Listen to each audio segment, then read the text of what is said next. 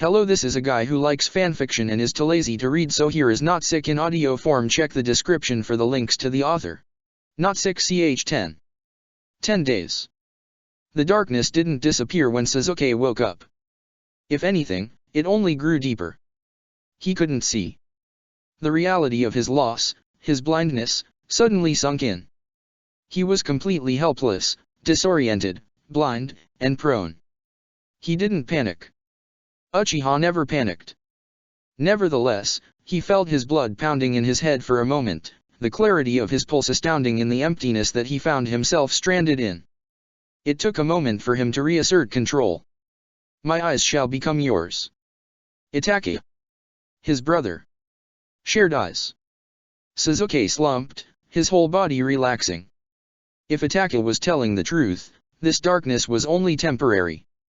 It would be replaced by the kind of power that he could only dream of. The Mangekyo, without its blindness, or the madness Itachi had spoken of. And if his brother was lying, then there was nothing he could do about it anyway. He'd be right back where he had been before their fight, sans eyes. For now, all he could do was.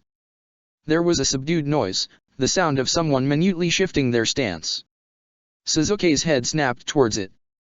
It took him a second to realize the motion was pointless. He didn't speak. Neither did the other person in the room. That didn't matter. Sasuke knew who it would be anyway. Who else could it be? But he didn't speak. Didn't acknowledge the blonde who he knew was patiently waiting by the side of his bed. Maybe if he ignored him for long enough he would leave. Sasuke doubted it. The silence quickly became interminable.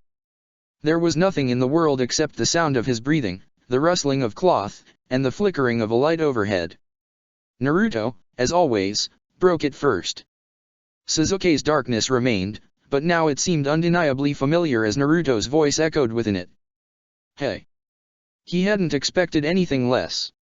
Sasuke didn't respond. Naruto waited for a moment, before continuing.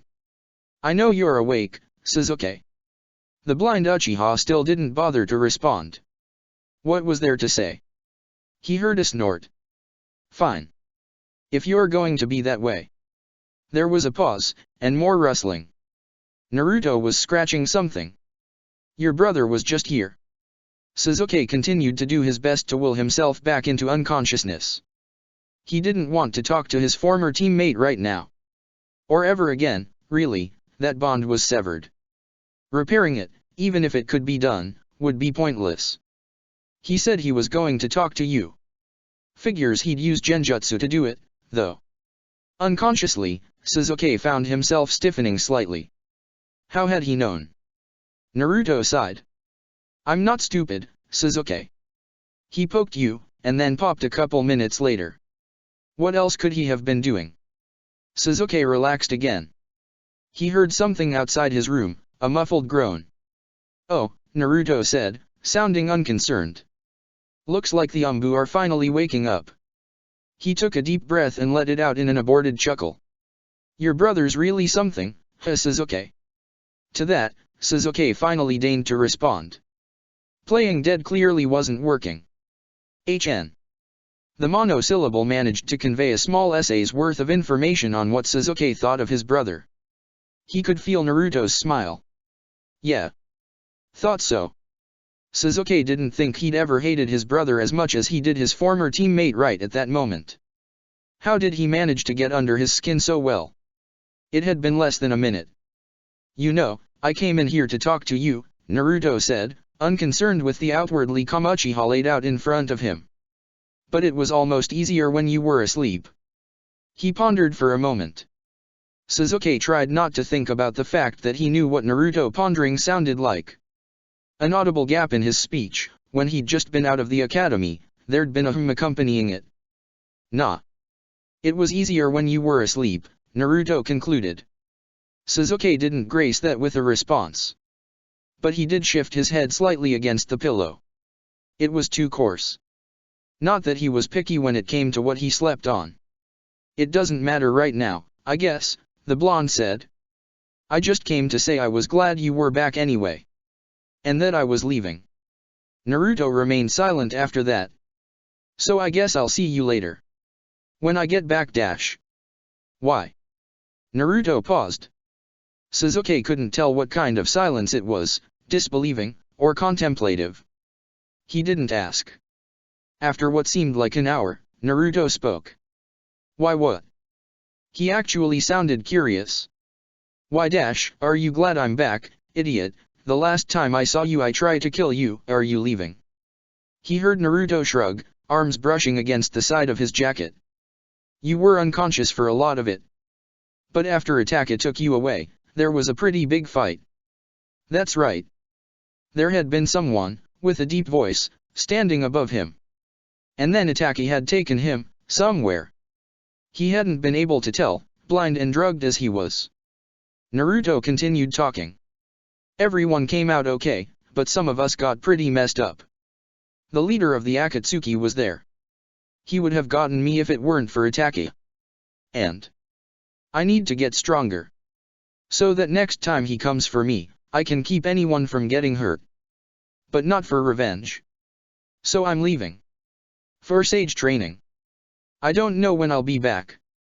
But when I do. Naruto's hands pounded together, the sound harsh and loud to Sasuke's starved senses. I'll definitely be stronger. Maybe even stronger than you.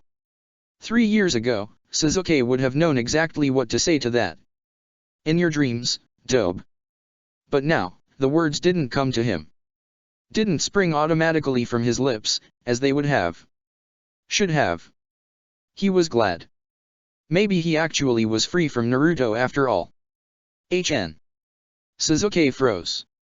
Why had he said that? Why had he? Naruto laughed. Yeah. But you'll see. Sasuke heard him take a step back. I'm going now. Gonna make sure that Jugo hasn't freaked out too much. Sasuke shifted. Jugo was here as well? Why? Had he followed him? Of course he had. For whatever reason, Jugo needed to be around him. I'll see you, Sasuke. The Uchiha didn't respond. He was still trying to figure out why Ever had in the first place, moments ago. He heard Naruto leave the room. And once more, he was alone in the dark, with nothing but his thoughts to keep him company. And despite Sasuke's placid expression, despite his seemingly apathetic stillness, he had plenty of company. You made a mistake. It had been only a day since Itachi's return to Konoha, and Tsunade once more found herself in her office, having a conversation she wasn't especially enjoying. Danzo shifted in his chair, hunching farther forward on his cane. He frowned severely, his whole face crumpling with emotion. The Uchiha dash, he said, his voice uncompromising. Tsunade cut him off with a single raised eyebrow, an eyebrow that very clearly said, I will punch you out of this office if you talk back. It would truly be a shame if she had to ruin the pleasant, sunny day outside with a rain of bandaged geriatrics and broken glass. Danzo's frown only grew darker, but he subsided, leaning back and sitting straight up in the chair. He gave away no sign of what was going through his head. His breathing was even, his eyes still. Tsunade had no idea what he was thinking. But she could guess.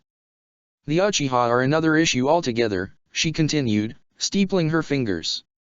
You did what you felt you had to. The fact that you were likely wrong to do so doesn't change that. Taking action against shinobi intending to assassinate the Hokage is hardly treasonous, after all.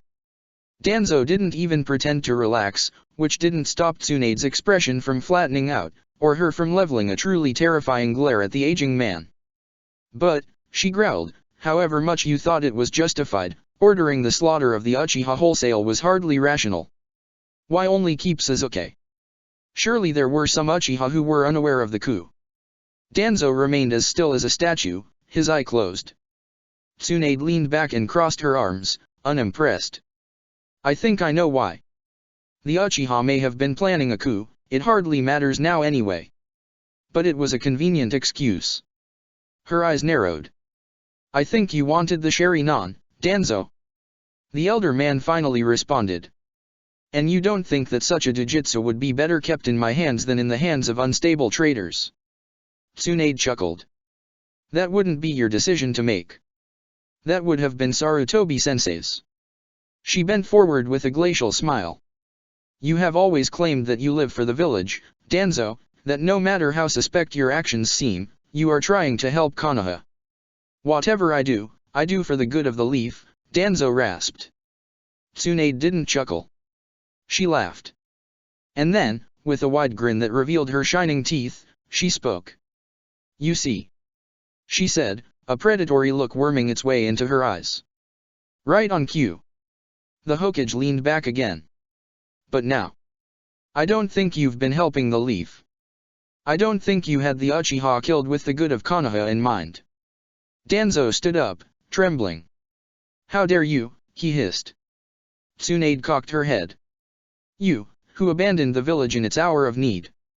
Who only came back at the whim of a boy who had no right to be anything beyond a weapon for this village, a weapon that Sarutobi allowed to rust beyond all usefulness, he continued, his voice striking like a snake on every syllable.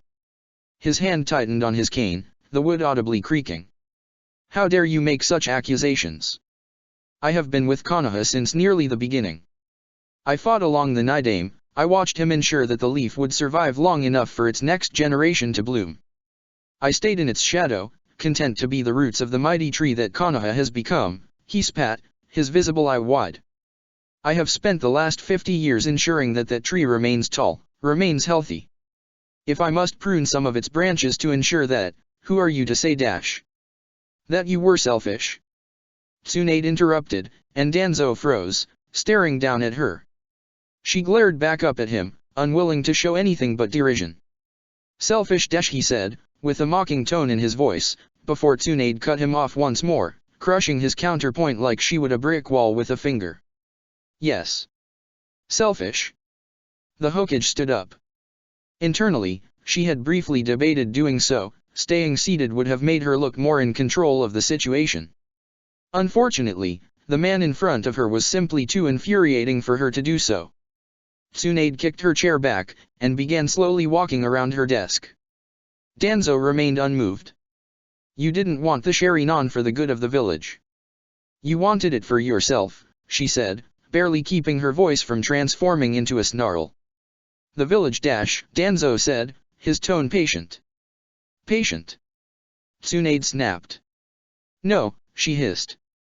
Danzo's eye went wide, and his mouth closed abruptly. There have been no root agents with Sharingan implants distributed into the Umbu. There have been no academy students losing fragments of their life and waking up the next day with oddly perceptive eyes. The Sharingan is hardly so easy to implant, Danzo muttered. And even if I had, the Uchiha boy You didn't even try, Tsunade growled. She finally finished rounding the desk. Her hands were curling and uncurling into fists. Danzo, steadily gazing at her, still refused to take a single step back. You made no attempt to make the village stronger, Yami of Konoha, the Hokage said bitingly. There have been no offers of replacement surgery for blinded shinobi. Tsunade reached Danzo. There have been no mysterious donations. She buried a finger in his chest. The stoic man flinched, not at the contact, but because the force of Tsunade's poke could easily be equated to being stabbed with a blunt kunai. You have hoarded the power of the Uchiha. You have not shared it with the village. Instead of strengthening Konoha, you have empowered yourself. Her hand slipped up, moving towards the bandages adorning his face. Danzo stiffened, attempting to raise his own hand to intercept hers, and found that he couldn't move. He blinked, thinking frantically. That poke, he realized belatedly, staring at Tsunade in startled resignation. She did something to my nervous system. I can't. Tsunade's hand reached the bandages over Danzo's right eye, and then harshly tore them back. A Sharingan glared out, its tomo whirling. The pale flesh surrounding it only accented the blood-red iris. It darted, lightning quick, and focused on Tsunade, who glared back at it. Itaka told me what your Sharingan could do, Danzo, she said with deadly seriousness. What the Sharingan of Shisui of the body flicker is capable of. Her gaze didn't waver, and Danzo stared back, the tiniest bead of sweat forming on the back of his neck. He had underestimated her. So tell me. The Hokage said, her lips drawing back and revealing teeth. Would it be for the good of the village to use it on me? Danzo didn't dare move. didn't dare answer. From this distance, Tsunade would be able to sense any use of his Sharingan, even if the eye gave away no visual cue of its activation. Which it certainly would. And as soon as she sensed or saw any evidence of Genjutsu use, she would be able to kill him in at least a dozen different ways, none of which he'd be able to counter without resorting to the Izanagi. Her strength and medical jutsu simply made her far too lethal up close. And even if he did utilize his Sharingan's gift to escape death, doing so would simply raise more questions. Questions that Danzo would not be willing to answer. How would the Hokage react if she knew that her grandfather's own cells were implanted in his arm? The bandaged man winced at the thought, and Tsunade's eyes narrowed. I'm going to offer you a deal, Danzo, she said quietly, her hand still uncomfortably close to his face. The older man nodded slowly, outwardly calm. You will check into the hospital tomorrow. Nothing serious, you've just been bothered by a rather persistent cough, and want to make sure you'll be able to remain fit for duty, just in case. The blonde's lips turned up slightly into something that could, should the definition loosen enough, perhaps be called a smile. I will remove Shisui Uchiha's Sharingan. Danzo took in a deep breath through his nose, but didn't interrupt. He could see Tsunade's hand in the corner of his Sharingan's vision, the ghost image, brought about by minute muscle twitches, of it plunging forward into his temple was deeply unsettling. Once Itaki returns, I will pass it off to him, I'm sure he'll find a use for it. You will also release to me all the Sharingan you no doubt have stored away. I don't know why you haven't seen fit to release them to the village, but that will end tomorrow. Danzo resisted the urge to grit his teeth. He'd never thought things would go wrong so quickly. Who could have imagined Itaka's brief return would have led to this? You will agree to this. Tsunade, he carefully rasped. You are making a mistake. Trusting that boy dash. You seemed to have no problem with trusting him with the death of his family, Danzo. You will agree to this, or I will remove it now, Tsunade growled. Danzo's eye went wide, and he instinctively flinched back slightly.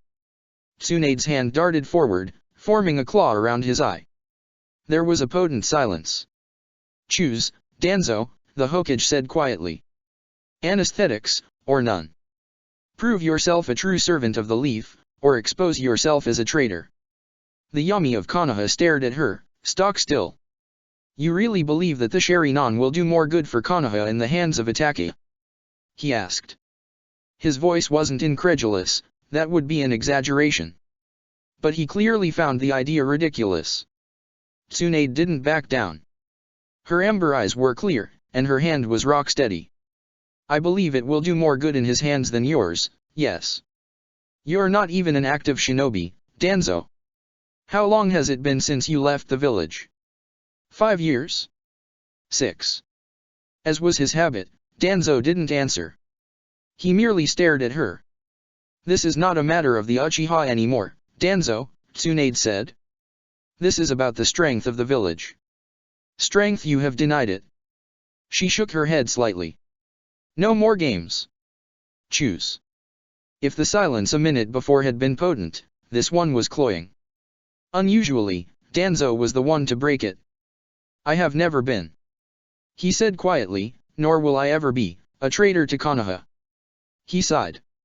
If you truly believe this is for the best, Tsunade, I will comply. Tsunade made to back away. Danzo stopped her.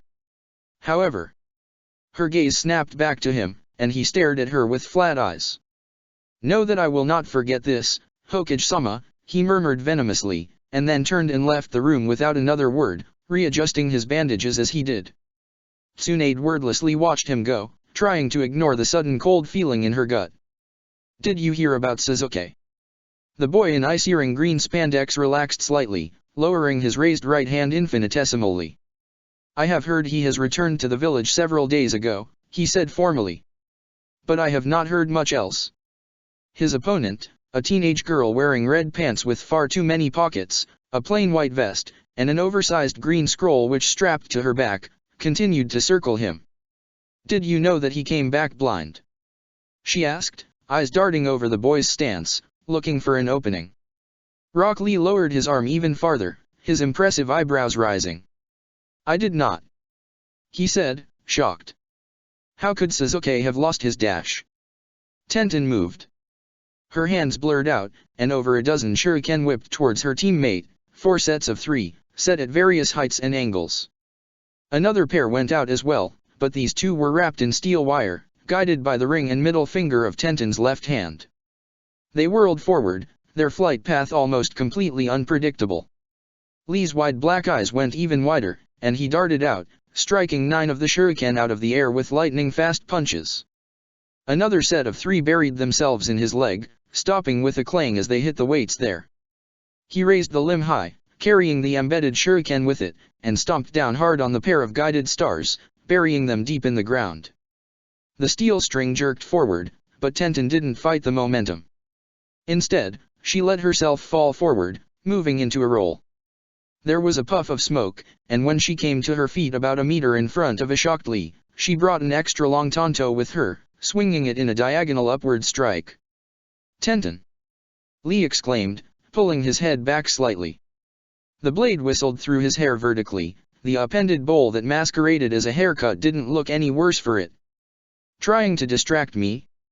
He struck out, an elbow aimed for Tenten's temple, and the smaller girl brought up her own elbow and switched the grip on her blade, bringing it down in front of her face to block the hit. Lee's elbow struck the steel, but Tenten's forearm, pressed against the other side, prevented the blow from budging the short sword. But as usual, Lee was faster. Even as Tenten blocked his elbow strike, he dropped and swept his foot out, taking her from her feet. "How unyouthful!" he exclaimed as she hit the ground and rolled away, her breath leaving her in a single audible hoof. There was a hissing. Lee looked down, and found dozens of small white tags covering the ground around him. He didn't allow himself to be shocked. He just jumped.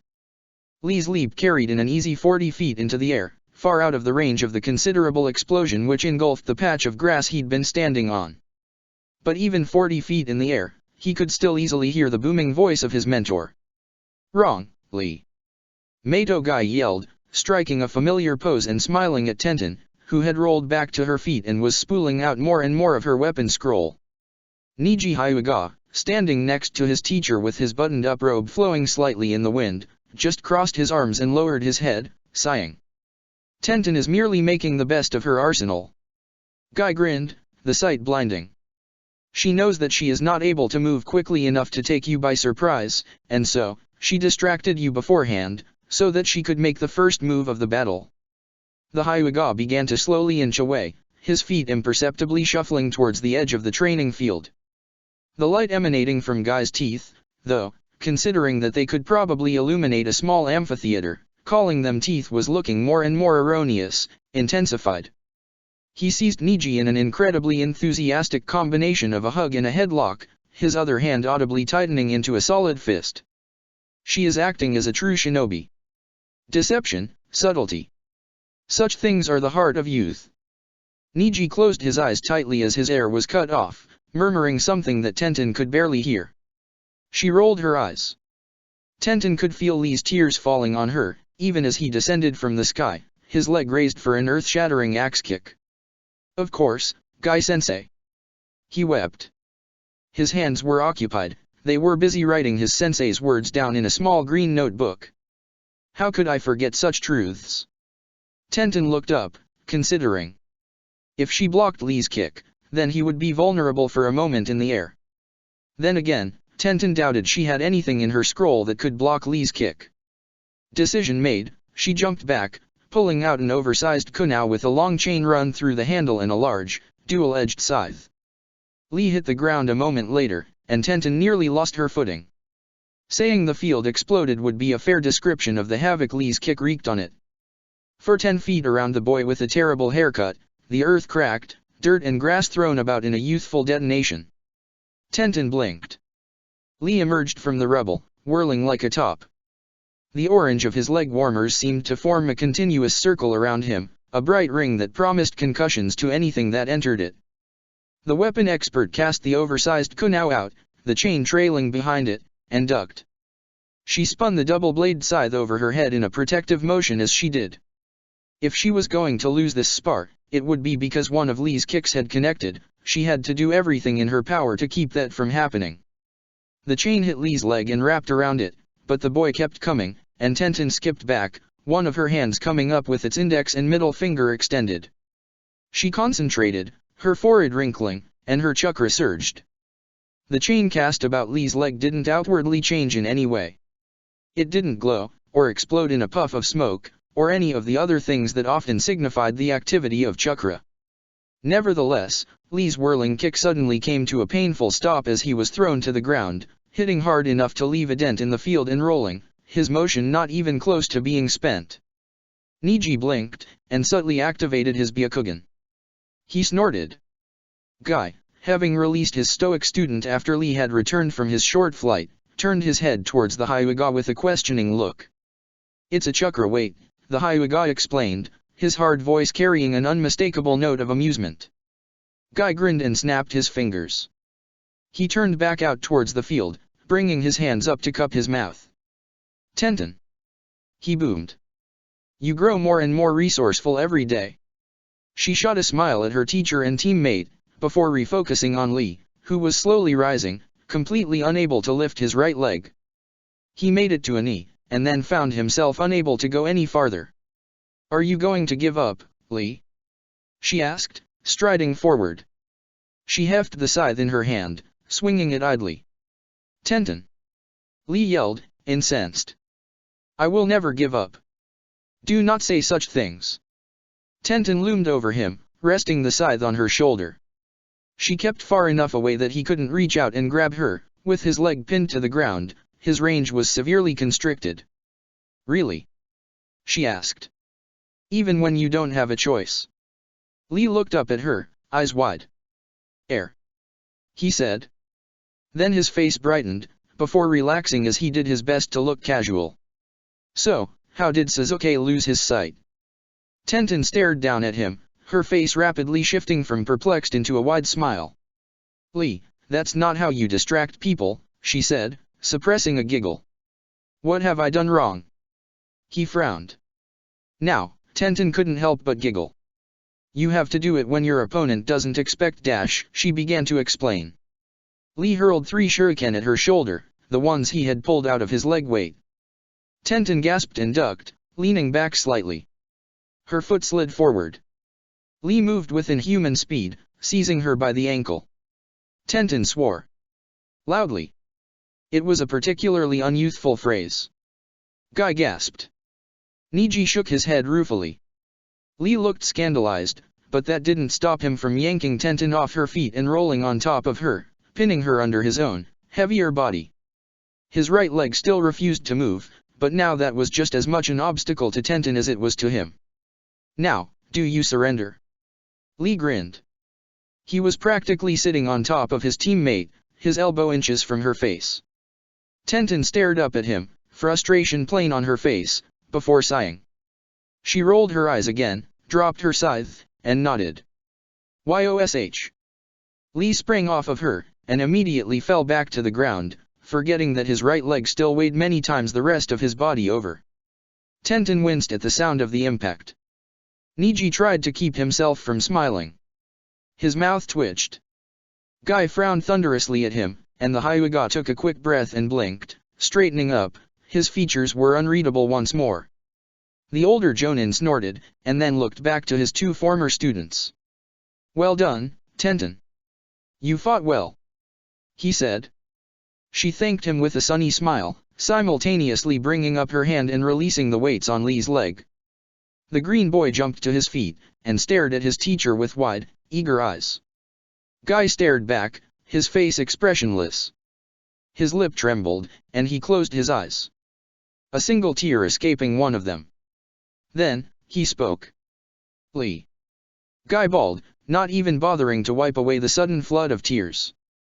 Lee broke down as well. Guy-sensei! He cried, sprinting forward, his arms wide. Lee.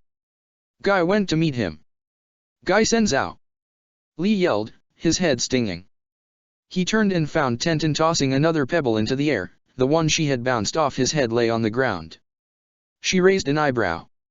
Lee smiled at her. Guy reached him less than a second later, and swept him into a rib-cracking hug.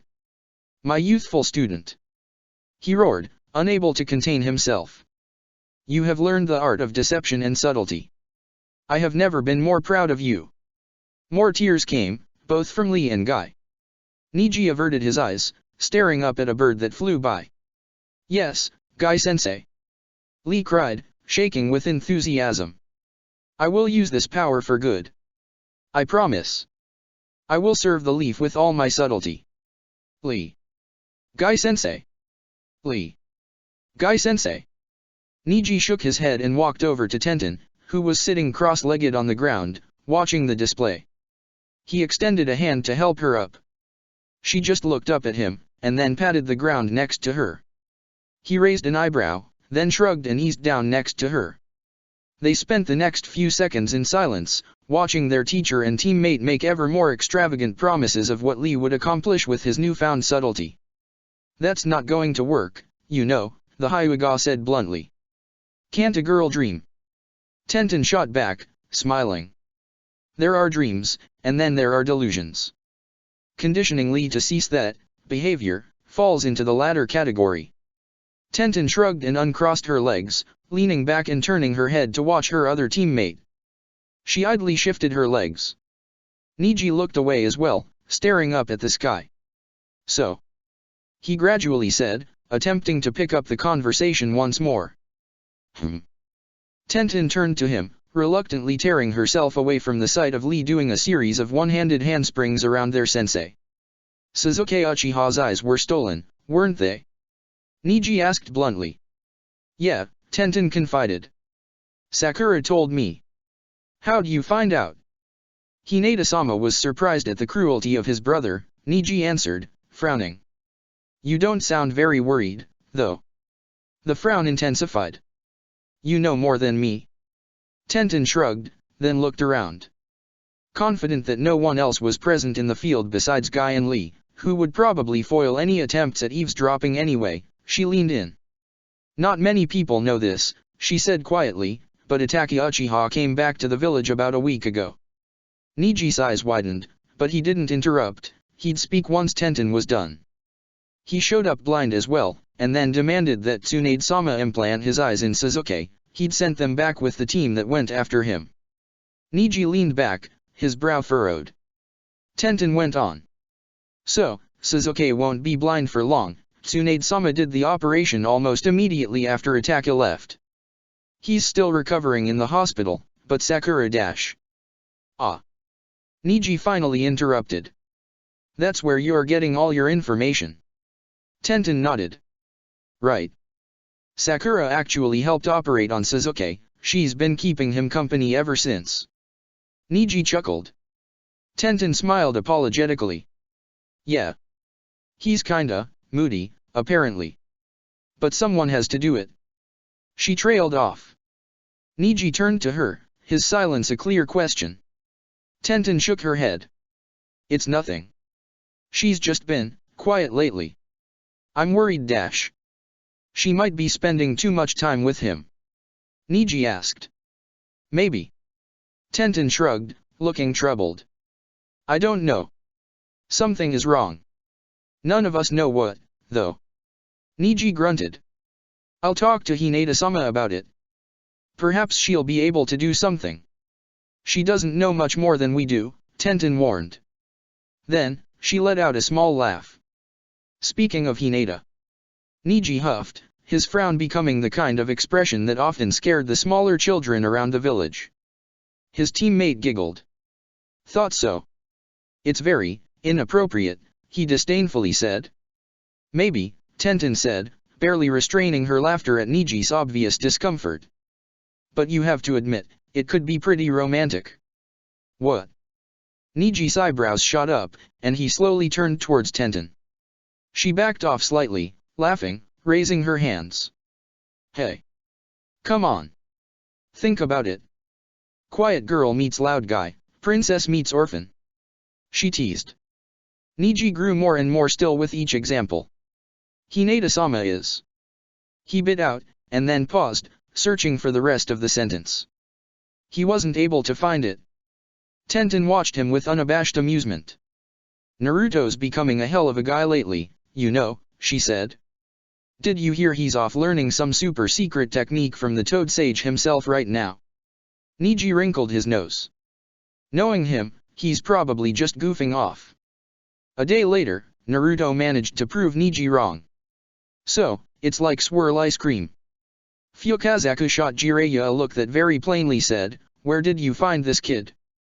Before turning back to Naruto. What? The small green toad asked, at a complete loss for words. Naruto rubbed the back of his head, grinning inanely. "Well, you know," he said, making a vague motion with his arm. "You've got my chakra," he explained. His other arm came down, and he began to move it around the other one, which was still in motion.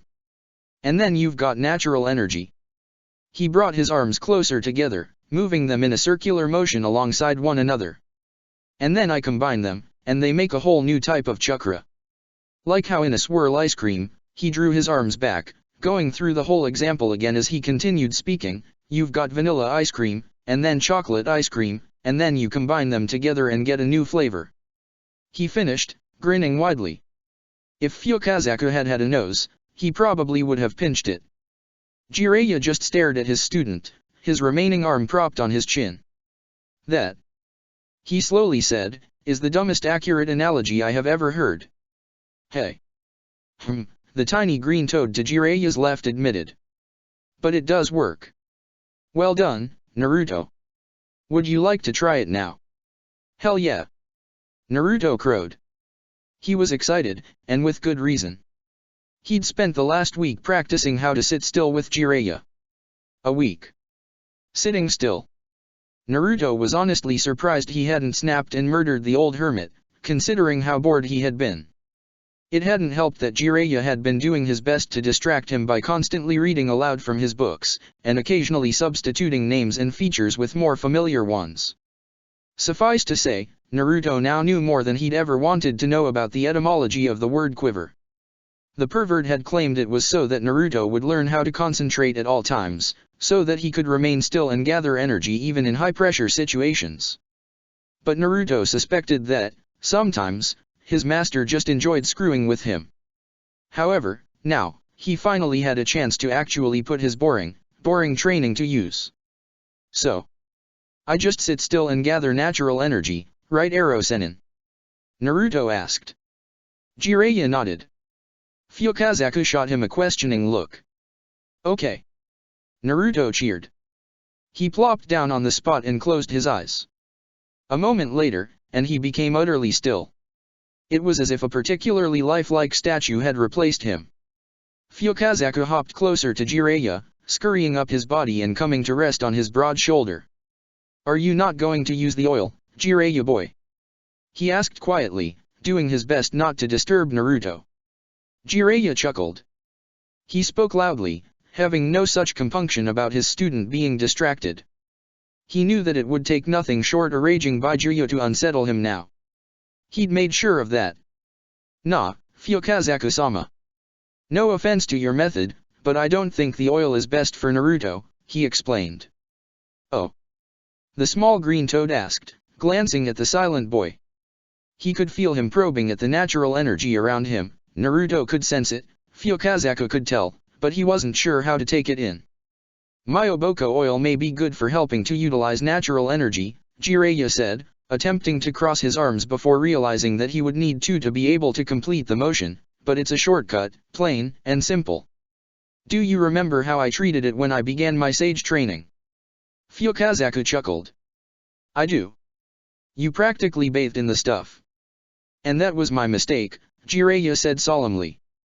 "I chose speed over thoroughness. Even today." He shook his head. "I mastered a flawed method. I didn't want to make the same mistake with Naruto." "Interesting," Fukazaku murmured. "So you've ensured that he's already reached the point of being able to take in energy without any assistance?" "Exactly." Jiraiya nodded. "It's all on his own merit. He's got better discipline now than I ever had at his age." He gestured with his remaining hand, and Fukazaku followed the motion. "Look. There's all the proof you need." Fukazaku stared. Naruto slowly opened his eyes. They were still the same sky blue, but the pupil was distended horizontally. Natural energy swirled around him, an invisible maelstrom, and he carefully stood up, looking around him in wonder. Everything was so bright. Color dominated everything. The sky was vibrant, filled with hues that Naruto could swear hadn't been there a moment before. Every sound was crystal clear, as if it had come from right beside his ear. The slight breeze on his skin chilled every pore. It was completely overwhelming, and incredibly wonderful. "Whoa," he murmured. "This is..." Jiraiya grinned. "Good, Naruto," he said.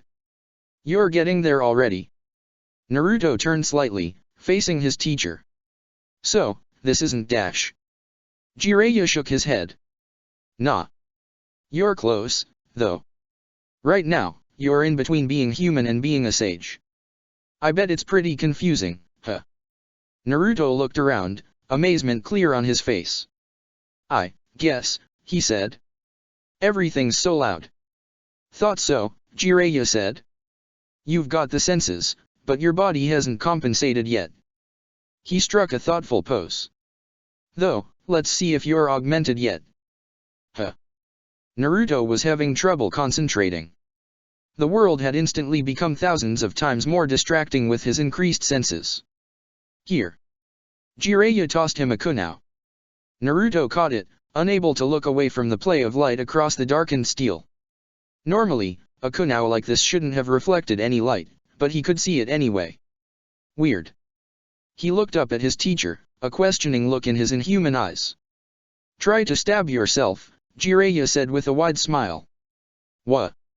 Naruto balked. The older sage sighed. "Trust me. I want to see how well your body has integrated the natural energy. If you're far enough along, you'll be fine. And if I'm not?" Naruto demanded incredulously. Jiraiya shrugged, Fyokazaku bobbing with the motion. The tiny toad looked like he couldn't decide whether to frown or grin, and so had settled on alternating between both. Naruto stared at his teacher, and then at the knife in his hand. He shot another look at Jiraiya, who just made a "get on with it" motion. Gulping, Naruto reversed his grip on the knife and held it over the back of his left hand, above the ghost of an old mark that had been left a lifetime ago by a near-identical weapon. Grimacing, he pushed down. The feeling of the warm steel on his hand wasn't unpleasant. And it was definitely better than the pain he had been expecting. Naruto gaped at the kunai. He pressed harder, and was rewarded with a twinge of pressure, but the knife didn't penetrate his skin. Jiraiya smiled widely. "Fantastic," he said. "That," Naruto smiled, "is so cool." "It is pretty neat, huh?" Jiraiya said. "And you're not even finished yet."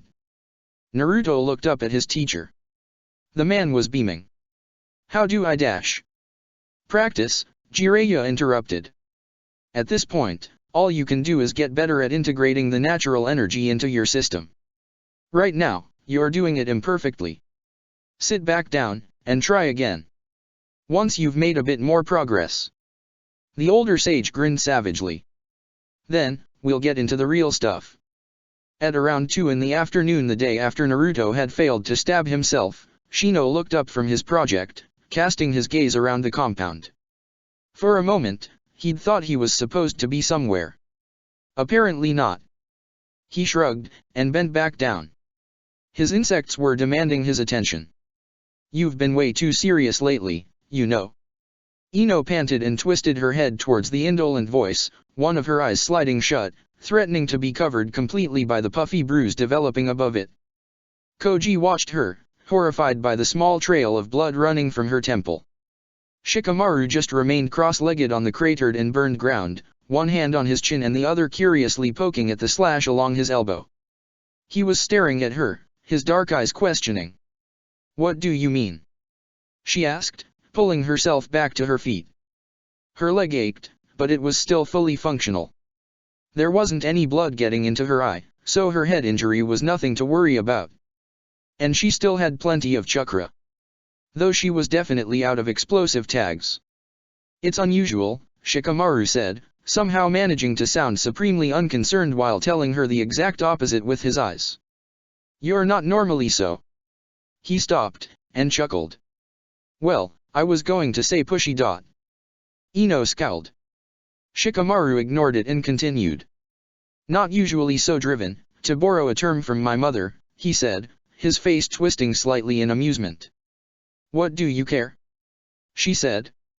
She let her hand brush against the back of her pants. She was also low on kunao, apparently. Shikamaru grew severe, and she felt a flash of embarrassment. I always care, he said. Koji finally spoke up. Ino. Come on. Asuma-sensei told us to look out for each other. What kind of team would we be if we didn't? He stepped forward. Let's take a break for a minute, huh? I mean, I'm honestly kinda scared of you right now. You lasted almost 5 minutes against the both of us, alone. He shivered dramatically, and Ino couldn't help but smirk. Koji saw it and smiled. Yeah.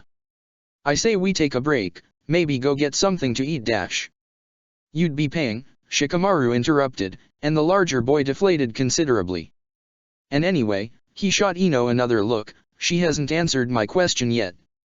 You didn't ask any questions, Ino fired back. Shikamaru froze, visibly running the conversation back through his head.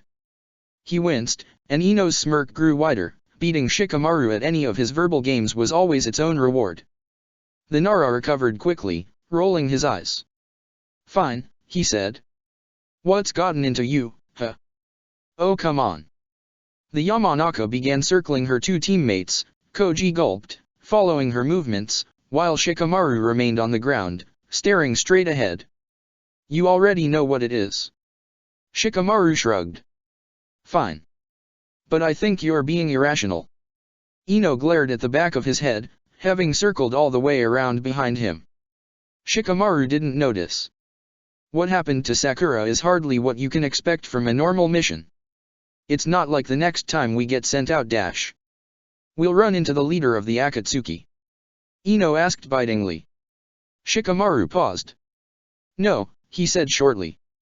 Ino snorted. Shikamaru decided that now was decidedly not the time to make a comment on how unladylike it sounded. He was pretty sure she was seriously considering stabbing him in the back. It's never that simple, Shikamaru, she said, almost having completed her circle. You should know this better than anyone. You can never tell when a mission might go bad. Shikamaru didn't let the barb, intentional or not, ruffle him. All he did was lower his head. Koji was looking back and forth between his two teammates worriedly. True, the Nara said. Ino suddenly stopped circling, jerking to a stop. Shikamaru continued. We're shinobi. Every time we go out, we put our life on the line. Even if the risk is not apparent at first, there's no excuse to believe otherwise. The Yamanaka began to struggle against the shadows holding her in place, looking around wildly. Shikamaru pulled his head up, pinning her with his intense eyes. But what you're doing is reckless, he said, hauling himself to his feet and ambling towards the Yamanaka. You're overreacting, pushing yourself too far. He reached Ino, and his own shadow cast itself out, flowing over the grass and latching onto hers. Another one withdrew from the dark mass, sliding back into the forest at the edge of the field.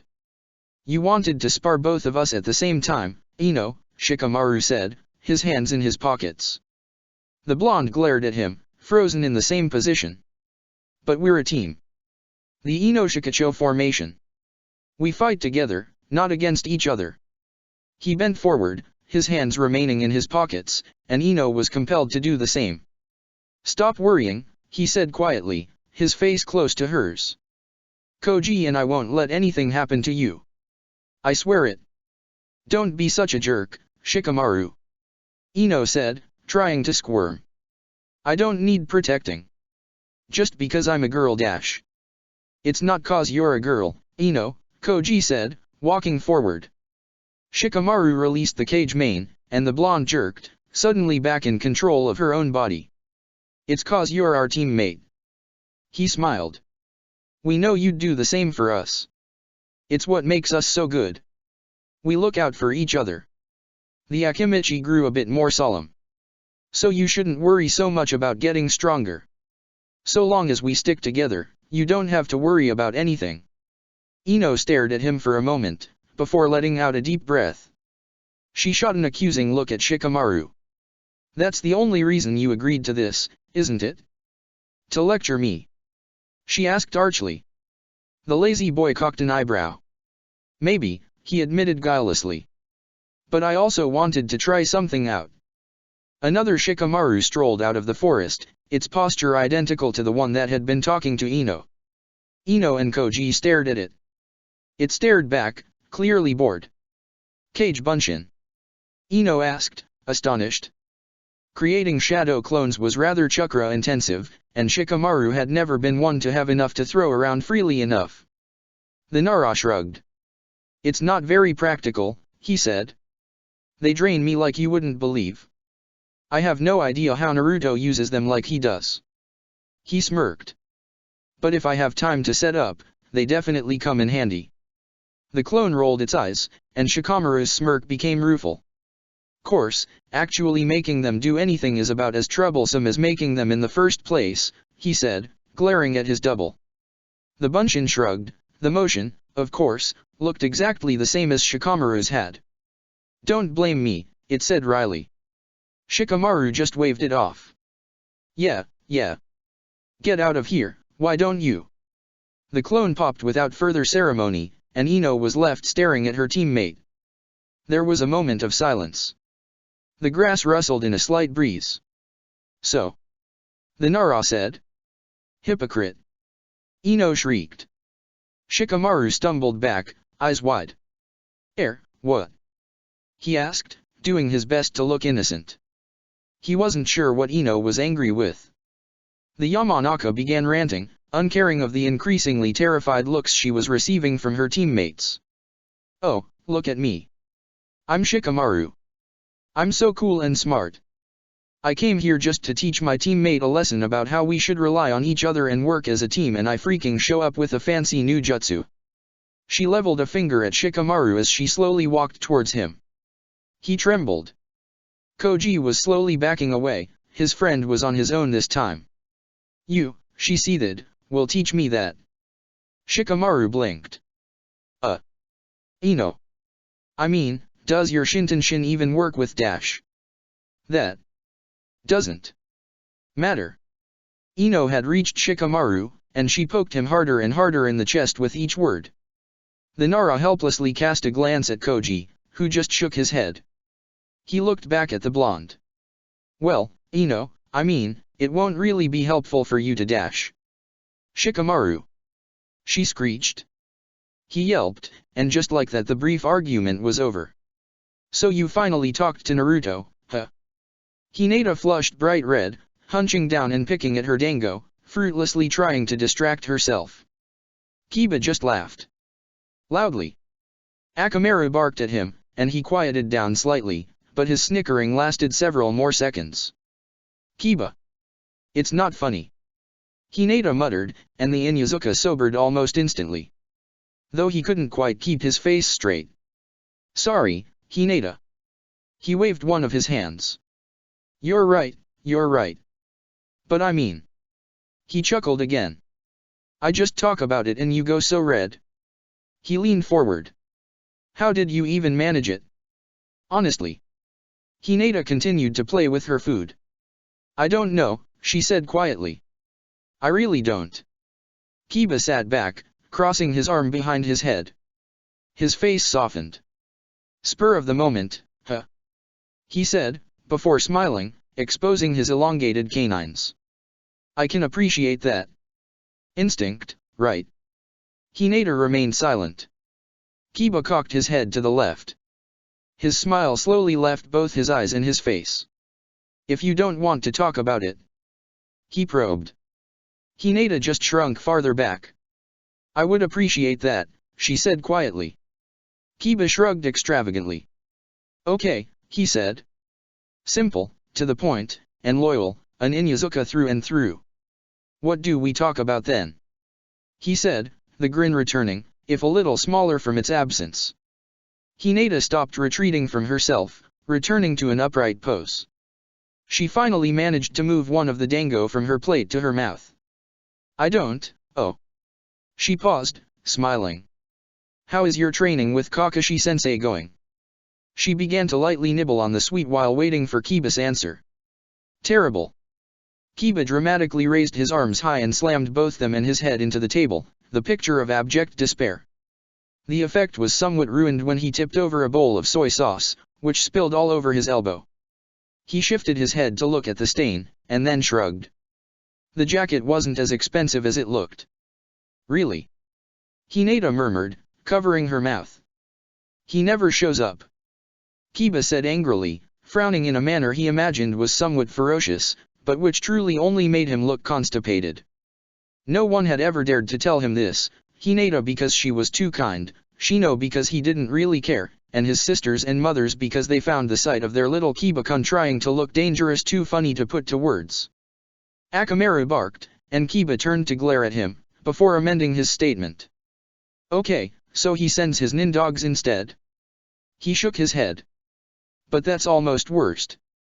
They just spend every day. He trailed off, bringing his hand up unintentionally. Kiba? Hinata asked. I mean, I spend every day, beating the crap out of them. Yeah. Kiba said, sounding like he wished he could believe it himself. His large white companion stared at him, looking more incredulous than any dog had a right to look. Kiba crossed his arms and looked away, resuming his frown. Hinata just watched the both of them, finally finishing her first dango. She swallowed daintily and continued to stare. After a second, Kiba sagged. All right, he muttered. They've been kicking the shit out of me. Kakashi-sensei's nindogs. Hinata qualified. Kiba nodded shakily. Yeah. I mean, they're pretty good. Pretty much what I should have expected, but still. How? Hinata trailed off. She'd seen Akamaru fight many times, but it had always been alongside Kiba. She couldn't really see any number of other dogs, even if they were nin animals, taking on her teammate and his partner. They have a lot of tricks, Kiba admitted. I mean, I don't underestimate them or anything, but they're quick. And mean. Mean? Hinata inquired, trying to decide if she really wanted another dango. The last one had been a little sweet. But maybe with a little soy. Kiba winced. Let's just say, they definitely picked up Kakashi-sensei's sense of humor. Hinata tilted her head inquisitively. Kiba just shook his expression worth a little more than half a dozen words. So, 7. Trust me. You don't want to know. Okay, Hinata slowly said, not sure if she wanted to know why Kiba was subtly shifting uncomfortably in his seat. Anyway. Kiba exclaimed, obviously eager to change the subject, have you seen Shino around? I mean, I've been keeping my eye out, but it seems like he's been holed up in his compound for the last week or something. I got no idea what he might be up to dash. I have been tending to my Kakaicha. The monotone voice emerged from directly behind Kiba. The Inyazuka froze, slowly turning his head towards the noise. Shino was sitting in the booth behind him, staring down into his salad. Hinata blinked. She had eyes that could see through walls, and she had no idea when her teammate had entered the restaurant. Shino. Kiba stammered. Neither him nor Akamaru had smelled the Abarame coming. How did he do that? When did you dash? I arrived about 10 minutes ago, Shino quietly said.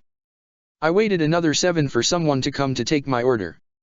When no one seemed inclined to, I sent my Kakaicha to retrieve something. He picked up his fork and poked at the assorted greens in front of him, covered in a dark sauce. I am glad they brought back this salad, though I am somewhat disappointed. Why? Because it has no dash. Melons. Hinata asked timidly, lifting one of the very fruits from her side of the table. For reasons she would never understand, Kiba had gotten an assorted platter, one that he had barely dug into. Shino paused. Yes. Kiba erred. Shino, I mean, if you want to sit with us, you should just, sit with us. Shino languidly transferred booths, sitting down next to Hinata. I appreciate that, Kiba. Hinata wordlessly passed him the melon, and he took it without comment, before cracking it with a precise tap of his fingers. Glad you came, honestly, Kiba said, stretching out, secretly glad he still had leg space since Shino hadn't chosen the spot next to him. "Oh," Shino said, focusing on distributing an equal amount of melon across his salad. "Yeah, we were just wondering what you were dash. Up to this week." Kiba rolled his eyes. "Stop doing that." "Stop doing what, exactly?" "You know what I dash mean." Hinata giggled. Kiba gave up, dramatically throwing his arms back. Akamaru panted in approval. "Whatever. What were you dash?"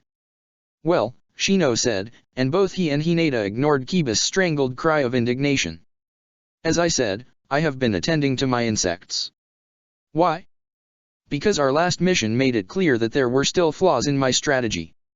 "Flaws?" Hinata politely asked. She hadn't seen much of Shino at all during the snafu the retrieval mission had become. An oversized chameleon had seen to that. "I am slow," Shino said ponderously. Kiba grinned. "That's bullshit, Shino. When you need to, you can pick it up. Hell, you took on one of those freaks hand to hand, and you came away with barely a scratch." "As did he," the Abarame intoned. "Even with the advantage of my insects allowing me to dictate the pace of the fight, I was unable to lay a hand on him." "Why?" "My opponent was simply too agile. I could not predict his movements, and the Kikaicha could not compensate."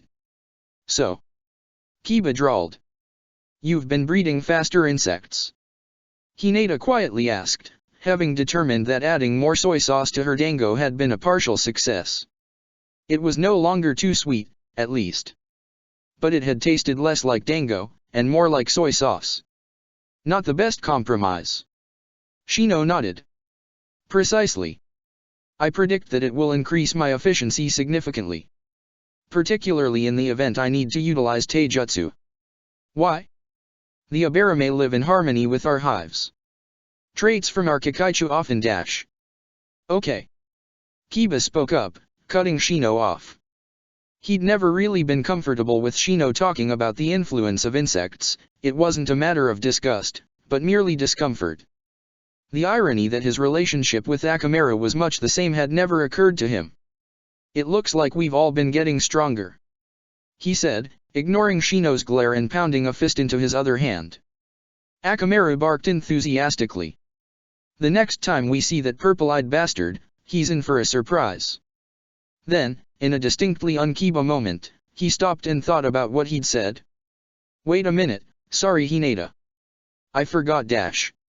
"Oh. Don't worry, Kiba," the Hyuga exclaimed, sitting up. "I've been training too." Kiba looked at her cockeyed. "I thought you were on bed rest," he asked innocently. Shino probed at his salad with his fork, trying to determine if he could manage to eat it without unbuttoning his collar. He disliked doing so in public places, particularly around strangers.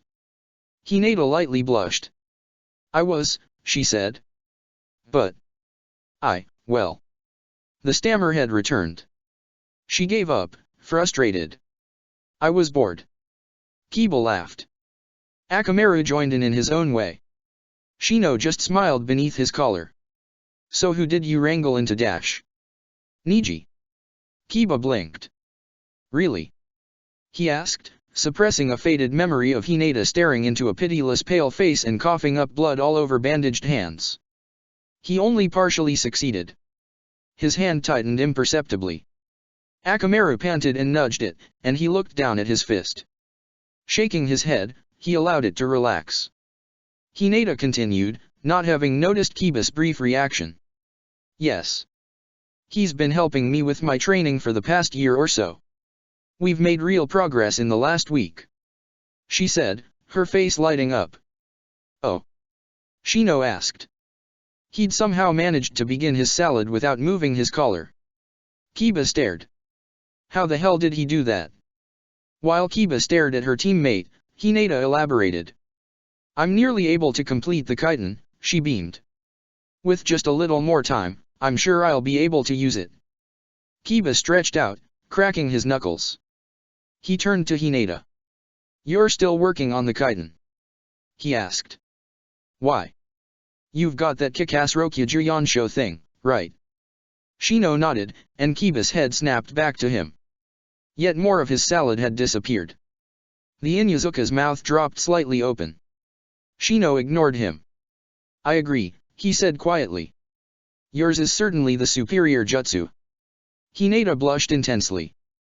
I don't think so, she stammered. The Kekkaidan is more contained. It doesn't use nearly as much chakra.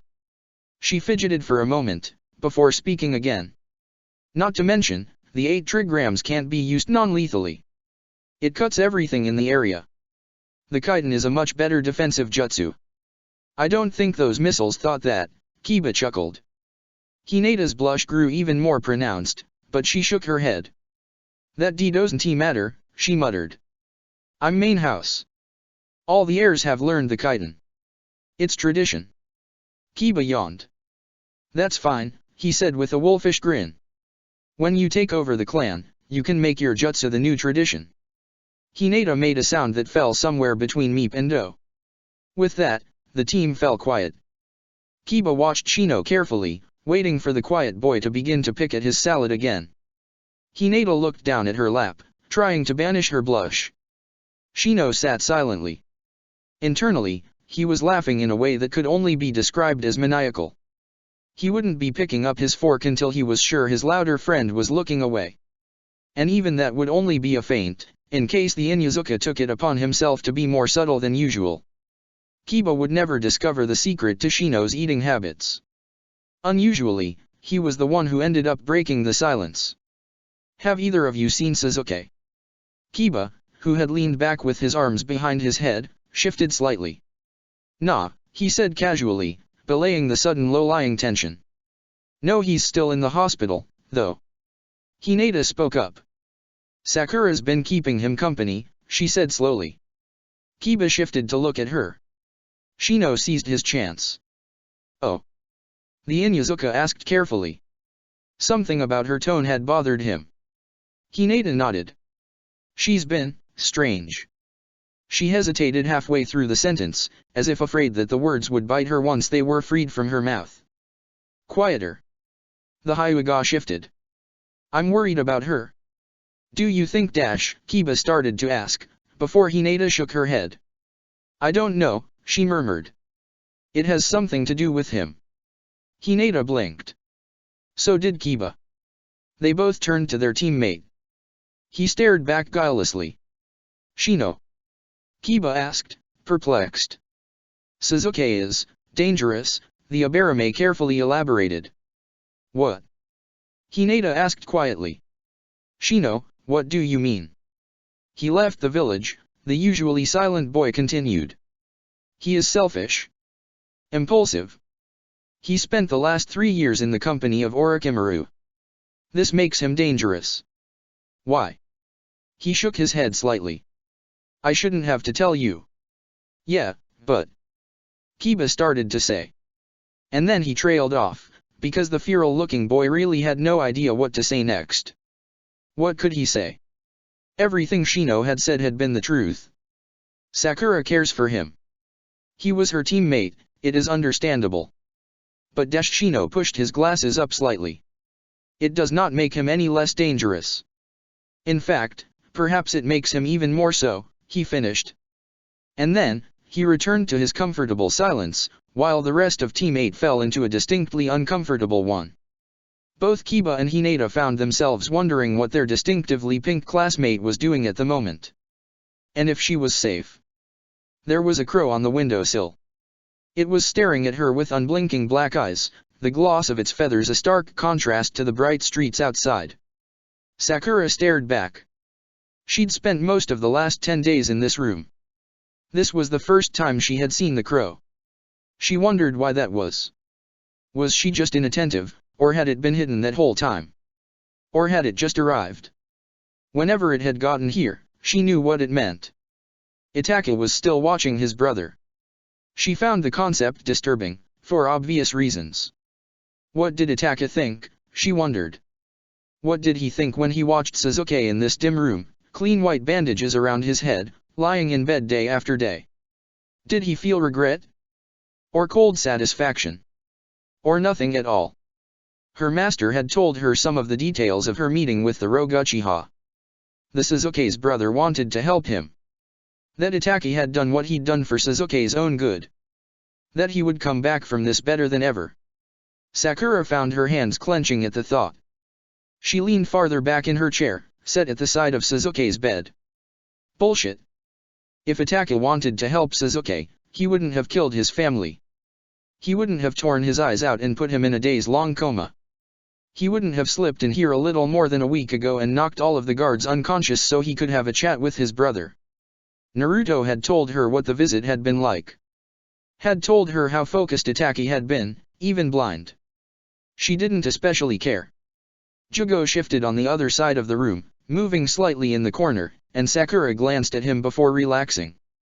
The quiet boy had refused to leave Sasuke's side since Itachi's visit. He'd been one of the ones unconscious in the hallway, in Itachi's wake. Sakura was convinced he felt guilty. That he'd failed to protect Sasuke. But she didn't refer to Jugo as quiet in her head for no reason.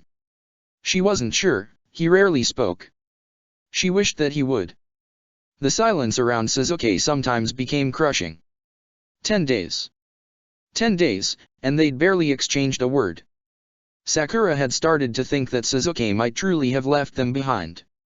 And that thought filled her with such anger that for the first time in 10 days, sparked by a combination of heartbreak, dull rage, righteous fury on Naruto's behalf, and a slight case of PMS, Sakura spoke to Sasuke about something that wasn't related to his new eyes.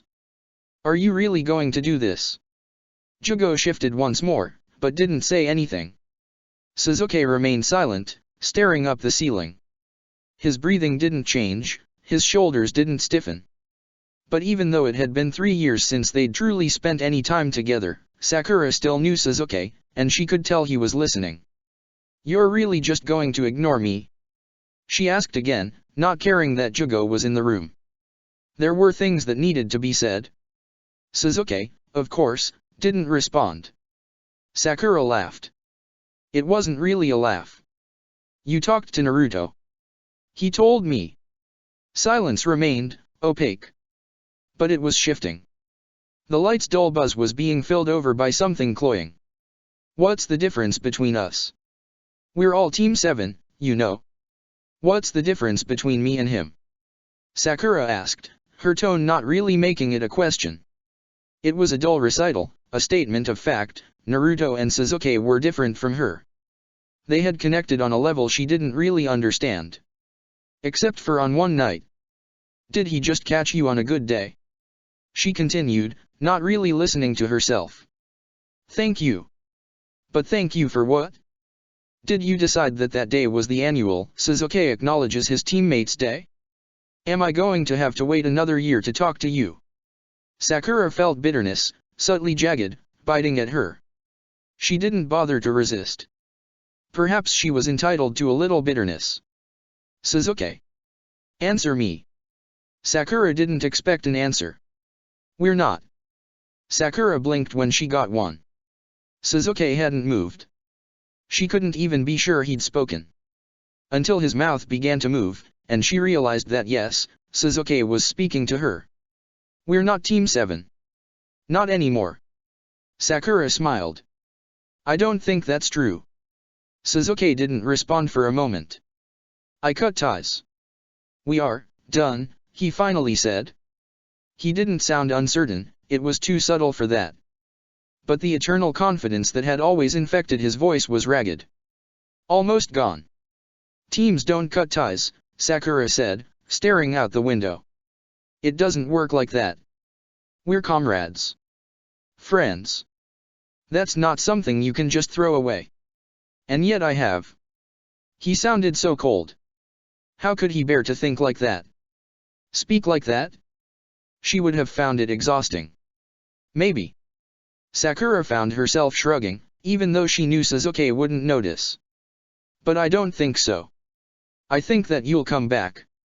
She could tell that had thrown him off. Secretly, that delighted her like nothing else had. He paused.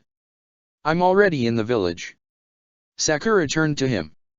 But you're not back, she said.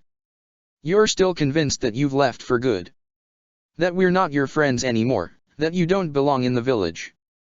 You aren't, he growled half-heartedly. And I don't. As soon as my eyes attack his eyes a climate, I'll dash. You'll what? Sakura interrupted him. Jugo shifted uncomfortably once more. Leave the village again. Naruto will just hunt you down. And I'd help him. Then I would kill him. And you. He sounded completely serious. And yet, to Sakura, there was a sort of pathetic desperation there that hurt her more than the last 3 years had. She wanted to pity him. But she didn't dare. The only thing Sasuke would never tolerate was pity. So instead, Sakura just shook her head. You don't understand, Sasuke. Even if you leave, we'll keep doing this forever. You can't kill Naruto. You can't kill him any more than he could kill you. I would. I will. He's coming back soon, Sakura pointed out. Will you kill him then, when he comes to visit you? You know he will. Silence, but for the buzzing of the lights and the muted chatter of the streets outside the hospital. You could have killed him at the Valley of the End. He told me, you know. You could have pierced his heart. But you didn't. And you won't. She scooted her chair forward slightly, bringing herself closer to him. And I think you know why. Shut up, he muttered, finally deigning to shift under the covers. You can't kill Naruto. And you can't leave us behind. However you want to avoid it, you belong here, Sasuke. You belong with people who want to help you. With the people who murdered my clan. He hissed. With the village that executed my family. That gave her pause. If I remember correctly, Itaka killed your family, Sakura eventually said, trying to remain calm. Sasuke snorted. Under orders. It makes no difference. This place is directly responsible for the death of the Uchiha. I have no interest in staying here. Not even for us. Sakura said quietly. Not even for your new family. No, he said shortly. Then what will you do? Sakura asked reasonably. Sasuke didn't answer. Sakura didn't stand for that. She leaned forward farther. What will you do? She said quietly. Sasuke's silence said more than he ever would be willing to. I don't know. Sakura leaned back. She'd never seen Sasuke so unsure. It was plain as day. He had no idea of anything. Should he stay in the village? Should he avenge his clan? Remain with his friends? Make more enemies?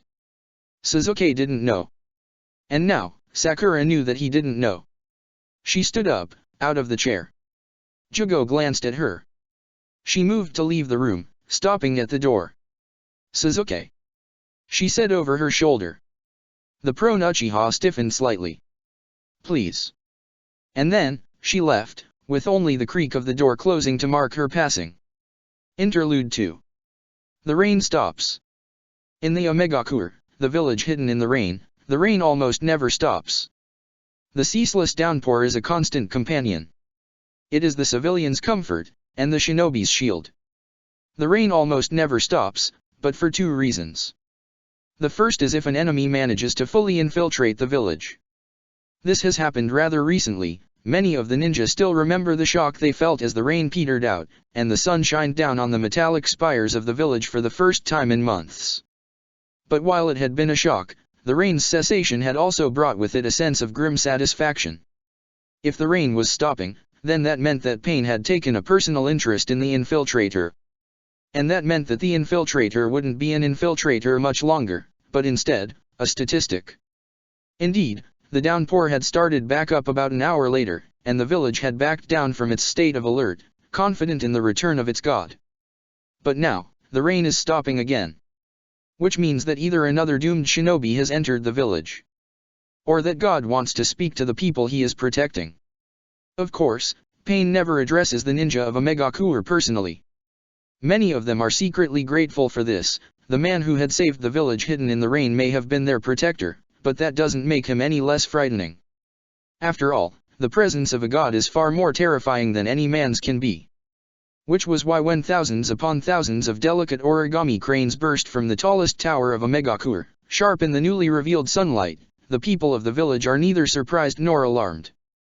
Most of them are, in fact, gleeful.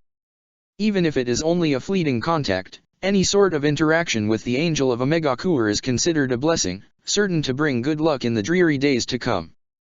And the angel contacting what seemed to be, what is the whole of the village at the same time, that is a blessing indeed.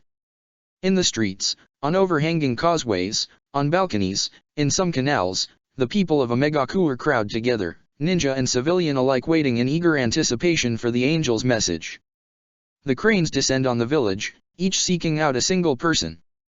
Not everyone gets a bird of their own, those who haven't been directly gifted press towards those who have. Even if some feel a lingering bitterness or contrition for surely they've done something wrong for not receiving a crane, they are still desperate to know God's message. There is a moment of anticipation, the whole village falls completely silent. And then, by some invisible signal, every single piece of origami unfolds simultaneously. The older members of the village, the ones who have received the angel's words before, stare in the shock. The younger ones stare at them. This is no ordinary message. The angel's handwriting is an elegant, flowing script. Letters mold into one another, but the whole thing always manages to be completely, beautifully comprehensible. The angel is businesslike, but never brusque. The angel never sounds disappointed, but nevertheless manages to shame the people of Omegakur into believing they have done something wrong. But these origami, laid flat and shaking in people's hands, do not contain any of that. The handwriting is unmistakably different. Mechanical, almost stenciled, not a single space is wasted, not a single letter given too much time or even slightly out of place. And the contents. All over Omegakur, pressed by the impatient and the curious, those who have received cranes clear their throats and speak, their voices quivering. People of Omegakur, they say, unable to believe what they are reading. For the last 15 years, you have all lived in my village, leading a peaceful existence. A peace bought by my will, and secured for you. There is a hush as the entirety of Omegakur suddenly comprehend exactly what is in its hands. This letter is not from the angel. This letter is from pain. For this peace, I am grateful. Many stop at this point for a moment, choking on the word that comes next. Their God is grateful, grateful for their safety. However, and now many villagers bring themselves back under control, their emotions wrestled into submission by the finality of the loan line. This peace must soon come to an end. At this, there is a substantial uproar. Not of fear, though of course, many can't help but feel a chill race down their spine at the prospect of Omegakur's damp tranquility coming to an end. Of zeal. A zeal that only grows as the letter goes on, its readers growing more and more enthused. I have been working. My ambition, with which I intend to finally share Omegakur's peace with the rest of the nations, has neared completion. There is a collective intake of breath. I require a mere 3 things to complete this ambition. 2 will be obtained in time, the last is the most crucial, and the least attainable. And as such, I do not have the luxury of waiting, as I have all these years. This final thing, I must draw to Omegakur. Its name is Naruto Uzumaki, and within him lies the key to this world's salvation. The ninja of Omegakur that survived Hanzo's reign stand at less than 200. Of these, only 37 know the name Uzumaki. The fact that their god intends to bring one of them to the village leaves several of them with bad tastes in their mouths. None of these ninja are reading the letter, however, and so the message from Omegakur's god continues without waiting for them to overcome their past bitterness. I will bring Uzumaki here. No one doubts the letter's words. If a god wants something done, it is done. That is the power of his will. For a single night, Omegakur will be witness to a battle. A battle the likes of which it has never seen before, and never will after. When this battle is done, when the reign has begun once more, Uzumaki will be mine. And despite the fact that it is their god claiming the man, several people shiver. You, the people of Omegakur, must not be here when this battle begins. Confusion instantly reigns. I have always protected this village. But it is possible. And here, the words actually ceased their mechanical nature for a moment, leaving some readers staring at the paper incredulously. Their god doubts? No, it is likely. Likely that this battle will damage the very village I have sworn to protect. This is no obstacle, a Megakur has been rebuilt before, and it shall be rebuilt again. But you, the people of a Megakur, cannot be rebuilt. Cannot be replaced. And so, I tell you today, within 2 days, your home will become a site of incredible destruction. Please, do not regret this. From this destruction, hope for the entire world, for humanity itself, will be born. People look around. And indeed, they all feel the same thing. A lingering sadness that their home will likely be destroyed. And an unmistakable vindication that their faith is finally going to be rewarded. For these 2 days, my angel will move you to a shelter I have created outside of the walls of the village. And when you return, we, and the entirety of the elemental nations, shall finally know peace. 1 or 2 readers break down, relieved tears momentarily recreating the rain, and are forced to pass the letter to others with shaking hands, despising themselves for their weakness. Follow the angel. She will lead you to your salvation. Shinobi of a Megakur, ensure that the people of this village remain safe while I am occupied. You are their sole protector now. 1,000 jaws firm, and 2,000 hands tremble in anxiety and anticipation. Now, go. And know that when this is over, you will be the first to see my new world. And as each speaker finishes each letter, the paper folds itself into a crane once more, and slowly, ever so slowly, begins to depart from the village. The people, in turn, begin their mad scramble to secure everything of value and follow their angel to safety. The exodus from a Megakur has begun. On the highest balcony of the highest tower in a Megakur, a pale man watches the controlled chaos. Of course, he can't actually see it. But he transcended such limited senses long ago. The eternal rain of the village tells him everything he needs to know about his people's evacuation. The upper torso of a woman with blue hair and sharp amber eyes floats next to him, pieces of paper flaking off of her. She shows no outward signs of fatigue, but the pale man can tell she is tired. They are simply too familiar to each other for it to be otherwise. She is speaking to him. He draws his senses away from the rain for a moment to fully listen to her. Do you really think that Uzumaki will threaten the village? He doesn't respond immediately.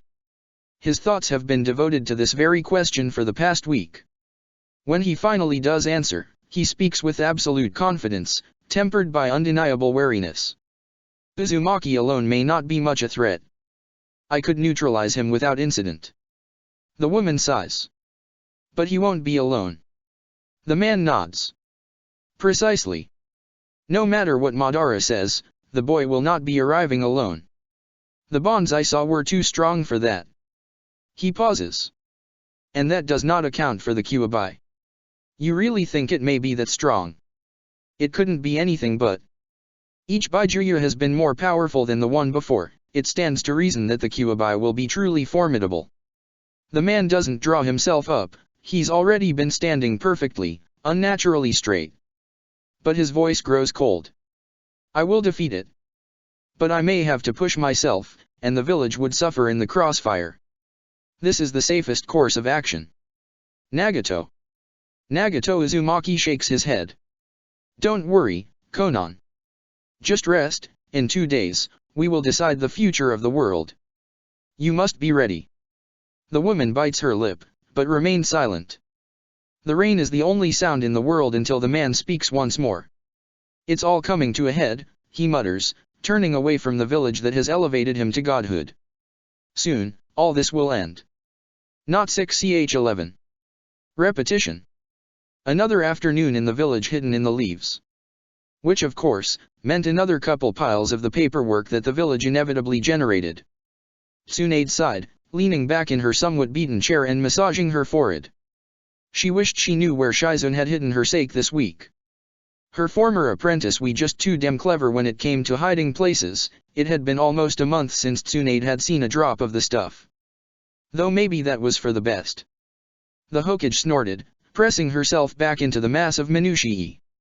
She must have been really far gone, to start to consider a lack of alcohol a good thing. It wasn't all bad, she reflected as she perused an academy initiative, headed by a certain Irika Umino, to teach dispelling genjutsu to the more advanced students. Tsunade didn't remember much about the man besides his distinctive scar, but he certainly seemed like one of the more level-headed of his colleagues. She signed off her approval. The village hadn't experienced a crisis in a while, always a good thing. Both Itaki and Suzuki Uchiha were no longer missing nin. Danzo's surgery had gone off without a hitch. In addition, about 20 Sharinon had been turned over to the village. Tsunade couldn't believe how many that Danzo had been hiding away. Shizun was now in the possession of the Jujutsu. She was the only person Tsunade trusted to be able to hide them effectively enough while the Hokage decided exactly what to do with them. Root's leader had been quiet lately. Tsunade couldn't decide if he had decided to bide his time and plan a revenge for a suitable moment. No, that was definitely what he was doing. It would be naive to believe anything else. It was a pity that Danzo directly controlled a decent portion of the village's umbu. Tsunade would have seriously considered decommissioning the elder man and forcing him into retirement if that weren't the case. But while Tsunade didn't enjoy the political game, that didn't mean she was exempt from it. And such a drastic move on her part would merit an equally drastic response from him. So for now, it was Danzo's turn to make a move. Hopefully, he wouldn't be too petty about it. Tsunade gazed at her desk, groaning under the stacks of forms, and amended her thought. If there was any justice in the world, Danzo's revenge wouldn't create more thrice-damned paperwork. How had her grandfather gotten anything? No. That was also a naive thought. Hashirama had been a wartime Hokage for the length of his time in office. He wouldn't have had to worry about such things. Probably just as well, Tsunade considered. She wouldn't have put it past her grandfather to turn official forms into potted plants. His attention span had never been the most impressive. At least it was a nice day outside, despite an unusual heat wave. The sun shining down, leaves gracefully filling the streets, birds distantly chirping. Her office exploded. Not into fire and rubble, thankfully.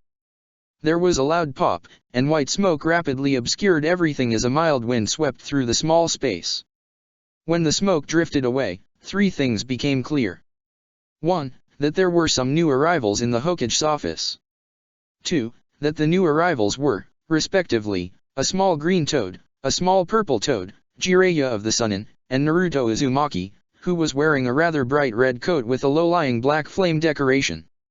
3. That the mild wind that had come with all the air being sucked out of several meters of space had upset the precarious piles of paperwork on Tsunade's desk, sending several pounds of the stuff to the floor in various states of disarray. Tsunade stared at the new arrivals.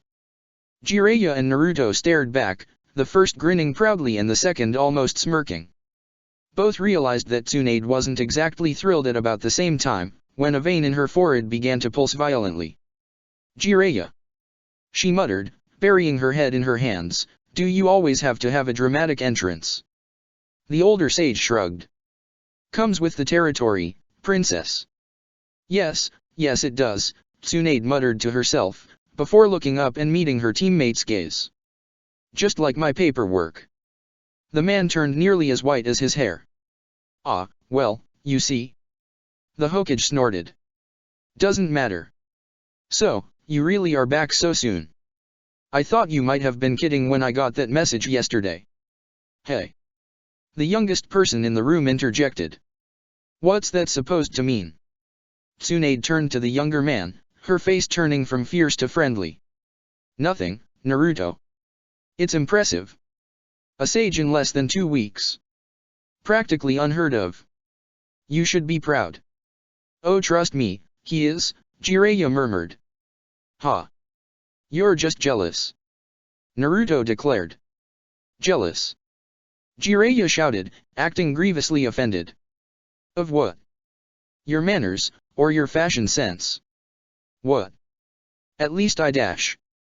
Whatever Naruto's doubtlessly clever rebuttal was, it never managed to escape him. The sound of a toad slamming its face into its hands was somewhat loud, almost like a solid clap, and it stopped both he and his master in their tracks. Honestly, Shima said, patting her husband on the back as he shook his head, at a loss for words. Jiraiya, you become more and more childish every day. And you? Naruto? You're a sage now, Try to have a little decorum, if you please. We've had this buffoon representing us for years, a change of pace might be nice. Now, it was Jiraiya who let out a strangled, "Hey! Enough." Tsunade's hand went up, and both the toads and the sages went silent. "You're spooking the Umbu." Darkly dressed men in simple animal masks, all of which somewhat resented being referred to as spooked, slunk back into the shadows. They had been drawn by the noise, and stayed for the show. "Pfft, Jiraiya, pfft. What doesn't spook the Umbu?" "I know what does," Tsunade said. "Teleporting into my office without warning and ruining my paperwork." "Okay, fine," Jiraiya acquiesced. "No more unexpected teleportation." "Thank you," Tsunade said. Naruto looked back and forth between the two of them, blinking. His brow furrowed. "This isn't the first time this has happened, is it?" Tsunade sighed. Jiraiya just looked uncomfortable. "Okay then." Naruto decided that it was none of his business. "So, I'm back," he declared, trying to change the topic. "Yes, Naruto, I can see that," Tsunade said. She turned to the more diminutive arrivals. "But if you don't mind me asking, why are the elders here?" Fukakazaku shrugged. "We're just here to see him off." Jiraiya chuckled. Tsunade looked to him, but he just waved her off. "Nothing," he laughed. "What?" Shima croaked. "An old woman can't say goodbye to her newest sage." Jiraiya just laughed again. "It's not that, and you know it." Fukakazaku chuckled as well. "He's just remembering his own return, Shima." "Oh, yes." Shima turned to Tsunade. "Did you ever get the blood out of your blouse, dear? It looked like it was terribly stained." "It was fine." Tsunade waved off the old toad's concern. "I'm rather good at getting blood off my clothes, you know." Jiraiya snorted. Naruto just tried to look like he knew what they were talking about. He didn't, of course. It was just as well. If he'd known all the details of his master's return to Konoha after his own sage training, he likely would have lost what little reverence he had for the man. Particularly if he heard about the bit with the funnel cake. "Anyway," Jiraiya said, trying and failing to look serious. "Tsunade, I can officially say that Naruto has finished his training." Tsunade just shrugged. "I can see that for myself." "Were there any complications?" "Finishing so quickly." Naruto looked slightly uncomfortable, turning to Jiraiya. The older man just pursed his mouth and shrugged, and so the blonde turned back to the Hokage. "Well," Naruto slowly said, "I had a little problem. But it's not really that bad. I figured out a way around it." "Oh." Tsunade leaned forward. It was pretty much what she had expected from the Jinchuriki. Naruto wasn't the type to back away from problems. He'd spent his whole life fighting them, after all. "It's the Dem Fox's fault, actually." Naruto rubbed the back of his head. "There's enough of its chakra in my system to keep Grandpa and Grandma here." He gestured at Shima and Fukakazaku, who smiled at the appellation, "from fusing with me to take in natural energy." Tsunade sat back, a question obvious in her raised eyebrows. "It's no big deal, though," Naruto assured her, quickly bringing his hands up. "The only thing is I can't take in energy while moving. So I just use shadow clones to get the job done instead." Tsunade didn't look skeptical, just curious. "So you can't stay in sage mode forever then, if you can only gather as much energy as your clones can?" It sounded like a question, but it wasn't, and Naruto knew it. He paused before responding. "Yeah," he admitted, looking a little embarrassed. Inevitably, he perked up, lighting up the office with gleaming teeth. "But I'm working on it. Soon, my clones'll get so efficient it'll barely matter." "I wasn't doubting you, Naruto," Tsunade said good-naturedly. "I just needed to be sure." There was a momentary pause as a mollified Naruto opened his mouth, closed it, opened it again, and settled for grinning. "Okay," he said, before looking around. The gesture didn't go unnoticed. "Eager to be somewhere?" Tsunade asked with a small smile. Naruto turned to her again, fidgeting slightly. "What?" "No. I mean dash. The Hokage chuckled. Naruto, if you want to go, just go. I'm sure Sakura will be happy to see you. Sakura? But dash. She's with him. She's barely left his side since you did. Naruto smiled. That's good. That's good for him. Jiraiya raised an eyebrow. Naruto saw it in his peripheral vision, and rolled his eyes. Don't start that again, Ero Sennin. Just cause you're handicapped, doesn't mean I won't beat the crap out of you. What? The white-haired man said, bringing his hand up in an eerie imitation of his student's earlier movement. I didn't say anything. Yeah, but you were thinking it. The tall man snorted. I get no respect around here. And you know I'm right. Naruto's face went red, but he didn't say anything more to his master. Tsunade laughed. Just go, Naruto. We can get the other stuff out of the way later. Other stuff? Naruto asked innocently. Tsunade glanced meaningfully at one of the many stacks of paper on her desk. Now that the Jinchuriki was back in the village, he'd have to finally fill out the forms he'd been dodging ever since he'd returned from the pursuit assignment.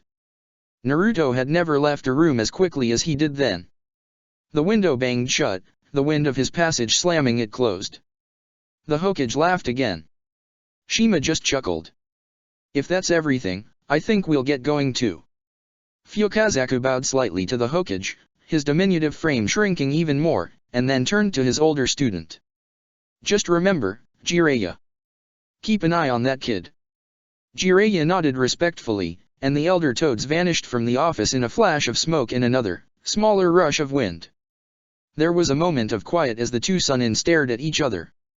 He's gotten a lot faster, Tsunade said, bringing one hand up to cup her chin. I barely saw him leave. I think Naruto will surprise you, Haim, Jiraiya said seriously. Tsunade perked up, suddenly paying much more attention to her former teammate's words. Jiraiya rarely sounded so sincere. The sage continued. He's grown a lot. More than either of us realized, I think. He paused. He reminds me more of him every day. Tsunade stiffened slightly. Really? There was no question who he was. Jiraiya nodded. Really? It's eerie. Sometimes, I have to remind myself that he's gone. Huh. Tsunade rested her head on one of her hands. That's... She laughed. That's good. That's fantastic, actually. Maybe I can pass of this hat sooner than I thought. He's got a ways to go, Jiraiya cautioned, though he sounded like he barely believed himself.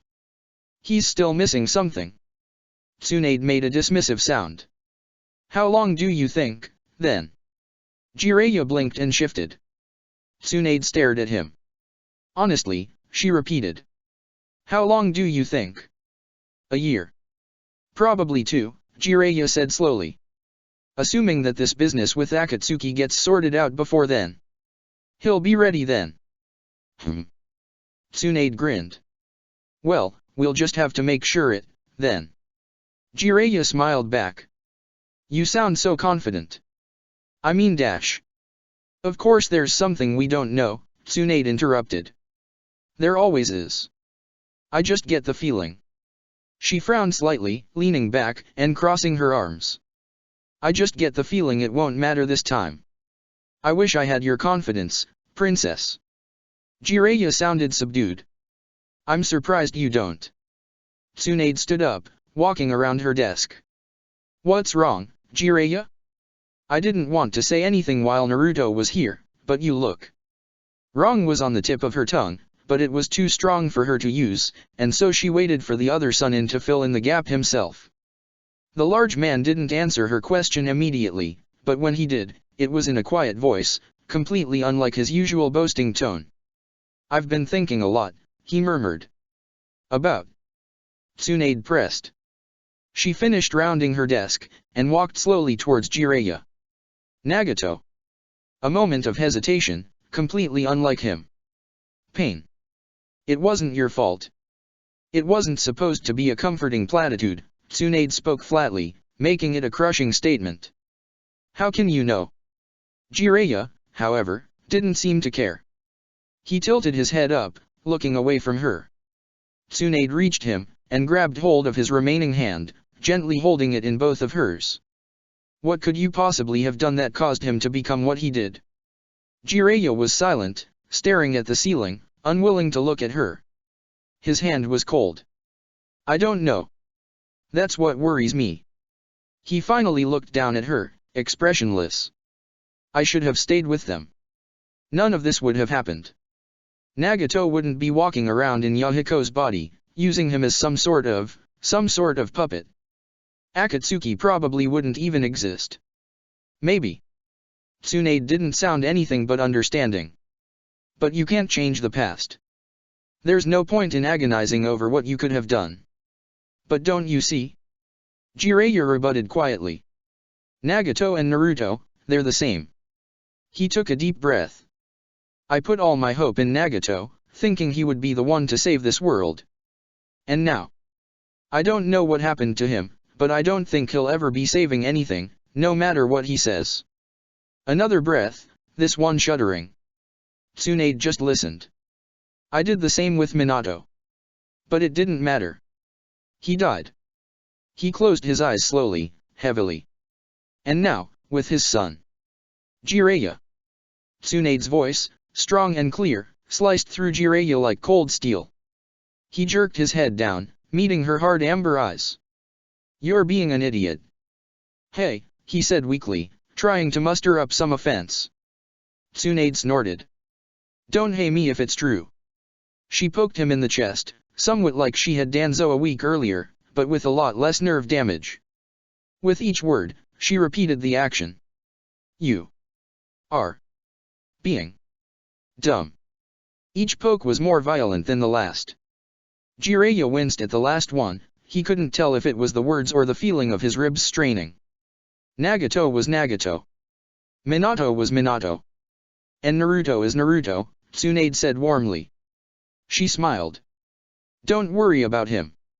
You haven't done anything wrong. And if you really are that concerned, don't be. You said it yourself. Soon enough, he'll be the one teaching us new tricks. Jiraiya stared. He's really rubbed off on you, huh? Tsunade's smile didn't fade. As if the same hasn't happened to you. You're just getting too wrapped up in the past to notice. I'm pretty sure I take offense to that. His lone arm freed itself from the hand that had remained on it, and snaked itself around the Hokage, drawing her into a close hug. I never did have the best bedside manners, Tsunade chuckled. Oh. She could hear Jiraiya's eyebrows go up. So I'm a patient now. Only if you want to be, she said. Jiraiya laughed. About a kilometer away, Naruto was being faced with the hardest decision of his young life. He'd reached a midpoint. If he went west, he'd be at the hospital Sasuke was recovering at in 5 minutes or so. But if he went east, he'd be at Ichiraku's in about 3. He was frozen on a rooftop, indecision nailing his feet to the wood. Ramen or Sasuke? If he went to Ichiraku's first, then he could eat on the go. But if he were eating on the go, he'd be a lot slower. Plus, who knew what Sasuke could get up to in the 10 minutes the detour would take from him? Cold sweat ran down Naruto's face as he considered the consequences of his craving for sweet noodles. Knowing the Uchiha, he might burn down the building just as Naruto got there. It would be just his luck. And then Tsunade would banish him for property damage and Naruto would have to go chasing after him again and Sakura would be so. Naruto. Huh. As if summoned by his thoughts, Sakura's voice rung out from the street below him. He looked down and found her standing there, staring up at him with an expression somewhere between perplexed and amused. A couple people walked by, mostly ignoring the scene. In Konoha, seeing shinobi shout at others on rooftops wasn't exactly uncommon. Particularly when they were teenagers of the opposite sex. You're back. What are you doing up there? Naruto blinked, quickly trying to come up with an incredibly solid lie, one that would convince Sakura he had certainly not been trying to decide between visiting his recovering friend or his favorite food. He failed. Nothing. Sakura tilted her head. Nothing. Nothing, Naruto confirmed with an incredibly sincere expression. You look like you're sweating, she said curiously. She shifted a bag in her left hand, moving her fingers into a more comfortable grip. What was with the bag? Also, he was actually sweating? Geez, he hadn't thought he was that nervous. Well, this coat's pretty warm, Naruto said, crossing his arms and wishing that there were a gust of wind to show off the bright red outfit. It was the kind of clothing that deserved to billow dramatically when worn. Unfortunately, today Konoha was rather warm, and there wasn't a single breeze to cool the streets. It was part of the reason there were so few passerby. Most of the civilians had elected to stay in, away from the dry heat. So instead of billowing dramatically, Naruto's coat just hung around his body like a drape. Pretty to look at, but not especially conducive to looking nice, or keeping him from overheating. It's pretty nice, Sakura noted. Where'd you get it? The Toads gave it to me, Naruto said. They made the same kinda thing for the Yondaime. Pretty cool, huh? Sakura blinked. How did toads make clothing? They didn't even have thumbs. That is pretty cool, Naruto. Come on down here, okay? I don't want to shout all day. Naruto nodded and leapt off the roof silently, landing in front of Sakura and kicking up a very small cloud of dust. He rose to his feet with a questioning look. What's with the bag? He asked guilelessly, angling his head as if trying to get a look inside. Oh! Sakura exclaimed, holding it up. I got takeout. She reached in and withdrew something wonderful. Naruto stared. Is that? He thought he could feel a single tear trying to escape one of his eyes. Sakura stared at him, cocking an eyebrow. For a moment, she looked scarily like Tsunade. Are you okay? That's ramen, Naruto whispered reverentially. Yeah? I knew you were coming back today, and I figured you would come see Sasuke first thing, so I got some cup ramen so that Sakura suddenly stopped talking. She squinted. Naruto, are you crying? Naruto sniffed, wiping away a rogue tear. Sakura, you don't get it. I've been eating snails and bugs for weeks. Every day, it just got slimier and wrigglier. Pervy Sage looked like he enjoyed it. I can't even. He rushed forward, pulling Sakura into an enthusiastic hug. You're the best. Whoa. Sakura tried to back away, but Naruto's grip was like iron. Hey. Let go of me, you idiot. It's just some noodles. Just noodles. Naruto pulled back, grinning widely. Sakura, I think you just saved my life. Don't say they're just noodles. Despite herself, Sakura couldn't help but smile back. Okay, fine. They're not just noodles. Then, her smile grew sharp. But if you don't let go of me, fancy new coat or no, I'll snap you in half. Naruto stiffened and carefully released his grip on the pink-haired girl, backing away a foot or two to be safe. Anyway, Sakura said brightly, tossing him the ramen pack. Naruto snatched it out of the air with the beginnings of a glazed smile forming on his face. How've you been? Besides the food. The way she said it made it clear that giving what Naruto had been eating the title of food was a questionable decision at best. Great. Naruto said enthusiastically. I learned a ton. Sakura slowly began walking, and Naruto followed her. She was headed in the direction of the hospital, where she'd originally been going. Yeah? She asked. I didn't get much out of Shishao about what you were up to. I know it was studying Sage Mode, whatever that is, but she didn't really explain the specifics. And just like that, Sakura managed to keep Naruto jabbering happily about his training all the way to the hospital. By the time they had reached their destination, Sakura knew all she would ever want to, and more, about the sights, sounds, and delicacies of Mount Myoboko, Jiraiya's extremely questionable teaching methods, and how awesome Naruto's new technique was. So wait, she asked, pushing open the door and giving the receptionist a friendly nod. The woman didn't nod back, she looked like she hadn't slept in a long time. Go back a little. If you mess up, you turn to stone. Yep. Naruto said cheerfully. There are a bunch of statues around up there. Ero Sennin told me that they were people who'd messed up taking in natural energy. And you weren't worried that would happen to you. Sasuke was on the 4th floor. Sakura reached the stairwell that went up through the whole of the building as she said happen, and carefully pulled the old metal door open, wincing at the creak. Nah. Naruto followed her through the open door.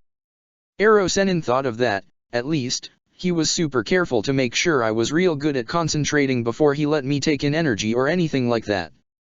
Well, that was responsible of him. There was a stretch of silence as they walked up the stairs. When they finally reached their floor, Naruto was the one to open the door, motioning Sakura through. His coat was almost caught in the door as it closed behind him. So, how's he been? He asked as he fell in beside his teammate, finally bringing to the fore what had been on both their minds. Sakura hesitated. Moody. Naruto just snorted. What else is new? He doesn't really know what he's going to do, Naruto, Sakura said carefully. I've never seen Sasuke so unsure. Not since. She trailed off, but Naruto already knew what she was going to say. Since the last time Itaka came to Konoha. Don't worry about it. The blonde said cheerfully, doing his best to dispel the sudden silence. He'll be able to see any day now, right? Like, less than a week? Once he's got his eyes back, he'll cheer up. You'll see. Then, he grinned. Plus, I'm here now. If he doesn't do it himself, I'm gonna beat that moodiness out of him. All of Naruto's boasts didn't do a damn thing to conceal his own uncertainty from Sakura. But she didn't comment on it. How could she? The whole situation was she didn't even know what to call it. Sometimes, it just felt so hopeless. She pulled ahead of Naruto. They were close to Sasuke's room now. It was just around the corner. I swear, Sakura, he said. Sakura turned the corner. Sasuke's door was just ahead. She reached out and grabbed hold of the handle, hesitating. She turned back to Naruto. He just smiled. It'll all turn out okay. He spoke with such conviction that for a moment, Sakura allowed herself to believe him. She opened the door and stepped through, Naruto right behind her. Sasuke was asleep. His whole body was relaxed in a way it never was while he was conscious. There was a flash of disappointment, and then a sudden burst of undeniable wariness. Sakura's whole body tingled with danger sense. Something was wrong. He'd been awake when she'd left. She turned, and found Jugo slumped in a chair set in the corner, apparently dozing. Sakura. She heard Naruto behind her. He sounded the same way she felt. Do you dash? His words were suddenly cut off, and he gasped quietly. Something hit the floor with a flat sound. Naruto had dropped his ramen. He was choking. It was the unmistakable sound of someone being strangled. Sakura's eyes went wide. She began to turn around. She caught a flash of something starkly white hanging from the ceiling, its arms wrapped around Naruto's throat. Well. You're here sooner than I thought you'd be. The voice stopped her from completing her turn. She slowly shifted her head back towards Jugo. Jugo was gone. Instead, there was another man there, who hadn't been there before. A man wearing a distinctive orange mask. Sakura let go of her bag. No matter, Toby said casually. I was just about to be on my way. Sakura didn't think. She just charged. If she had her way, Toby would have both set a new airspeed record within Konoha, and accrued several 100,000 ryos worth of property damage as he smashed through several dozen walls. Sakura didn't get her way. The man in the Akatsuki cloak didn't even flinch, and Sakura's straight arm went right through his chest without a hint of resistance. He stared down at her, his head cocked to the side. You seem angry, he said calmly. Then he twisted back. Sakura's eyes went wide. She jumped back, bringing her arms up into a protective position. One of Toby's legs leapt forward and kicked under her guard, sending both of her arms up. Then the other shot out and buried itself in her face. It was like getting hit by a falling tree. Sakura flew back, spinning. The world was spinning. Everything had suddenly gotten a lot darker. Her vision flashed red and black. She hit the ground with a muffled thud, rolled back to her feet, and immediately staggered sideways. For a moment, she considered passing out. She was pretty sure that kick had given her a concussion. Sakura fell, her balance lost, and sunk down on one knee, giving up on keeping her feet. She breathed heavily, furious, and glared at Toby. One of her eyes was swelling shut already. The world was getting blurry. She forced it back into focus. She couldn't afford for it not to be. Naruto was behind her, struggling with something.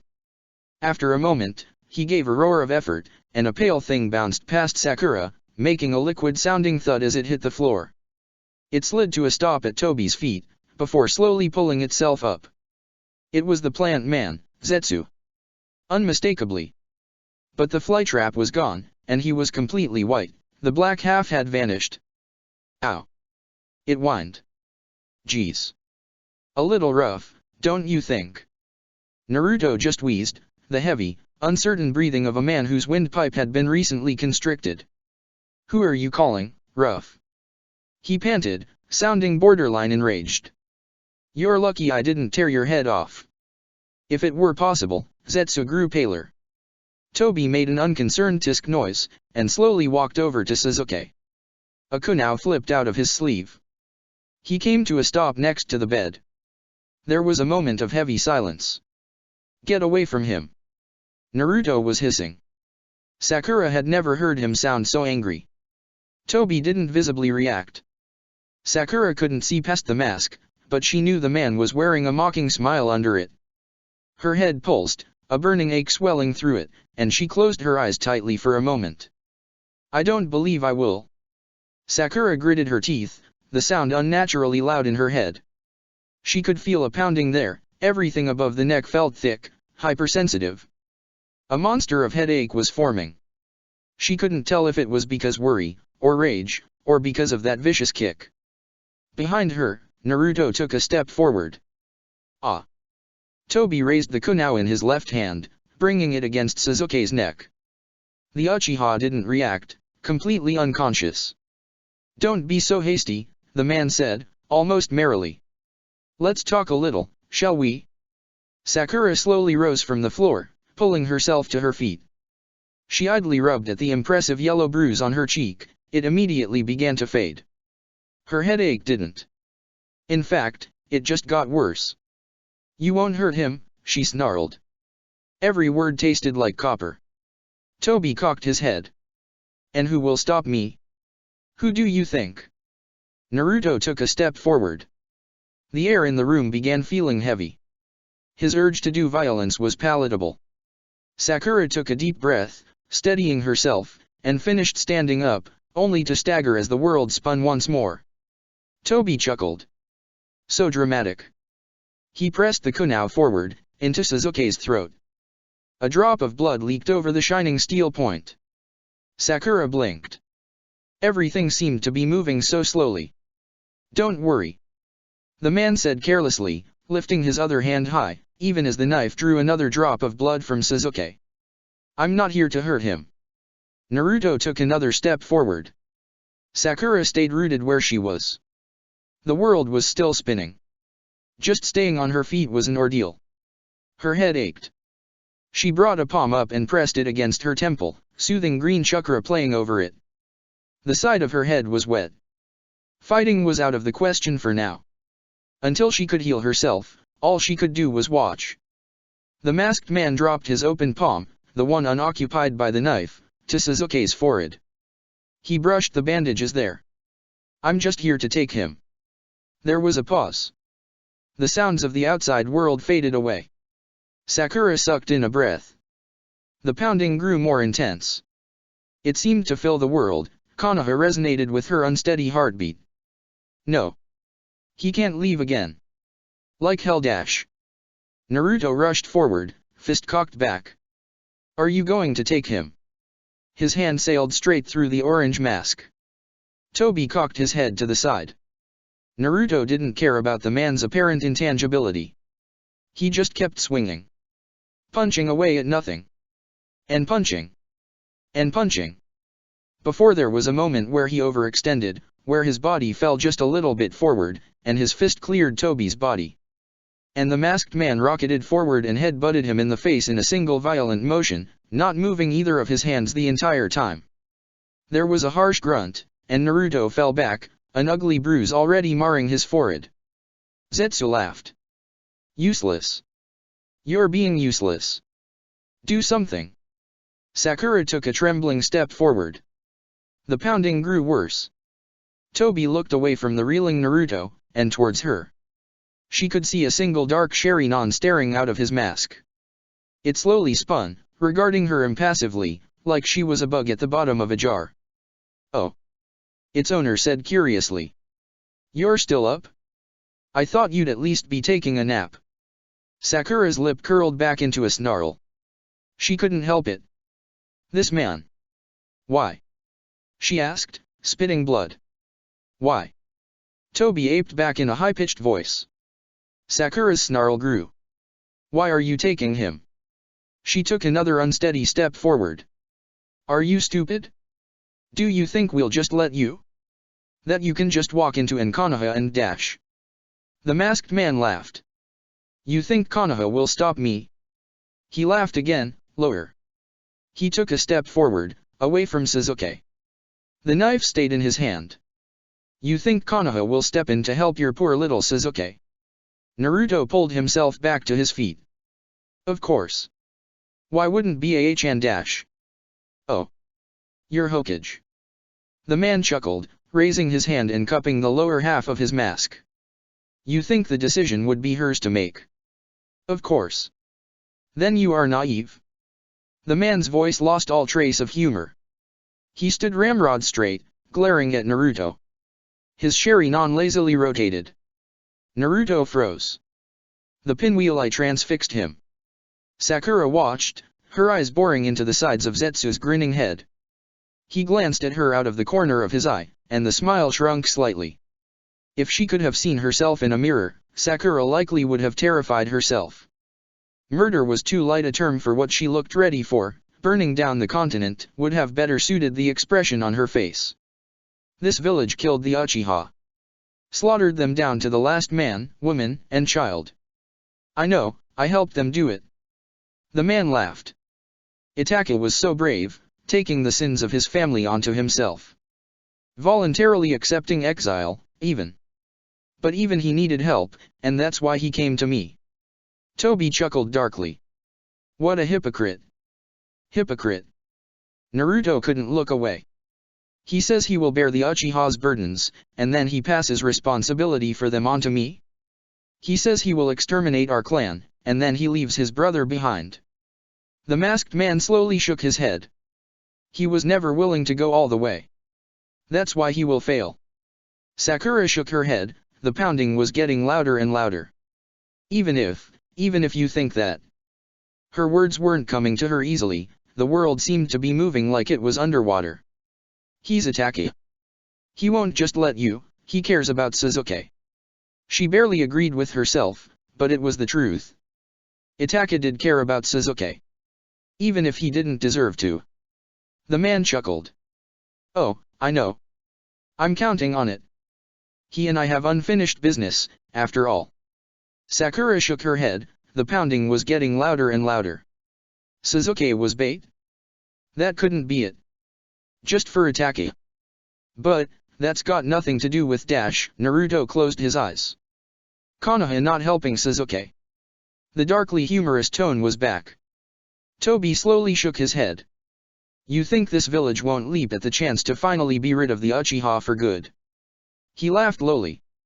Face it, we're a dangerous breed. Don't you see what we've done? Sasuke killed Orochimaru. Itachi killed his whole family. I founded this village dash. Liar, Sakura spat. Oh. Toby glanced at her. Jiraiya's been sharing his insipid theories then. He shrugged. It doesn't matter. I am Madara Uchiha. Believe me, or don't, it will have no effect on what is coming. Which is? Naruto growled. Toby laughed again, a real laugh, not the low chuckles he'd let out before. As if I'd just tell you. That would ruin the surprise. He laughed again. Honestly, wouldn't you rather not know? It's far more exciting that way. Naruto had nothing to say to that. Sakura did. I don't care about any of that, she said, taking another shaking step forward. Toby refocused on her. I just want to know why you're taking Sasuke. The masked man reared back, cartoonishly shocked. Who wouldn't want him? He exclaimed. Sasuke here has great potential. So young, and already he will have the eternal Mangekyo. And now, Sakura swore she could hear his grim smile. And of course, there's that hatred of his. He and that other one, he gestured vaguely with the kunai to where Jugo had been lying, they make fantastic weapons. You just give them a target, set them loose. His tone became almost gloating. It happened with Orochimaru. It happened with Deidara, it almost happened with Itachi. Sasuke will be a powerful tool for the Akatsuki. The next time you see him, I doubt you'll even recognize him. A Megakure changes people, you know. Sakura's eyes went wide. It was like Orochimaru all over again. This man was going to take Sasuke away, twist him, turn him against the village. And, she realized as Toby took a step back, she couldn't do a thing about it. She still had trouble standing. But Naruto. Naruto had been still the entire time Toby had been talking. Completely motionless. His eyes were still closed. Toby reached out, and once more his hand was on Sasuke's forehead. The knife stayed at his side. No. Sakura lurched forward, and fell to her knees. Naruto. Her voice sounded hollow. Stop him. Toby began twisting. Sasuke began twisting. The room was going dark. Sakura could barely keep her head up. Naruto looked up, and his eyes opened. They were gold. He didn't speak. He just moved. Sakura saw the Sharingan widen, and the masked man jerked his head to the side. The kunai came up. Naruto swung. His fist missed, grazing the Akatsuki member's face. Toby had been too quick. The knife struck Naruto's shoulder, and then cleanly broke, the handle ripping itself away from the masked man's hand. Then, there was a pause, a surge of unseen energy. And a fourth of Toby's mask shattered, the lower right side, just under his eye. Naruto completed his punch. The masked man reeled. Sasuke vanished. He was gone. Toby hadn't taken his hand off him the whole time. No. Pale white fluid dripped from under the shattered part of the mask. Toby slowly turned his head back towards them. Half of his jaw was gone, torn away, leaving behind a pale, unnatural-looking goop. It clearly wasn't skin. Sakura couldn't look away. Whatever Toby claimed he was, he certainly wasn't Madara. She doubted he was even really human. Somehow, even with almost half of his mouth gone, he spoke. Sakura could see his tongue moving through the gap in his jaw. It looked so ordinary compared to the ruin of his lower face. Well, he said, staring Naruto in the eye. The Jinchuriki glared back, shocked and enraged. Nice try. Then, he swirled out of existence. Zetsu, eyes wide and mouth open, fell back into the floor and vanished. Sakura saw something black flit across the corner of her vision, and then vanish in a flash of gleaming feathers. She couldn't say if it was real or not. But it would have been strange to have hallucinated a crow. Naruto's eyes faded to blue, and he slumped, gritting his teeth and balling his fists. Sakura thought she saw blood leaking from underneath his fingers. Then he looked over at her. His suddenly familiar eyes grew large. Sakura. Are you dash? Sakura gave up the battle, and allowed her head to drop. She could feel herself slipping away. Sasuke was gone. Not sick. Chapter 12. Departure. You know it's a trap. Of course. Kisame Hoshigaki stopped pacing. Same Hada came to a stop. He'd been idly swinging it back and forth, keeping himself occupied. I can't talk you out of it. The last time you and Pain met, and, well, he won't be alone this time. Itachi Uchiha smiled. The bandages over his eyes rose slightly with the motion. He stood up from the overturned log he'd been sitting on. This time will be different. He tapped his bandages knowingly. The swordsman grinned his unnerving, Tooth-filled grin. You're more stubborn than you look, Itake. I imagine you would be dead if that weren't the case. Kisame laughed. He turned to the clearing's two other occupants. Karen and Suijitsu stared back. I assume you're coming as well. Suijitsu scowled. What makes you think that? Karen sighed and pressed her hand to her face in exasperation. She turned and flicked the Hoja key in the temple, hard. Of course we're coming, she replied impatiently. Kisame snorted. I don't get it. You too, he gestured at Itake, this guy, the Kyuubi brat, people get so attached to that kid. Itake's smile barely shifted, he was used to comments like that. Karen took a step forward. Suzuki saved me. Karen gestured at Suijitsu. Saved both of us. It would be wrong not to return the favor. Kisame shrugged. If you say so, he chuckled. He looked back at Itake. I assume you want me to dash. If it wouldn't be too much trouble, the Uchiha confirmed. Time is of essence, after all. Kisame slung Samehada over his shoulder. Well, let's go then. I'll need some ocean for that kind of teleportation, and the nearest connecting river is a couple kilometers from here. Suijitsu blinked, hefting his butcher's blade of a sword out of the earth, where he'd planted it.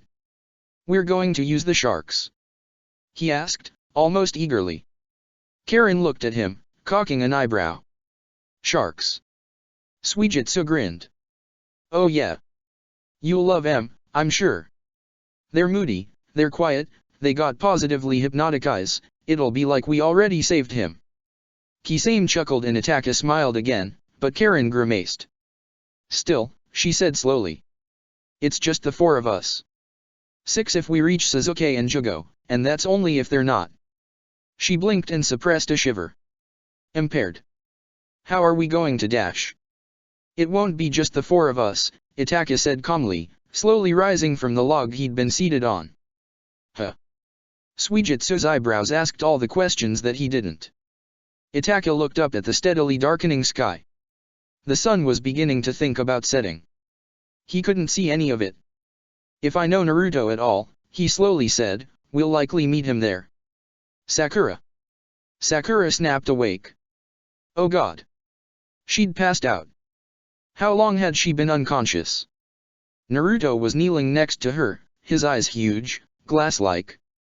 She could feel blood on the side of her face. Still wet, it hadn't been long at all. Suzuki had probably been kidnapped less than a minute ago.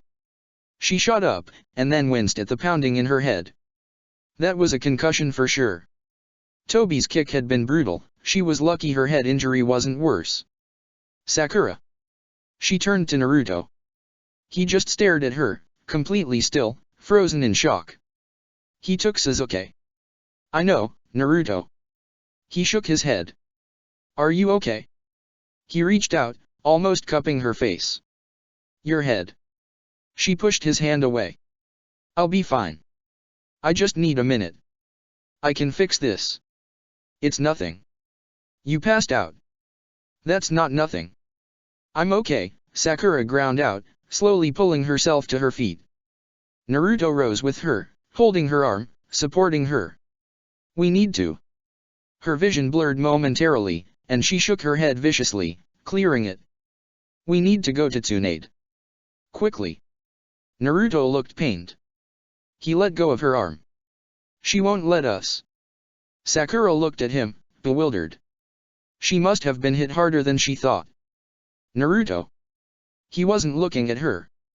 Baa-chan won't let us go after him. Sakura blinked. Naruto, you can't be serious. He was lying. Saying things, trying to mess with us. The Hokage wouldn't dash.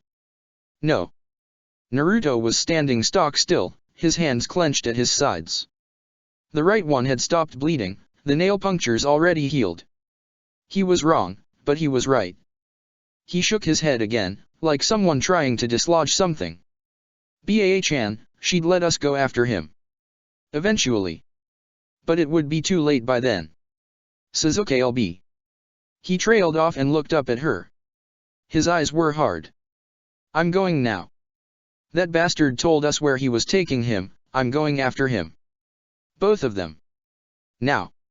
Sakura just stared. Her head hurt, but she couldn't help but think about what Naruto was saying. Sasuke had been kidnapped, right out of Konoha. The village that had killed his family.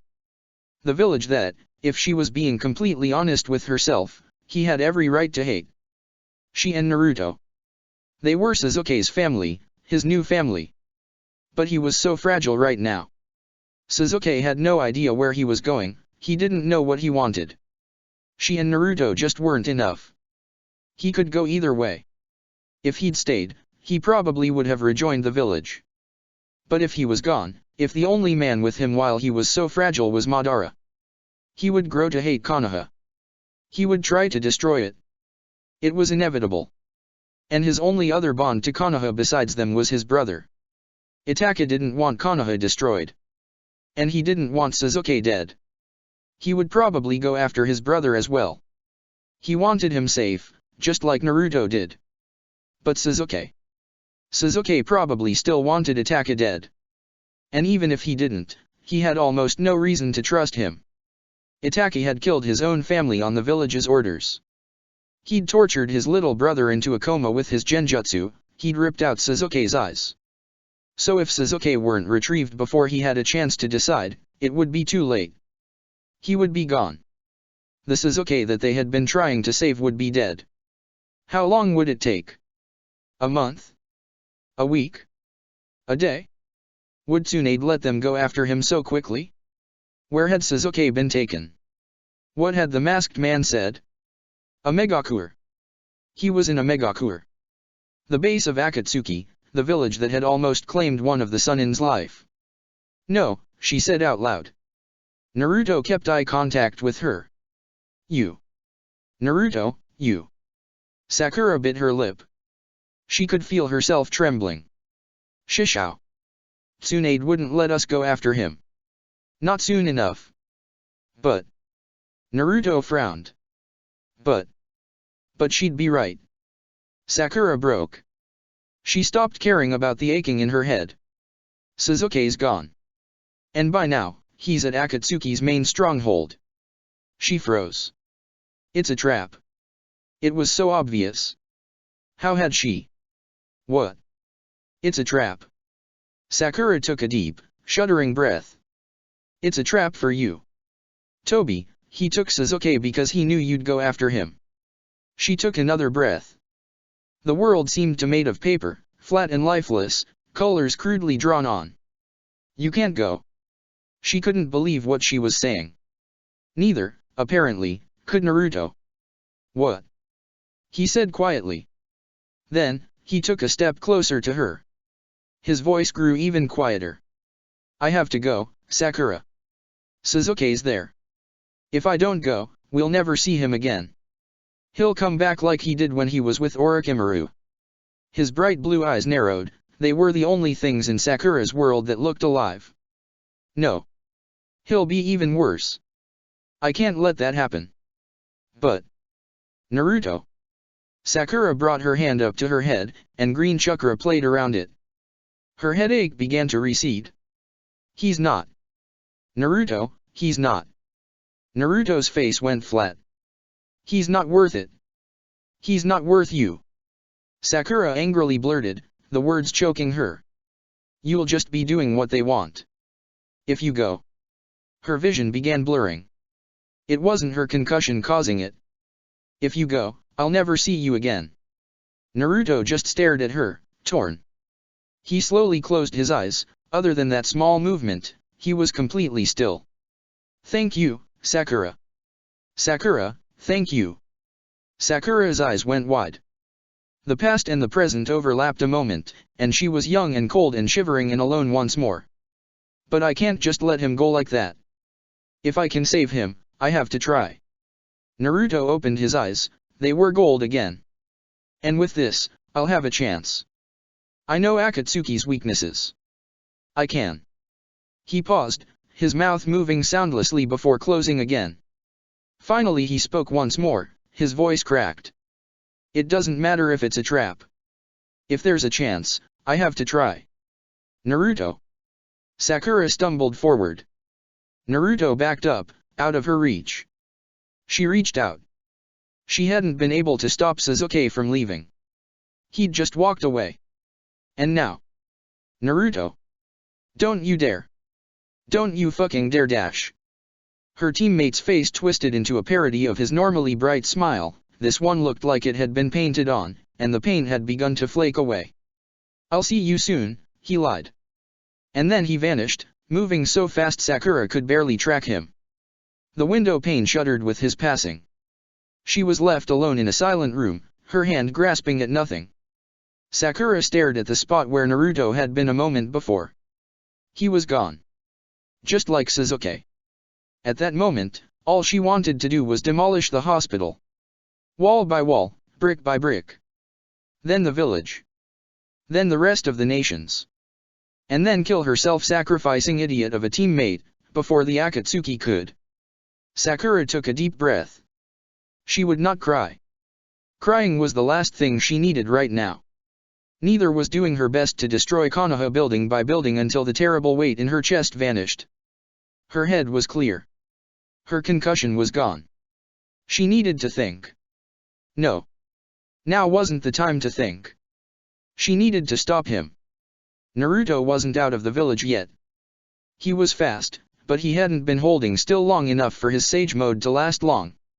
She could catch up.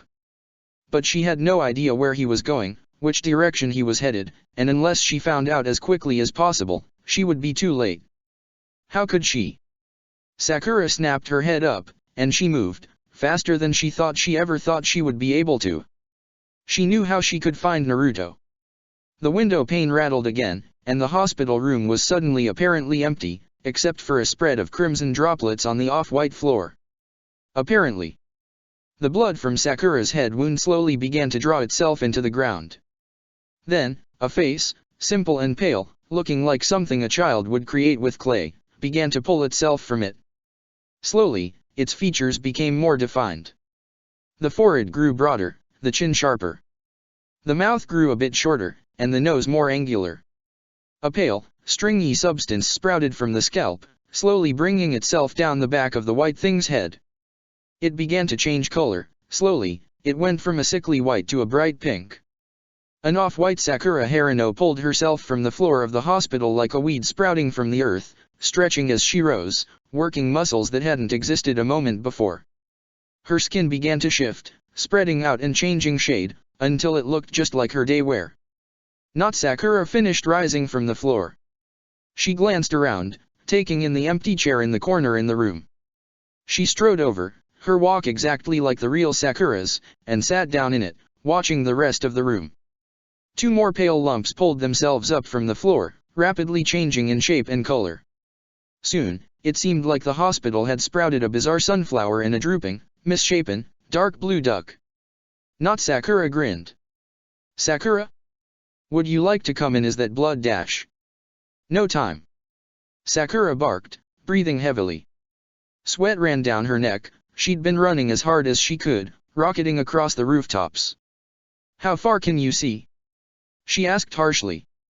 Hinata Hyuga flinched at the pink-haired girl's severe tone. I'm sorry. She asked politely. Her hands, clasped behind her back, fidgeted slightly. Something was wrong. Sakura looked almost frantic, and there was dried blood running along the side of her face. Had something happened with Sasuke? Had he? Your Byakugan. How far can it see? Sakura barked. Hinata didn't flinch again. A couple kilometers, I guess. I've been working on improving it, but it's still not at its dash. Sakura grinned fiercely. Perfect. Find Naruto. Hinata blinked, suppressing a blush. Naruto? Is he? She smiled. He's back in the village? Where is Dash? Sakura cut her off again. I don't know. He's in trouble, I need to find him. Right now. Naruto was in trouble? Hinata activated her Byakugan in an instant, without saying another word. The world expanded. She strained, trying to filter all the information. Konoha was noisy, for lack of a better term, even on a day like today. There was so much to see, so many people going about their business, children playing in the streets, women doing their laundry, genin practicing with shuriken while their sensei watched lazily, Iruka sensei smiling, the daimyo's wife's cat slinking along a thick wire between two buildings, the Hokage. Oh my! Well, Naruto certainly wasn't over there. Umbu on the rooftops, birds in the sky, two pecking at each other, Niji, practicing in the courtyard, destroying small stone walls with powerful blasts of air from his palms, a woman crying in her living room while listening to the radio, a dog sliding under a drain pipe, the first leaf falling from a tree, a workman tumbling off a roof, and a shinobi shooting from a nearby window to catch him. A boy with luminous chakra and a flowing cloak with flames along the bottom, flying across the rooftops so fast that Hinata had trouble seeing him. A boy with spiky blonde hair, and a determined expression of his face. Found him. Sakura bared her teeth in something pretending to be a smile. Take me to him. As fast as you can. Hinata nodded. She didn't know what was happening, but it was clear Naruto needed help. And doing that was as natural a decision as breathing. Niji paused, twisting his head towards the compound entrance. Something was wrong. He didn't know what it was. He could just feel it. 3 years ago, when he had beaten dead last Naruto Uzumaki into a bloody wreck, closed all of his tenketsu, and then promptly had his jaw broken in return, Niji had been forced to seriously reconsider his stance on concepts such as fate. The truth of his father's death had only reinforced this examination. Now, he thought himself a much more balanced person. If what Naruto had accomplished, if what Hinata was becoming, had taught him anything, it was that it was foolish to apply labels like fate or destiny to everything in life. There was no limit on potential, only on how far people were willing to go to unlock it. But just because someone could change, just because a slave could become a free man, or an idiot a cage, that did not mean that fate didn't exist. Niji activated his eyes. And now, in a way that dug directly into something deep inside him, he could feel. Something was happening, something important. Destiny was shifting. There was an undeniable change. And it probably had something to do with Hinata and Sakura sprinting away from the compound as fast as possible, in clear pursuit of something unseen. Niji's arms dropped to his side, falling out of his stiff juken stance. He took a deep breath. Something was changing, and if Hinata was part of that change, he had to be with her. That was his duty, after all. He turned and broke into a run. Destiny was shifting, and beneath his stoic exterior and excuses as a member of the branch house, Niji didn't want to be left behind. Huh. Koji's voice, muffled by what seemed like several pounds of beef that he had stuffed in his mouth, drew Shikamaru's attention away from Ino, who was explaining in vivid detail why she believed that Kakashi-sensei was probably the most handsome of any of the village's jonin. Why else would he wear that mask all the time? He may have been a little desperate to be distracted. Huh. He echoed, languidly turning his head towards his large teammate. Ino huffed, annoyed at his sudden escape. She'd just been getting to the good stuff. Koji swallowed loudly, and pointed. They're going a little fast, don't you think? Shikamaru turned, and caught a glimpse of Hinata Hyuga and Sakura Haruno blazing across the rooftops on the other side of the street. They were going fast. Really fast. It was quite unsafe, actually. He shrugged. Whatever was going on, it was probably too troublesome to get involved in. It wasn't like the village was under attack or anything. In fact, it probably had something to do with. Niji Hyuga shot by, clearly chasing after them. Ino squealed and shot up. Check please. Hey. Koji groaned. Ino, come on. I'm not done yet. Water you dash. Isn't it obvious? Ino said excitedly. Both of her teammates stared at her without an ounce of comprehension. Ino rolled her eyes dramatically. Boys. She pressed both of her hands down on the table. Look, Sakura and Hinata just ran by. And Niji is chasing them. Her teammates' stares didn't get any less bewildered. Ino stared back, cocking her eyebrow. Nothing. Shikamaru glanced at Koji, who just looked back and shrugged. Kman. Ino stamped her foot. Ino. Koji muttered. We have no idea what you're talking about. It's Naruto. Obviously. She snapped back. Shikamaru raised his eyebrow as high as it could possibly go without injuring his forehead. Naruto. He blinked. Oh yeah.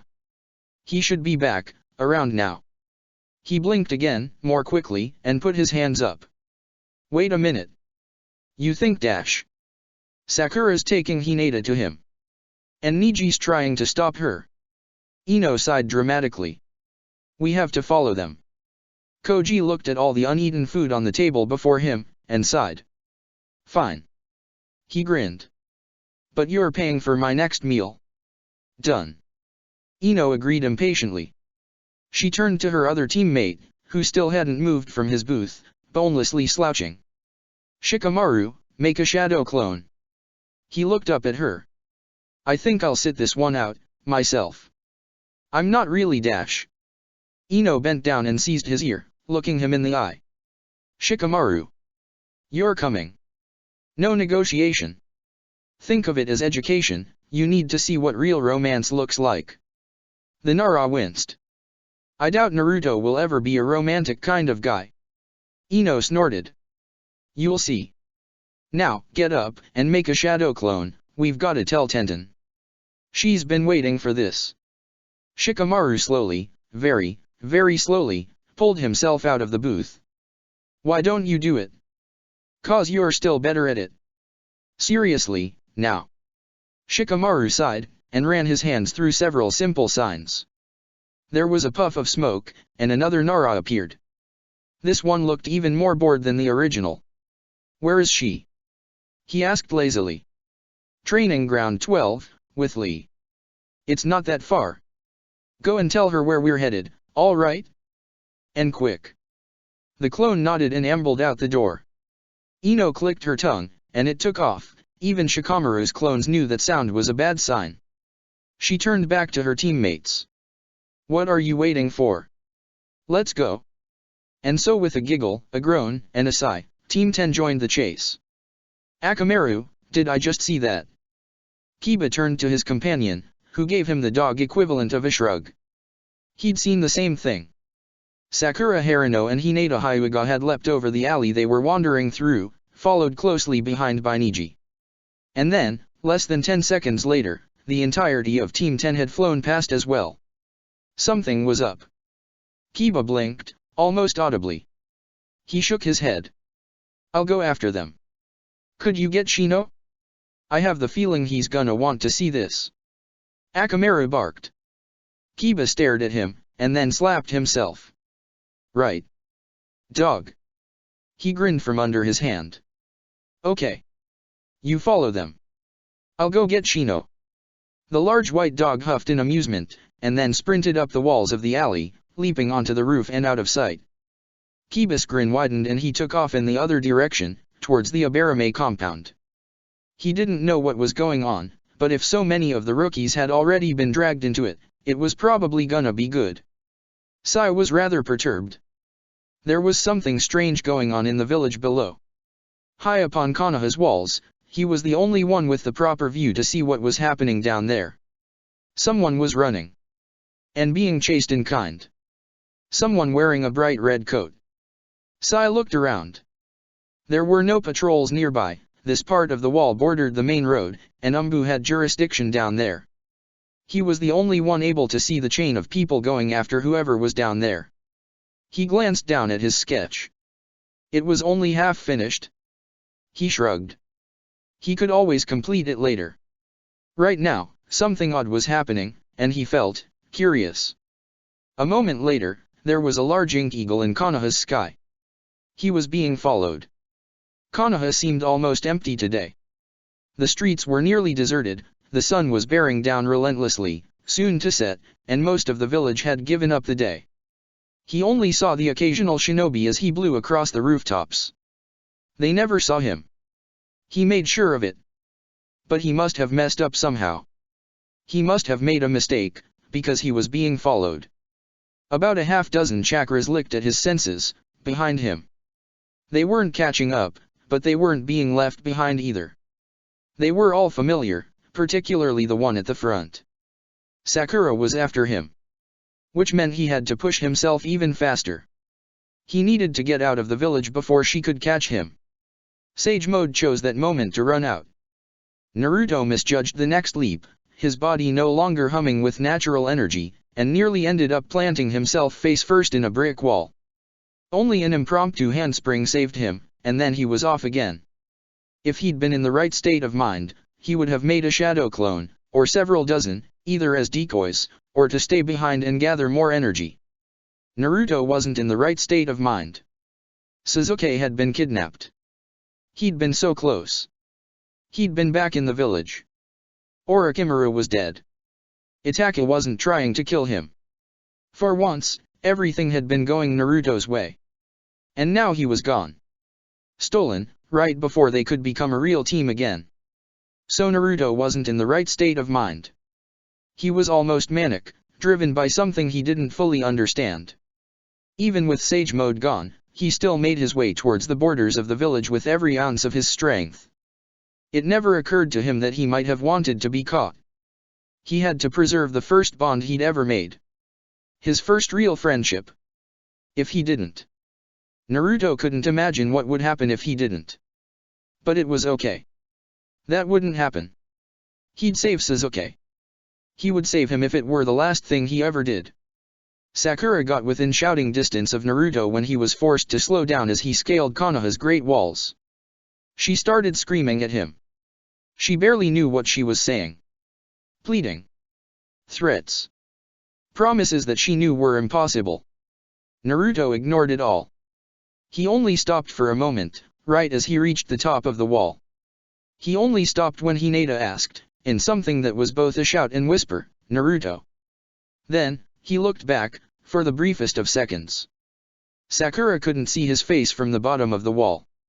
Hinata could, and what she saw there scared her more than she thought was possible. He stopped about a mile outside Konoha, panting. Exhausted.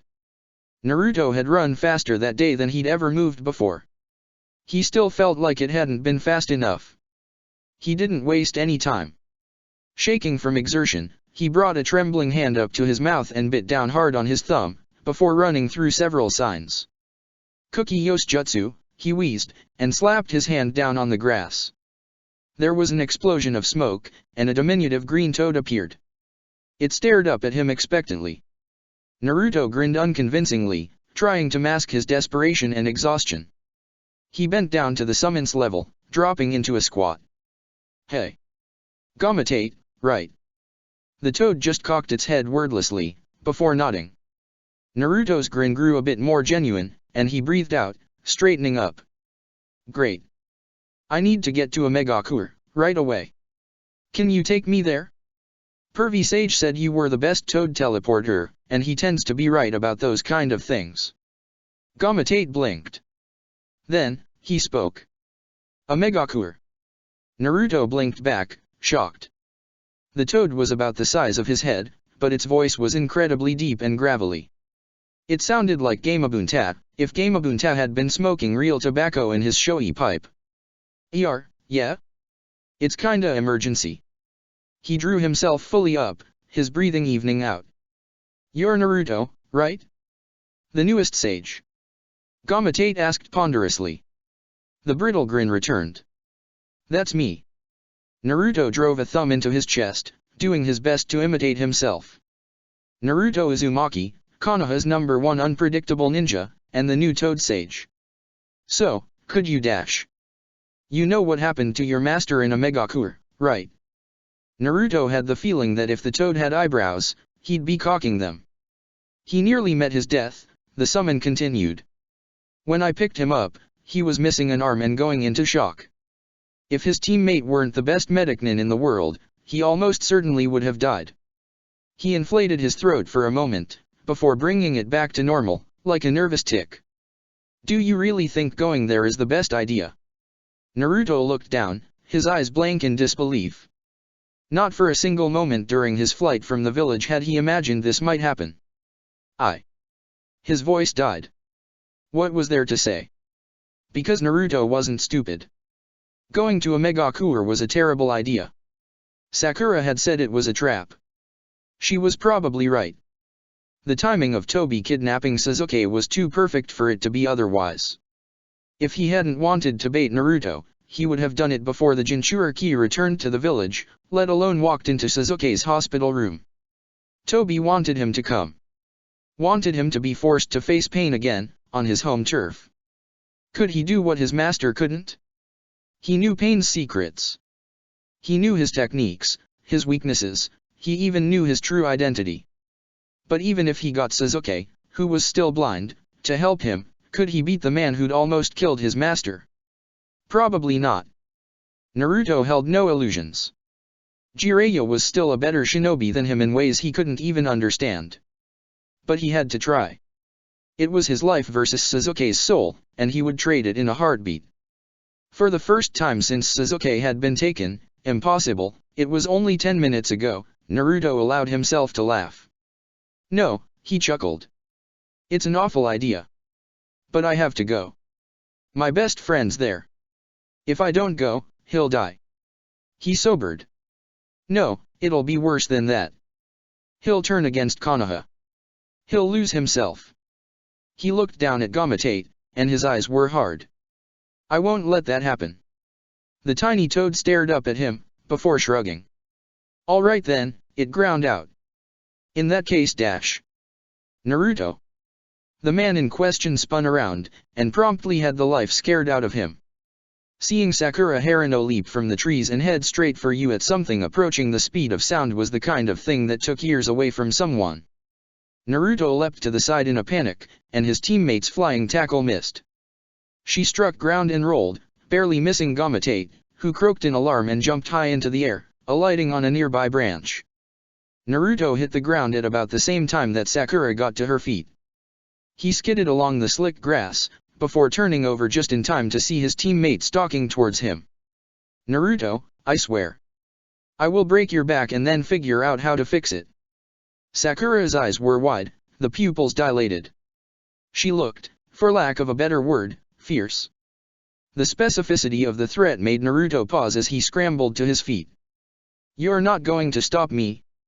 He said, panting. I won't just let Sasuke go like that. And I don't want you to, Naruto. Sakura was crying. Naruto's heart jumped. But I'm not going to let you go like that. She charged again, and Naruto flipped over her, already facing her when he landed. Sakura, please. I have to do this. I know you understand. Sasuke is dash. Sakura threw herself forward, one arm raised for a jaw-breaking punch. Naruto ducked it, feeling the air next to his head, deciding that it just wasn't interested in occupying that space anymore. I know, Naruto. But you can't just throw yourself away for him. Going to a Megakure alone. Sakura raised her other arm, ready to bring it down on her teammate's head. It's suicide. I won't let you. Alone. Alone. Naruto froze, dropping his guard. Sakura. His teammate froze as well. She dropped her fist, wiping away some of her tears with her other hand. What? She almost snarled. She was close enough that Naruto could hear her labored breathing. She'd really been ready to knock him out. Come with me. Then take me with you. Sakura blinked. Both of her hands dropped.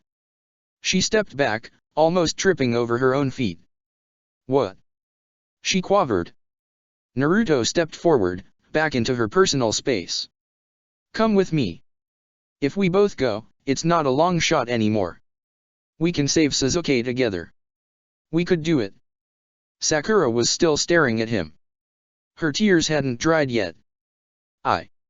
Naruto. She stuttered. If she's going, I'm going too. Naruto spun, and found Hinata behind him. She'd been sneaking up on him. As he did with many things, Naruto didn't think about the implications of this. What? He asked intelligently. Hinata stared at him with fearless eyes. I said, if she's going, I'm going too. Naruto stepped away from Sakura, bringing his hands up.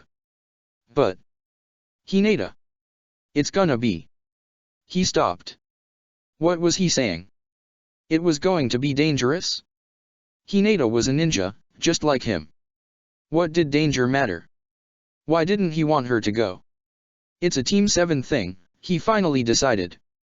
Sasuke is our responsibility. You shouldn't put yourself in danger just because dash. Naruto.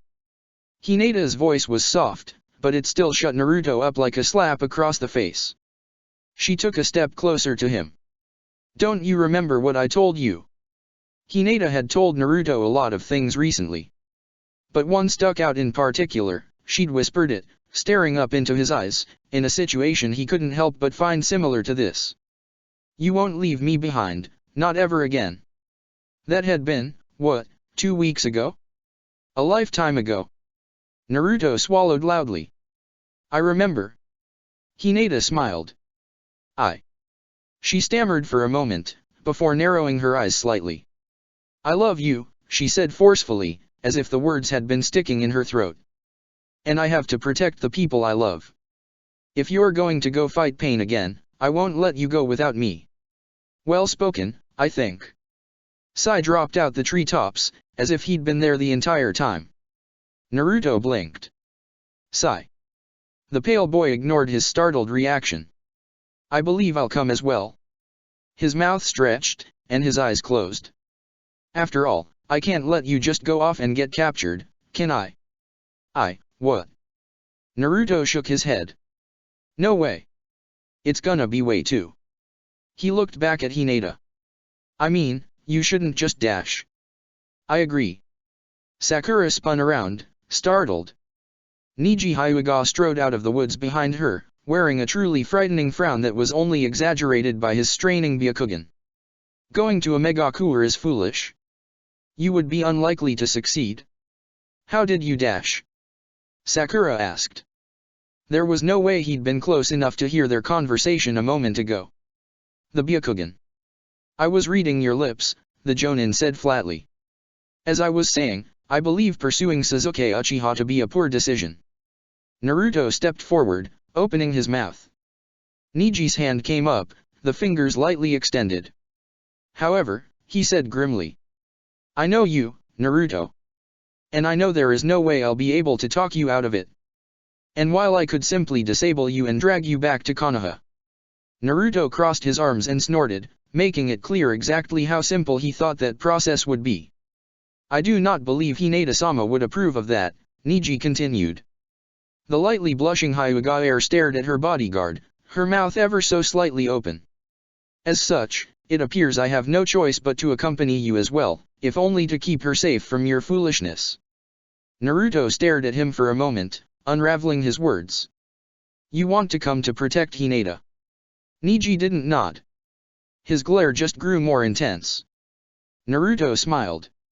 That's fine. In fact, I'd like that. He rubbed the back of his head. I mean, I'd prefer that none of you come, honestly. Sakura glared at him, and he put his hands up. But I can tell that's probably not gonna happen, he said, looking happy despite himself. What's not gonna happen? The voice rang out from the tree line, and Naruto, along with the rest of the ninjas in the clearing, looked up. They found Team 10 there perched on a thick branch, Shikamaru slumping against the tree, Ino crouching farther along the branch, and Koji plopped down with his legs hanging, watching the proceedings with interest as he idly munched on a bag of chips. There was a disbelieving pause. Ino. Sakura spoke up, and her best friend shifted her gaze to her, cocking her head inquisitively at the serious tone. Sasuke's been kidnapped. Naruto is going after him. What? The Yamanaka shrieked, shooting up. Shikamaru's eyes widened, and he pushed himself away from the tree, looking down into the clearing with sharp eyes. Koji's head rocked back. He dropped his chips. What, have you told anyone? Ino yelled, while Koji stared forlornly at the base of the tree. No. Why the hell not? The Yamanaka jumped down from the tree, shortly followed by Koji. Shikamaru didn't move. Are you crazy? Just chasing after him like that? She paused. How do you even know where he is? She asked quickly. The guy who took him told us, Naruto spoke up. He shared a glance with Sakura, who bit her lip. It's a trap. And you're just going to walk into it? Ino yelled, whirling on Sakura. How stupid are you? Why aren't you stopping him? Ino. Sakura said slowly. It's a trap, but if we don't go, Sasuke is. She took a deep breath, steadying herself. Ino watched with wide eyes. Shikamaru was still observing everything with his sharpened gaze. He'll go bad, Sakura said simply and calmly, looking her blonde friend in the eyes. He'll go bad so quickly that the next time we see him, we won't even recognize him. Right now, Sasuke's at a crossroad, we have to make sure he makes the right decision. Ino blinked. She didn't know Sasuke very well. She'd never known Sasuke very well. He'd always been an icon rather than a person to her. When he'd left the village, she'd really only noticed because of the effect it had had on Sakura. But Sakura did know Sasuke. And if she said he would go bad, he would go bad. Ino believed her friend. And even if Ino didn't know Sasuke personally, she did know that he was strong. If he went full missing nin, that would be trouble for everyone. The Yamanaka blinked again, and made a decision. Then I'm coming with you, she said firmly. Naruto, standing behind Sakura, quietly face-palmed. I don't think Sakura began, almost perfunctorily, before Ino cut her off. Hell no.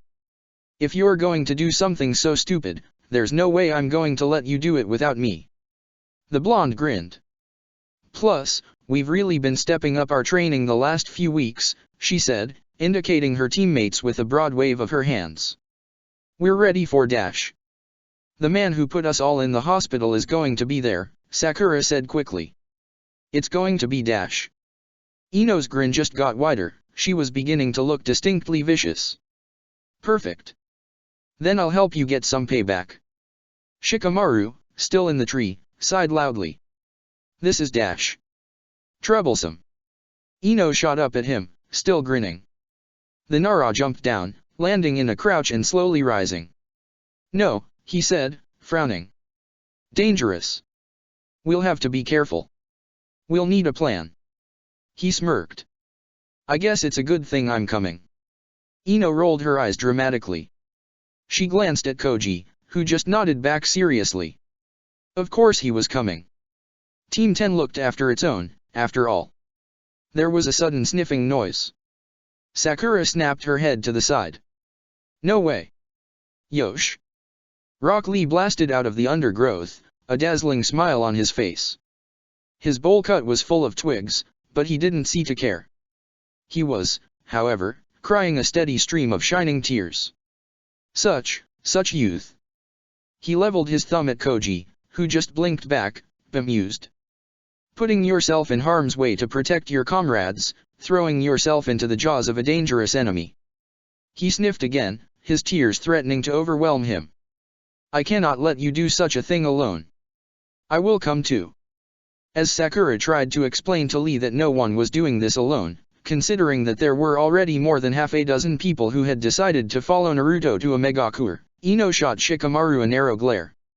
You knew he was coming, she hissed. The Nara just shrugged.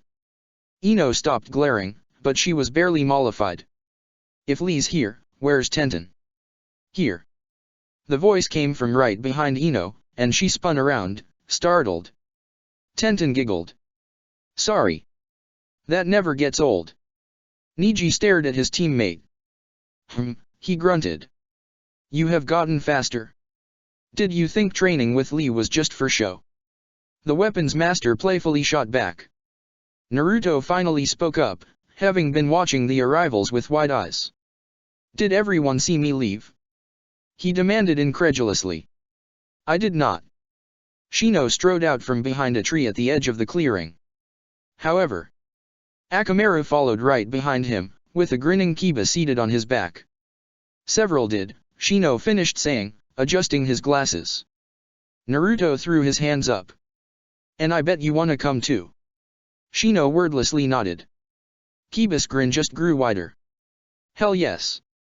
He said, pounding his fists together. Akamaru panted in agreement.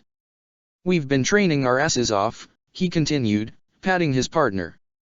And I want a rematch with that crazy-eyed asshole. It sounds like you're going right to him. Naruto looked around.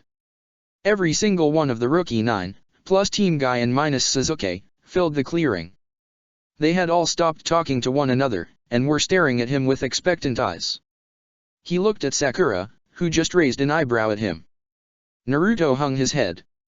But when it came back up, he was grinning shakily. "All right," he said, trying to wipe away his smile and failing. "I guess." He chuckled shortly. "Okay. If you really want to come, I won't stop you. It's going to be dangerous dash." "And why the hell do you think we're coming?" Sakura demanded, Ino nodding along with her. Rock Lee almost broke down again, bravely wiping away his tears. "Of course it's going to be dangerous. That's why you won't go alone." She smiled, looking around. "Naruto, we..." She lost the words. Hinata stepped forward, picking them up. "We're all behind you," she said calmly. Naruto looked back at all of his friends. His friends. He smiled, and this time it was real. "All right then," he yelled, his whole face lighting up. "Omegacore, here we come." He spun around. "Gamotate, you still around?" he shouted up at the trees. Sakura stared at his back, a smile working its way onto her face. Naruto was back. The small toad poked its head over a branch, looking down at the assembled shinobi. "You got it all worked out, then?" he croaked. "Yeah." Naruto paused, his face twisting for a moment. "Actually, wait, 1 second." He turned to Sai. "Oi, Sai," he said. "Could you do me a favor and send some of your animals to Dash?" "The Hokage, yes," Sai said. Naruto stared at him. Sai stared back. Nothing in particular happened for about 5 seconds. "Are you gonna do it?" Naruto finally asked. Sai's face didn't change by a fraction. "I did it a couple minutes ago." Naruto blinked. "Oh. Okay then. They're going to Dash. Inform her of the situation." Sai smiled. "Yes." Naruto stared at him cockeyed, before shrugging and turning back around. "So, yeah. Naruto," he shouted up at Gamotate. "I'm ready. So let's dash." "Great," Gamotate intoned, hopping down. "I can only take 3 at a time, though." His throat began to swell. Larger and larger and larger, until it was bigger than his entire body. And then it just kept expanding. "So," the toad said, unimpeded by his enormous throat. "Who's going first?" A rat scurried through the streets of Konoha, black and shifting. Its fragile ink surface exploded when a pale hand reached from the ground and closed around it, crushing it out of existence. The message it carried was lost in the filth of the gutter.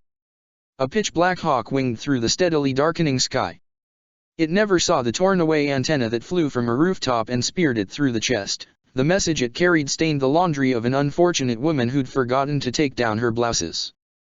Sai's messengers died an inglorious death, and Zetsu sunk back into the earth, maintaining his vigil. The village couldn't know its Jinchuriki had gone until it was too late. "Well," Tenten said flatly. "That was disgusting."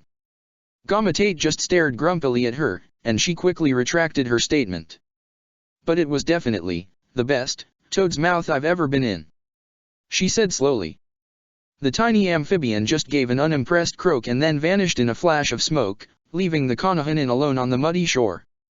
Tenten shrugged, and then joined the rest of her friends in staring at the village that they'd decided to follow Naruto to. Kiba was the first to break the silence. "It's spiky," he said, sounding almost impressed. Tenten couldn't help but agree. If she'd ever seen a village that screamed, probably pretty evil, Omegacore was the place. A stretch of dull metal spires, which, as Kiba had noted, were quite spiky in places, and covered in extruding pipes in others, set on a concrete crescent in the middle of a rather stormy lake, around which a veritable curtain of rain poured down, stirring up the water even more. Tenten found it hard to believe people lived there.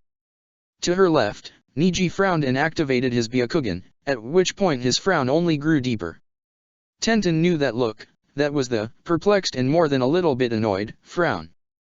"Hinata-sama," he said briefly, the message unspoken.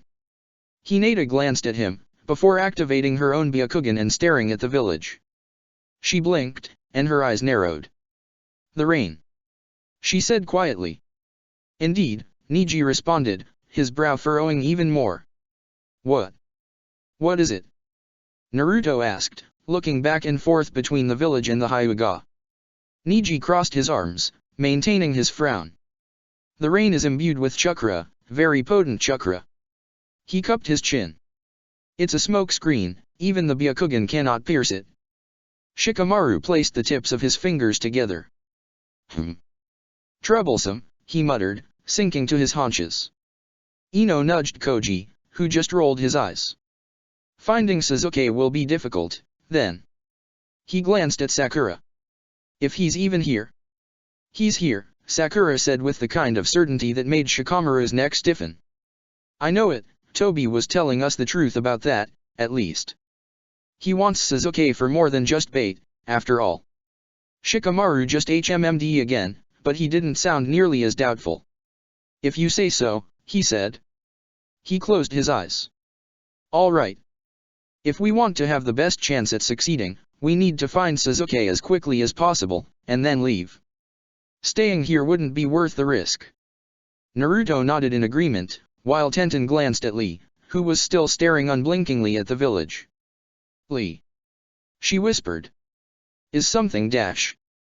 The green boy blinked, then looked at her and smiled. His teeth didn't shine. What? No, nothing is wrong, Tenten. He looked back at the village, his smile vanishing.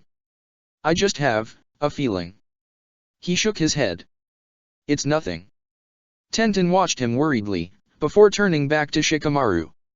Which is why we should split up, he finished saying. Tenten blanched. What? The whole group, who had all been listening intently to Shikamaru, turned to her. She blushed under the sudden attention.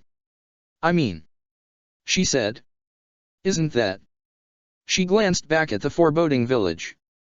That doesn't sound like a good idea. Shikamaru shrugged, watching her carefully. It's just logistics, he said. If we travel in too large a group, we'll be easily detected, and we'll likely get in each other's way if it comes to a fight. He stood up. Also, we have 3 sensors, and 12 people, he said, gesturing. 2 Byakugan, and a sage. So what are the groups going to dash? Sakura started to say, before Naruto interrupted her. I'll go in alone, he said.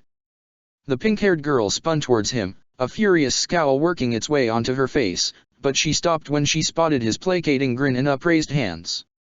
Easy, Sakura. He laughed. I actually thought it through this time. Then, he sobered. Listen, Pain's in there, and he's after me. He shouldn't really care about any of you guys. I'll be my own group. If I manage to find Sasuke, that's great, but if not, I'll keep that bastard off of you guys while you look for him. Sakura looked at with worried eyes. Do you think you can manage that? The last time dash. Naruto laughed again. Trust me, I'll do better this time. He winked. Promise, I've got a couple new tricks. Sakura frowned. Okay then, she said grudgingly, before stepping closer to him. But you better swear, Naruto, if you think you're in over your head, you come to us. We didn't follow you here just so you fight alone. Naruto nodded seriously. Don't worry, Sakura. I'll be careful. Sakura stepped back. Alright, Shikamaru cut back in. Naruto will go in by himself, then. Let's get the other teams sorted out, and then get this thing going, the sooner, the better. He exaggerated a shiver. That place is giving me the creeps. There was a chorus of agreements, and Ninja settled in, their minds set on saving their lost comrade. In the distance, a Megakure loomed, soaked and rusted, an implicit challenge. Behind it, the sun gave a final, feeble gasp, and said. Not sick. Chapter 13. The night. Sasuke didn't know where he was. He wasn't in his all-too-familiar hospital bed. Instead, he was propped up against something hard and cold, a metal wall, with a concrete floor beneath him. His arms were secured at his sides by a stretch of thin steel wire wrapped around his body, digging painfully into his skin. His legs were free. He was still wearing the simple cloth shirt and pale, baggy pants the hospital had given him. No shoes, though. The floor was just as cold as the wall. "You're awake." Slowly, he turned his head towards the voice. It was vaguely familiar. There was a stretch of silence. His bandages itched. He could hear a steady sound outside, rain, pouring down, creating a constant fuzz of background noise. "Nothing to say, Sasuke." No. He didn't have anything to say. It was clear what had happened. Someone had kidnapped him. He didn't particularly care who, or why. "I'm disappointed. Has Itachi really beaten you into submission so easily?" "Itachi?" Sasuke's hands tightened into fists. "You don't know what you're talking about," he said flatly, laying his head back against the wall. The man who had kidnapped him chuckled. "That, I believe, is where you're mistaken." Sasuke didn't bother to respond to that. "Do you know who I am?" the man asked. "No. And I don't care." His eyes, Itachi's eyes, itched suddenly and furiously. The darkness that had been his world for weeks flickered. Sasuke didn't care about that either. "I am Madara Uchiha." If Sasuke could see, he would have blinked. As it was, he merely stiffened dramatically, his head coming away from the wall. "You?" "Me," the man confirmed. Sasuke paused. This changed everything. "Why did you take me from Konoha?" He heard Madara snort. "Why did I take you away from the village that slaughtered your family?" "I was told you were intelligent, Sasuke." "You didn't do it out of concern, Madara." Sasuke's voice was tense. He began to subtly test the wire constricting him. "Oh? Why couldn't I?" The man's tone made a mockery of the sincere question. "After all, Sasuke, you're one of the last Uchiha. Shouldn't I look out for my own?" "If you looked out for your own, then you wouldn't have allowed my brother to kill our clan." "Is that what he told you?" Madara's question was somewhere between shocked and smug, his words clung to Sasuke like black oil. "That I helped him." Sasuke shook his head. "Yes. And that it was your fault that they died." The man laughed. "And you believed him? The man who murdered your family tells you someone else was to blame, and you trusted him." He laughed again. "Perhaps I was mistaken, Sasuke. It seems you dash." "Shut up," Sasuke snarled. Madara paused. There was a shuffling sound, and when his voice came again, it was from right in front of Sasuke. The man was bent down, his own head mere inches from the younger Uchiha's. "Oh dear," he crooned. Sasuke trembled in rage. "You want to believe him, don't you?" The voice receded, the man was standing up. "You want to believe that your dear brother Itachi was a blameless martyr? That he took my sins as his own?" He kicked Sasuke in the gut. Hard. The bound teen retched. "Pathetic," the man hissed, uncaring of Sasuke's choking.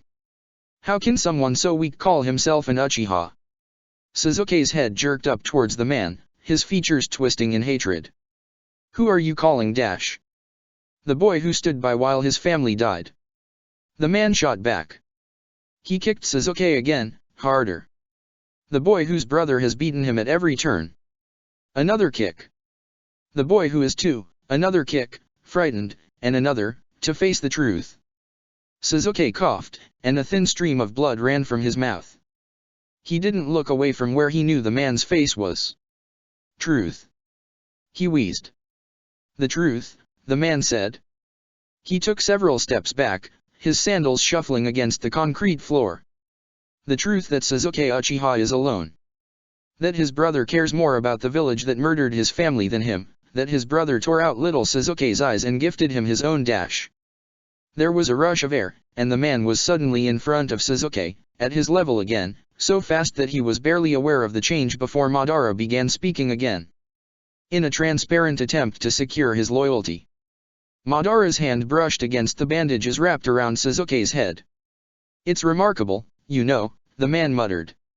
"I will give Itachi credit for that. Even I, the greatest of the Uchiha, did not replace my brother's eyes with my own, though there would have been little point." You and he are the first I can recall ever choosing to trade them. Madara's smile was almost tangible. But of course, you didn't choose, did you, Sasuke? He clicked his tongue. Itachi chose. Like he always has. Sasuke didn't say anything. Madara sighed. You can't just remain in denial, Sasuke. He chuckled. I won't let you.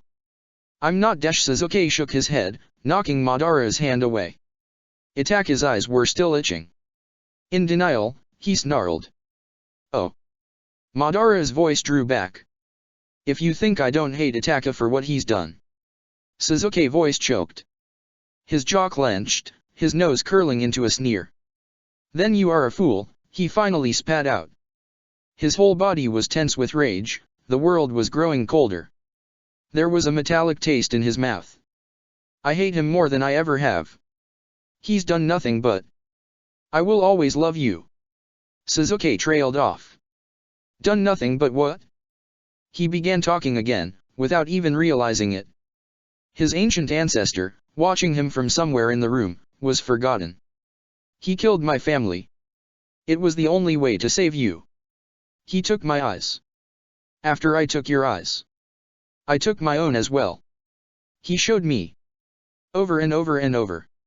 I had to make you hate me. Not Konoha. But why shouldn't I hate Konoha? Sasuke stirred, his voice rising. Why shouldn't I hate the village that slaughtered my family? Dash. The hidden leaf is this cruel world's best chance at peace. But what use is peace? Sasuke spat to himself. What's the point of a peace bought with my family's blood? None. Madara's booming voice snapped Sasuke out of his reverie, and for a moment he cast his head around. It seemed to have come from every direction. Konoha used your brother. Just like your brother has used you. Sasuke shook his head. Itachi. He shook his head again, viciously. Itachi hasn't used me. He's Dash. You said you weren't in denial, Sasuke. This time, Madara's voice very clearly came from right beside Sasuke's head.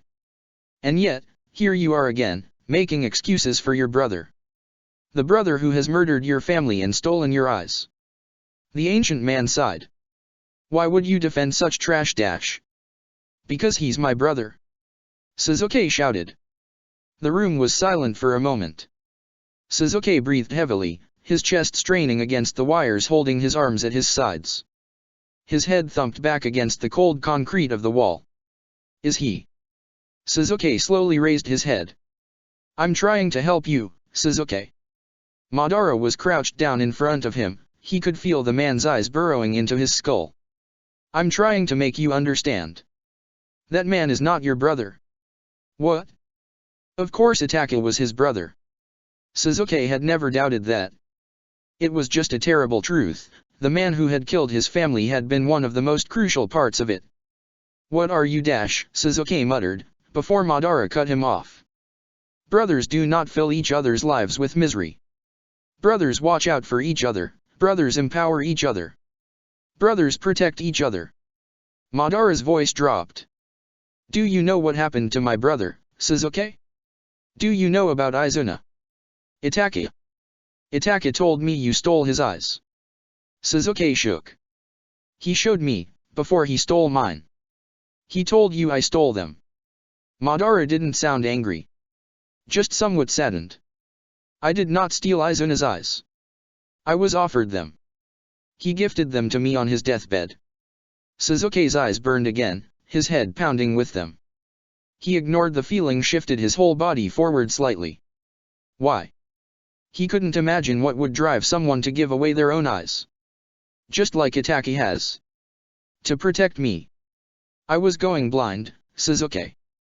You, fortunately, will never have to experience the Mangekyo Sharingan without the benefit of a sibling's eyes. It is an intoxicating power, but a very, very dangerous one. Madara sighed.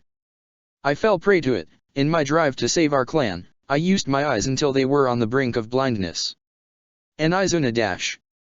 My brother saved me. Saved us all.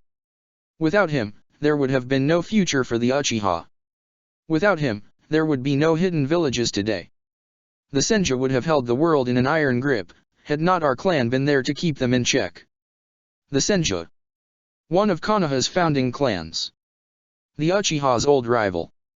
Sasuke, as he had for the last 2 weeks, warily watched the darkness that had covered his world. Could Madara be telling the truth? No. He couldn't be. Because the Uchiha were gone. And all those days ago in the bunker, when Sasuke had asked Itachi who had helped him slaughter the clan.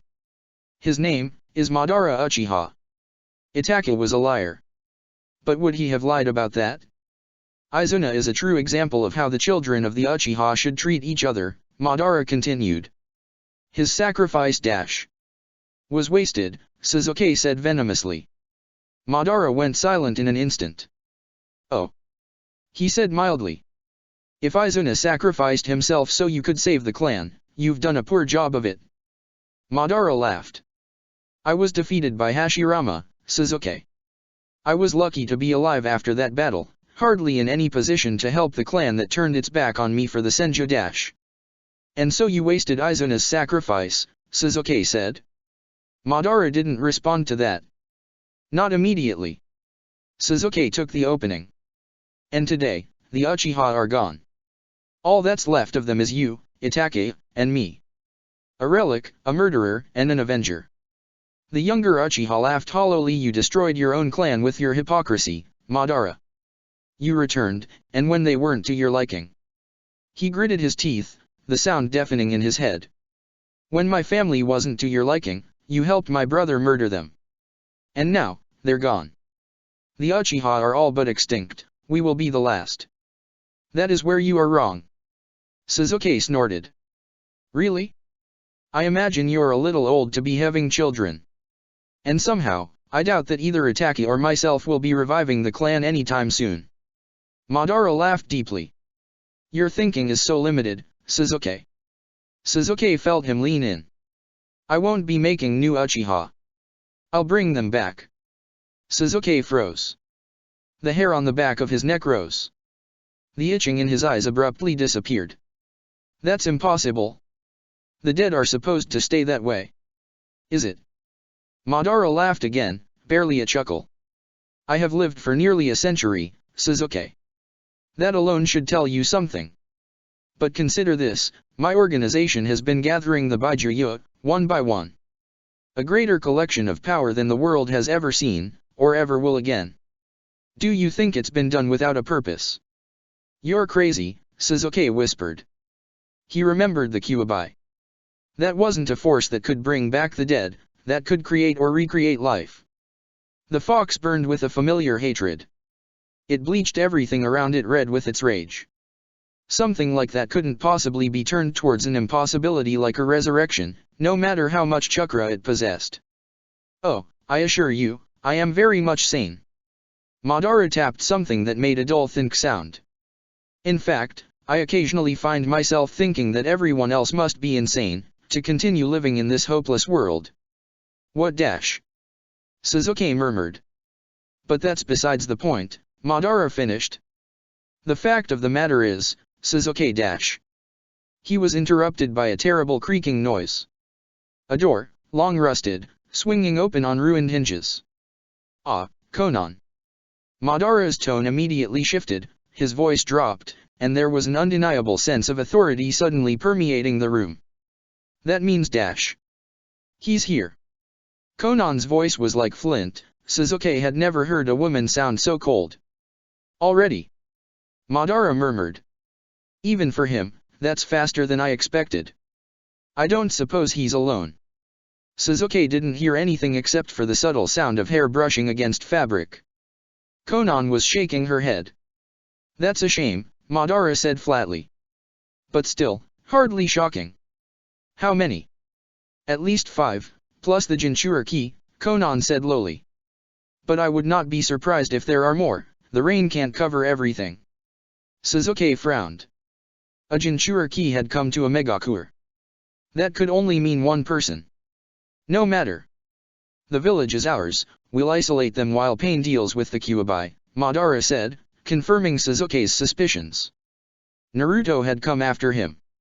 Shall we, then? Konan asked. In a moment, Madara said. Go on without me, I will join in soon enough. Once more there was the sound of hair brushing against fabric, and then a great shuffling sound, like someone had dropped a dozen decks of cards. A moment later, the room was silent once more. Madara sighed. It seems I have to go, Sasuke.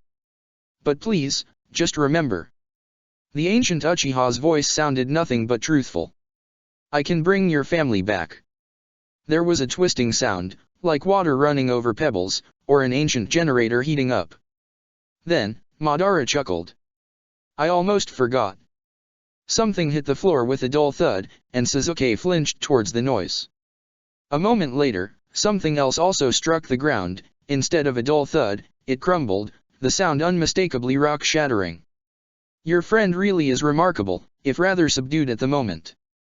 I would suggest not waking him, there's no telling how he would react. Jugo. Jugo was here too. Madara laughed, and then he was gone. Sasuke was left truly alone, with only an unconscious berserker and his own ever-present darkness to keep him company. His ancestors' words echoed in his head, filling the abyss. I can bring your family back. His eyes began to itch again, and the darkness flickered. Sasuke sighed. 5 large hawks winged across the low clouds, drawing steadily closer to the imposing skyline of Omegakuer and the curtain of rain surrounding it. Against the black of the newly born night, they were nearly invisible. If one had looked closely, it would have become clear that these were no ordinary birds. Shifting patterns, black and white artistry, and given life was what was drawing closer to the village hidden in the rain. If one had looked even closer, one would probably notice that the birds weren't traveling unburdened. They were carrying people, 2 to each bird. 4 of the birds were carrying the same person, a blonde, wearing a bright red coat. 3 of those copies were seated cross-legged, completely unmoving. The 4th, the original, was talking to someone with bright pink hair. Naruto, I really don't think this is a good idea. The blonde in question glanced at Sakura with a small grin. Maybe not. But it'll definitely get his attention, right? Sakura sighed, staring pointedly down at the lake speeding by hundreds of feet below them. It will do that, she admitted, before looking back at him. It's a bit of a drop, though, she said carefully. Are you sure you'll be dash? Naruto's grin grew. Trust me, Sakura. I'll be totally fine. She frowned, but nodded. Okay then. If you're sure. Lady Katsuyu, will you be okay? The small slug perched on Naruto's shoulder nodded. Don't worry, Sakura, she said softly. I'm tougher than I look, so long as Naruto doesn't land on me, there won't be a problem. She gave Naruto a look that could only be called reproachful. The Jinchuriki smiled and rubbed the back of his head. I'll be careful. How can you be careful about something like this? Ino called from a nearby bird. She'd been eavesdropping on the conversation, occasionally glancing back at the slug on her own shoulder, her face torn between worried and thankful. She appreciated the summon, but she also couldn't help but notice that she could feel it through her top, and it was rather wet. Naruto shrugged. I don't know. I guess I'm about to find out, huh? The birds reached the rain. The water hit the shinobi like a tidal wave, instantly drenching them. Sakura's hair plastered itself to her head, as did Shikamaru's, his distinctive pineapple dying an ignominious death.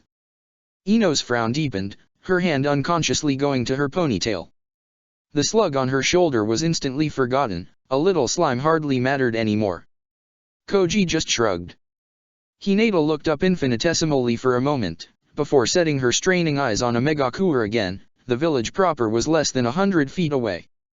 Naruto flinched at the sudden cold. His clones didn't. The slugs perched on each of the ninjas' shoulders all luxuriated in the rain. Katsuya was certainly the only one enjoying the weather. Sai glanced sharply down at his birds.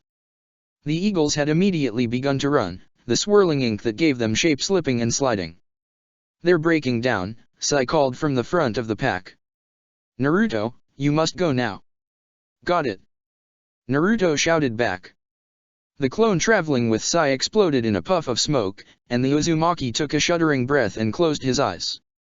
When he opened them again, they were completely alien, the pupil horizontal and the iris gold. Orange pigmentation spread around his eyes. Remember, you guys gotta find Sasuke. This whole place. He cocked his head, before shaking it. Crap. It feels real weird. I can't sense anything down there. He smiled, the orange around his eyes crumpling strangely. Hinata, I'm counting on you. The Hyuga nodded forcefully, desperately holding back a blush. Naruto couldn't help but notice that the rain was making her hair practically gleam, despite how soaked it looked. He grinned at her, before turning to Sakura. He raised 2 fingers to his head, bumping them against his Hitai, already gleaming with rain. His clones stood up. See ya. And then, he and his duplicates dropped off the side of their birds, plummeting towards the village below. In Omegakure's tallest tower, an emaciated redhead slouched alone, his entire being projected into the pounding rain outside the room he had called home for so long. Nagato's eyes, closed in concentration, widened slightly, raising wrinkles on his pallid forehead. Multiple chakras, clones. And he's falling. 6 seconds.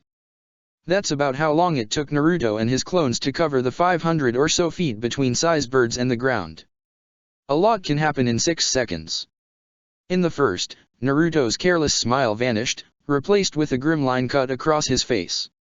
Now that Sakura was gone, he could stop smiling.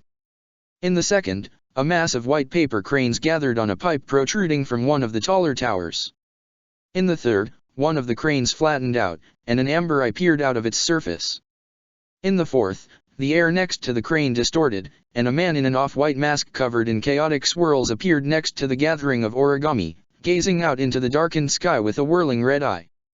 In the fifth, 12 ringed eyes snapped open, and 6 cold bodies pulled themselves up. In the sixth, 3 Narutos hit the ground, spread out across a square kilometer of the village hidden in the rain. The soaked concrete streets around them shattered with the impact, shock waves emanating out for meters around the crouched ninjas, creating an obvious crater. And a second after that, the seventh, all of the Narutos shot to their feet, standing at the center of the crater with nothing to show for it but a damp cape. Like a switch had been flipped, the rain stopped, its pounding dying away. All of the blondes took a deep breath.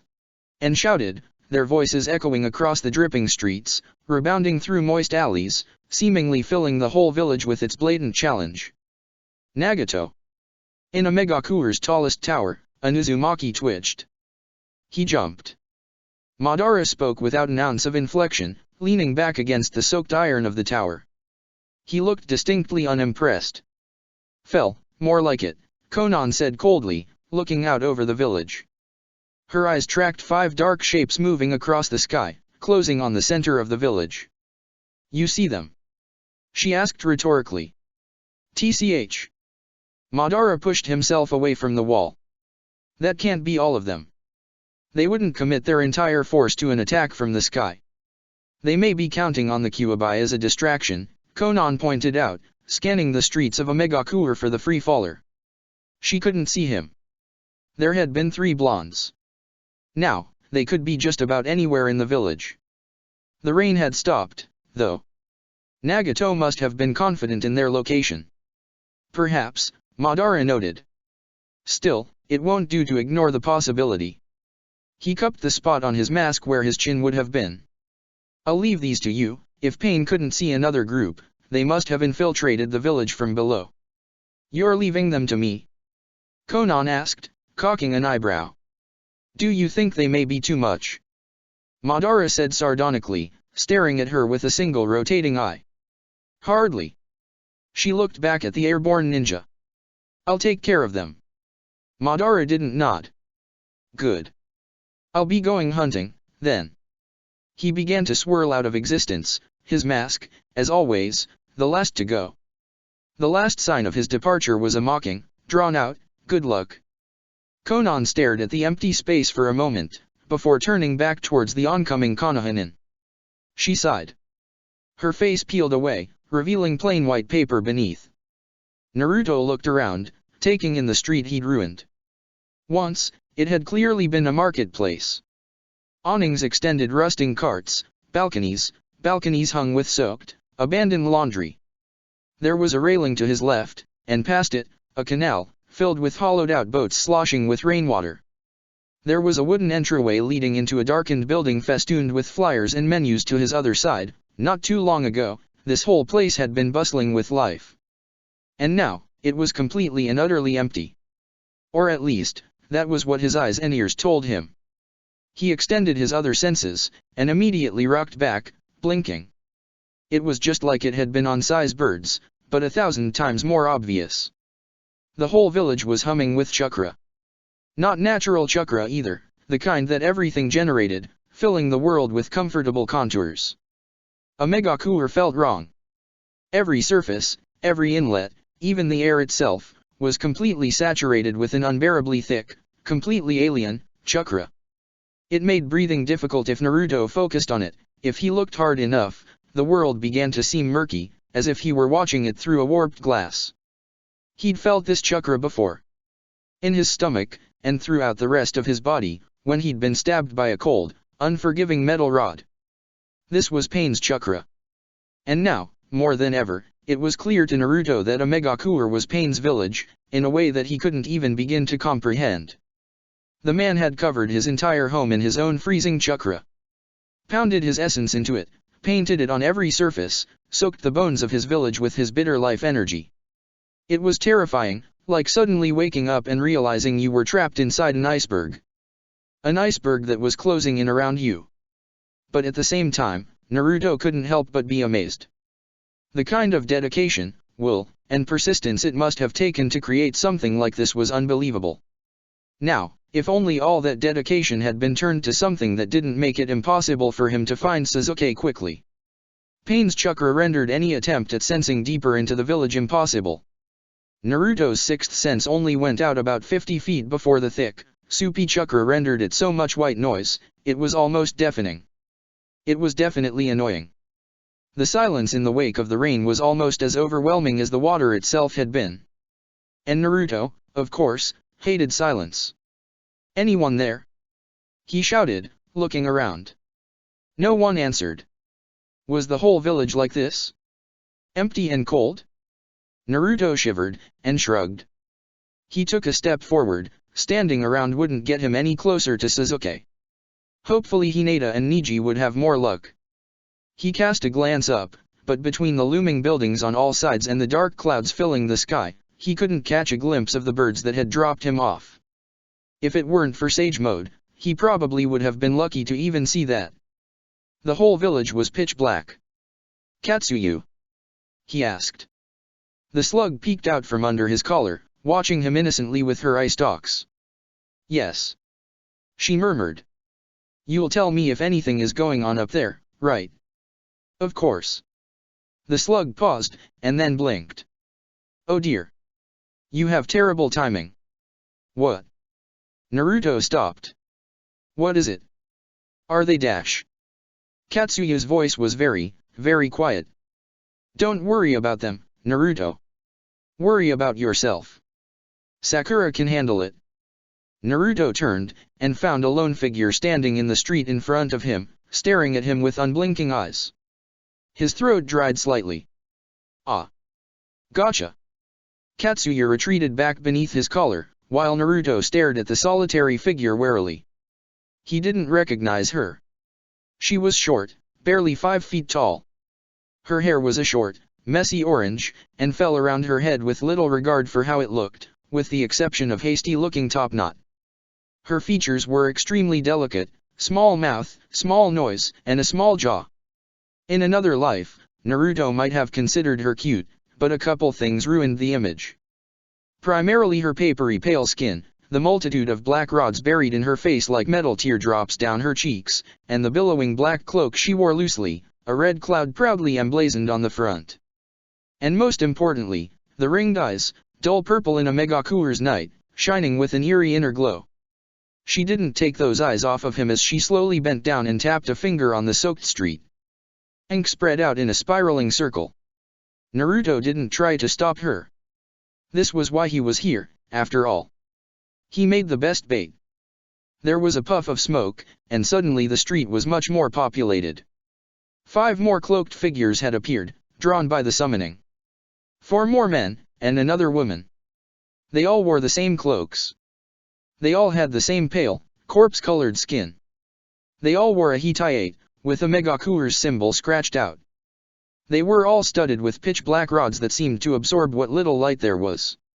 And they all had the same glaring ringed eyes. But each of them had a distinguishing feature. One man was completely hairless, none on his head, none on his face. Not even eyebrows. His cloak's sleeves were ripped off, revealing his rod-filled arms. Another, easily the tallest, had his forehead protector wrapped around his right upper bicep, and crossed his arms as he glared at Naruto. His hair was shorn short, almost in a buzz cut. The other women, the one who wasn't the summoner, looked almost completely average in every way. Lithe body, slender arms, thin neck, her hair was the only thing that really stuck out. It flowed down and around her back, ending a foot or two below her shoulder blades, just as orange as all of the others. One of the other men was fat. There was no other way to put it. His cloak was bloated, multiple chins hung from his neck, and his fingers were stubby and wide. His hair hung like a mop on his head. But his features were sharp, his nose like a knife, and the viciousness of his face was only enhanced by the glaring Rinnegan. The last man, Naruto had already met. The man, who had once been Yahiko, but was now someone else entirely, stared at him expectantly. Nagato, Naruto said calmly. Naruto Uzumaki, the pale man said. I'm glad you've come. He stepped forward, the other bodies falling in behind him. Will you surrender? I will return Sasuke Uchiha to your friends if you do. Naruto just rolled his inhuman eyes. Pain nodded slowly. As I thought. Very well then. His body language didn't change at all, his hands remained at his sides, his shoulders relaxed. But the other paths began to spread out behind him, forming a rough wedge. Shall we begin, then? He said lowly. Naruto grinned, and slowly reached up, rubbing the back of his head. I'd love to, but... His hand dropped, but his grin just got wider. I'm just a clone. And then he exploded in a puff of smoke. A second later, a humming sound filled the street. The Rinnegan went wide, and the Deva path turned. Just in time to see a red and orange blur headed for his face, a swirling ball of energy pushed out in front of it. The Deva path fell back, looking mildly concerned. The corpulent man with multiple chins and mop-like hair leapt forward, interposing himself between the Raiznan and Pain. There was a horrible grinding noise, and the man's chest exploded, showering the rest of the paths with something that looked a lot like oil. The thing that had once been Yahiko raised its hand. Shinra Tensei. Both the wrecked body of the path and the Rasengan-wielding blur rocketed backwards, destroying a restaurant and filling the street with dust and rubble. The Deva path stepped forward, his features twisting in annoyance. So, Naruto Uzumaki, are you ready to stop playing games? The rebel didn't answer. Coincidentally, the petite woman with a hasty top-knot smashed face first into the street less than a second later, her once cute features obliterated by the unyielding concrete. Yeah, I'm ready, Naruto Uzumaki said. He slowly stood up, his knee still planted on the back of the woman's head. He smirked. Are you? We need to find some place to land. Sakura shivered, looking away from the pitch-black streets of the village. She'd given up on actually spotting Naruto a while ago, but had continued staring. The air above the village was freezing, but at least the rain had stopped. Sakura. She shook her head and looked over at Sai, whose bird had drawn up alongside hers. We need to get out of the sky, he said calmly. Why? Ino called out from the back of the flock. Won't it be easier for Hinata to spot Sasuke from up here? The pale heiress spoke up. It would be, she said softly, her voice barely raised and yet carrying itself through the chill air effortlessly. But I believe we've been spotted ourselves. Sakura followed her line of sight, and saw something that she could have honestly said she would never have expected. There were a lot of things she wanted to say about the flock of razor-white paper airplanes flocking through the sky towards her and the rest of the ninja perched on Sai's birds. Some of them were expletives, others were reasonable questions. Who had had the patience to fold all these planes in the first place? And then waste them by throwing them above the village? Was there a technique for something like that? And, since it was obvious she was missing something. What the hell were the paper constructions? But Sakura didn't really manage to enunciate any of that. She was too busy staring at a hobbyist's dream taken flight. So instead, all she got to express her many questions was a single, flat, barely audible word. What?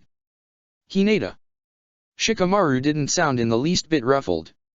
Especially compared to Ino, who was gaping at the birds, with Koji peering curiously over her shoulder. What are we looking at here? Hinata strained, the veins around her eyes pulsing. I have no idea, she admitted. They have chakra. All of them, spread out. There's something connecting them together. Is it a disguise? Or an attack? Shikamaru was frowning intensely, his hands wandering towards each other. Hinata shook her head. Neither. Or, both, maybe. Troublesome. Shikamaru cricked his neck. Sigh. Can you take us down? I'd rather we not be up here when those things dash. Those things suddenly accelerated rapidly, closing in on the Konoha ninja with unbelievable speed. They streamed around the birds, surrounding them on every side, and then maintaining their speed, along with the sudden perimeter. Oh, crap, Koji murmured. Ino stood up, staying steady on the flapping bird. Her hand ghosted across her leg, fingering the kunai held there. What are they doing? Another mass of the airplanes headed towards the birds, drawing closer and closer together as they approached. Their forms lost consistency, lines went soft, wings folded out, and the fleet turned into a mass of paper floating in the air, the lines between each sheet indistinct. Then, the mass defined itself. Arms, torso, a head, a recognizable upper body grew out of the floating lump. Blue hair slid into existence, and two amber eyes snapped open. Turn back, the flying legless paper woman said. Sakura blinked. Say what? Ino said, just as baffled as her pink-haired friend. Which is to say, very baffled. Turn back. The woman slowly scanned them, her eyes as cold as the rain had been. I'm giving you all one chance. To abandon Naruto? Hinata asked quietly, watching the woman intently with her Byakugan. The figure inclined her head. If you want to look at it that way, yes. We would never, Sakura hissed. You'll trade your life for his.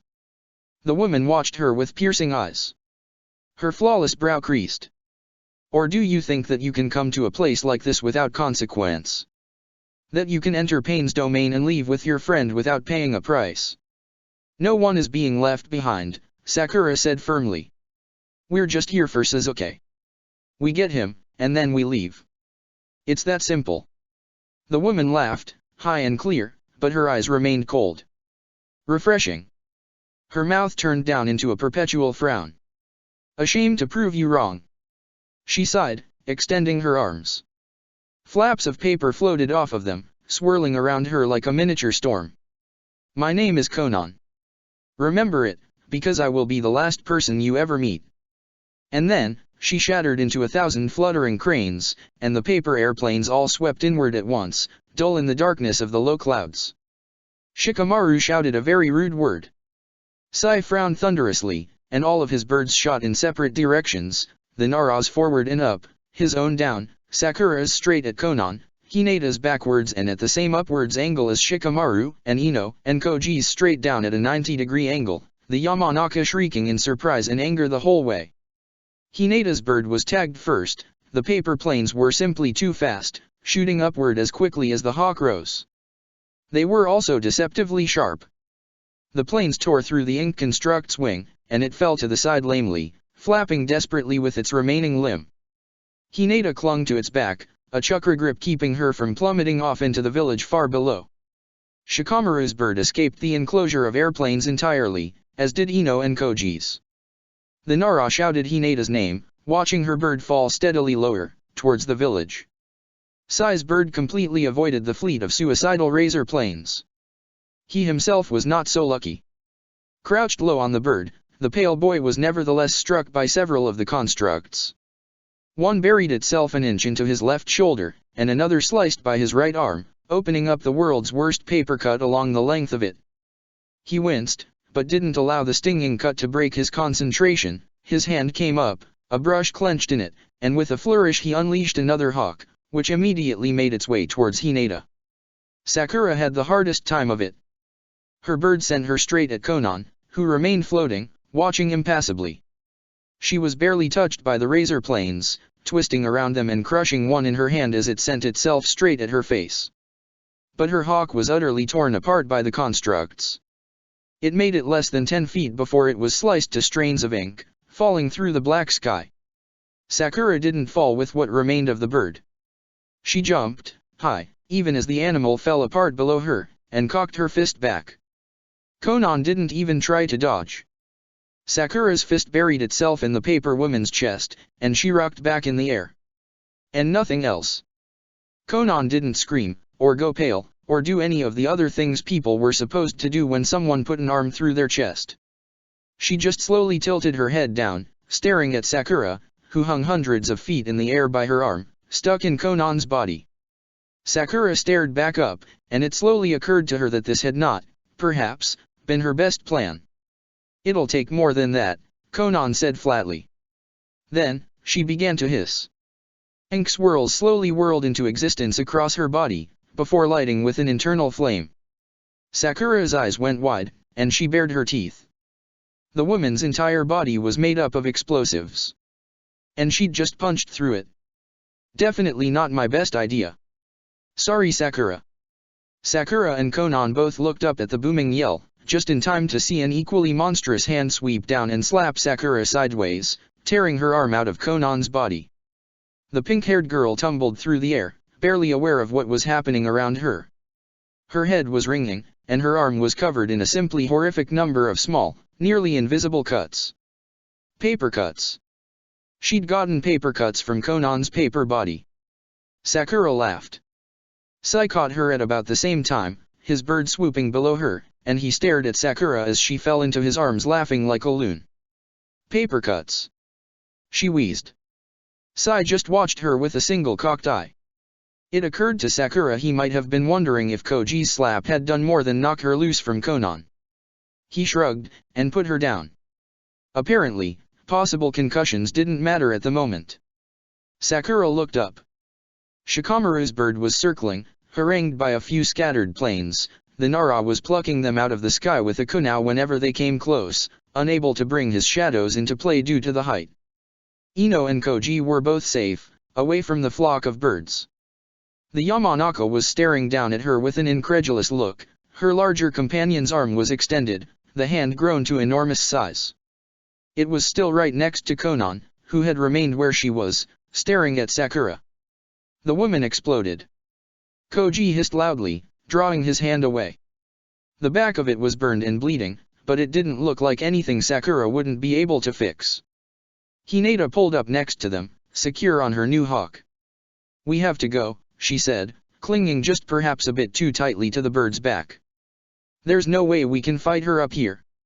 Sakura nodded back, before turning her head to Sai. "Of course," he said tightly, watching the planes that remained swirl through the air in delicate patterns, holding off on attacking for the moment. Sai made a subtle gesture, and the birds all turned as one, descending deeper into the village. The planes didn't follow them. Instead, they coalesced behind the flock, as if they were watching them go. "What are they doing?" Sakura asked, shaking her head out. The buzzing finally vanished. Her right arm was slick with a thin film of her own blood, she barely noticed. Shikamaru's bird swooped down beside her and Sai, closely followed by Ino and Koji's, who was cradling his hand. "They're holding back," the Nara said, watching her carefully, checking for any signs of injury. "I don't understand why, though. If they came at us again dash. Oh shit." Ino suddenly cursed viciously. Sakura saw Sai stiffen in the corner of her vision and turned, looking towards the front of the bird. Dozens of copies of Konan were rising out of the village before them, flocking from the streets and pipes set in the taller buildings. And they were all flying right at Sakura and the rest of the Konoha ninja. "Down!" Shikamaru barked. "Now!" As low as possible. Sai didn't say anything. Didn't make a movement. But a moment later, every one of his birds dove straight down, their occupants clinging desperately to their back. Sakura noticed, in a strange flash of clarity that was almost carried away by the speed of their descent, that her blood was running into the eagle, mixing with the ink. Not good. Not good, not good, not good. Koji was practically chanting, still holding onto his hand as he watched the wave of paper women approach. There, Sai's voice was calm, despite the air pushing his cheeks back as they fell. Sakura glanced at him, not daring to tear her grip from the bird's back. That roof will do, he said flatly. Sakura followed his gaze, and found the only flat building for what seemed like blocks around. It was just as tall as the towers around it, but except for a single enormous pipe sticking up out of the middle, its roof was completely leveled out concrete, the safest place for them to land. The birds leveled off suddenly, the G-force sending Sakura's hair fling back, and all of the hawks flung themselves forward, towards the roof, which was when several paper clones burst from the buildings in the street below them, and flew straight up at Sai's birds. Shikamaru was the only one who was looking down at the time. He stood up silently. Ino glanced at him, then looked down as well. She went pale. Well, Shikamaru said quietly. Time to leave. The rest of the shinobi stood up as well, Sakura somewhat shakily. The clones struck the birds a second later, and exploded in a horrendous din, the sound echoing through the streets. The hawks were torn to shreds, raining ink on the village. Their riders didn't follow. They had all jumped. Shikamaru hit the roof first, the 20-foot fall barely phasing him. He rolled onto one of his knees, immediately stopping with his hands clasped together. His shadow, extremely faint in the darkness of the cloud-covered village, writhed around him. Koji landed second, his lower body growing and bringing him closer to the roof. The concrete cracked at his impact, but remained steady. He was holding Ino in his oversized left hand, and as he landed he released her, letting her alight with a soft tap upon the roof. Sakura landed fourth, not bothering to roll. She hit the roof flatly, spreading the impact out between her legs and uninjured arm, and immediately sprung to her feet, headed for Koji. Hinata was the last to reach the roof. She tumbled off her bird, barely avoiding the blast of the exploding clones, flipping through the air with the shockwave. She hit the roof and skidded, leaving a trail of ink along it, before finally stumbling to her feet and arresting her momentum. And so, Sai's infiltration group, which had been doing a shockingly small amount of infiltrating, found itself on a flat roof in the middle of a megacour, watching as what seemed like hundreds of paper clones circled the building, watching them with intense amber eyes. Huh, Koji murmured, watching thankfully as Sakura ran a glowing green hand over his own. Could have gone worse.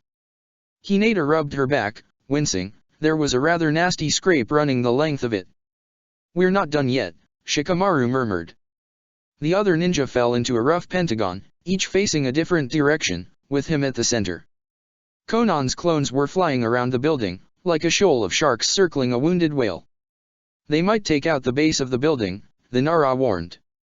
If they do, we have to be ready to change positions, quick. Sai, can you dash?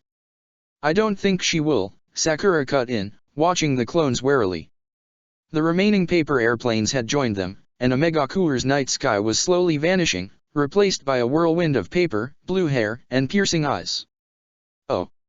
Sakura couldn't see him, but she knew Shikamaru was staring at her with his head tilted to the side. What makes you think that? This is her village, the medic said slowly. Conan seemed content to let them talk, for now, the clones weren't attacking quite yet.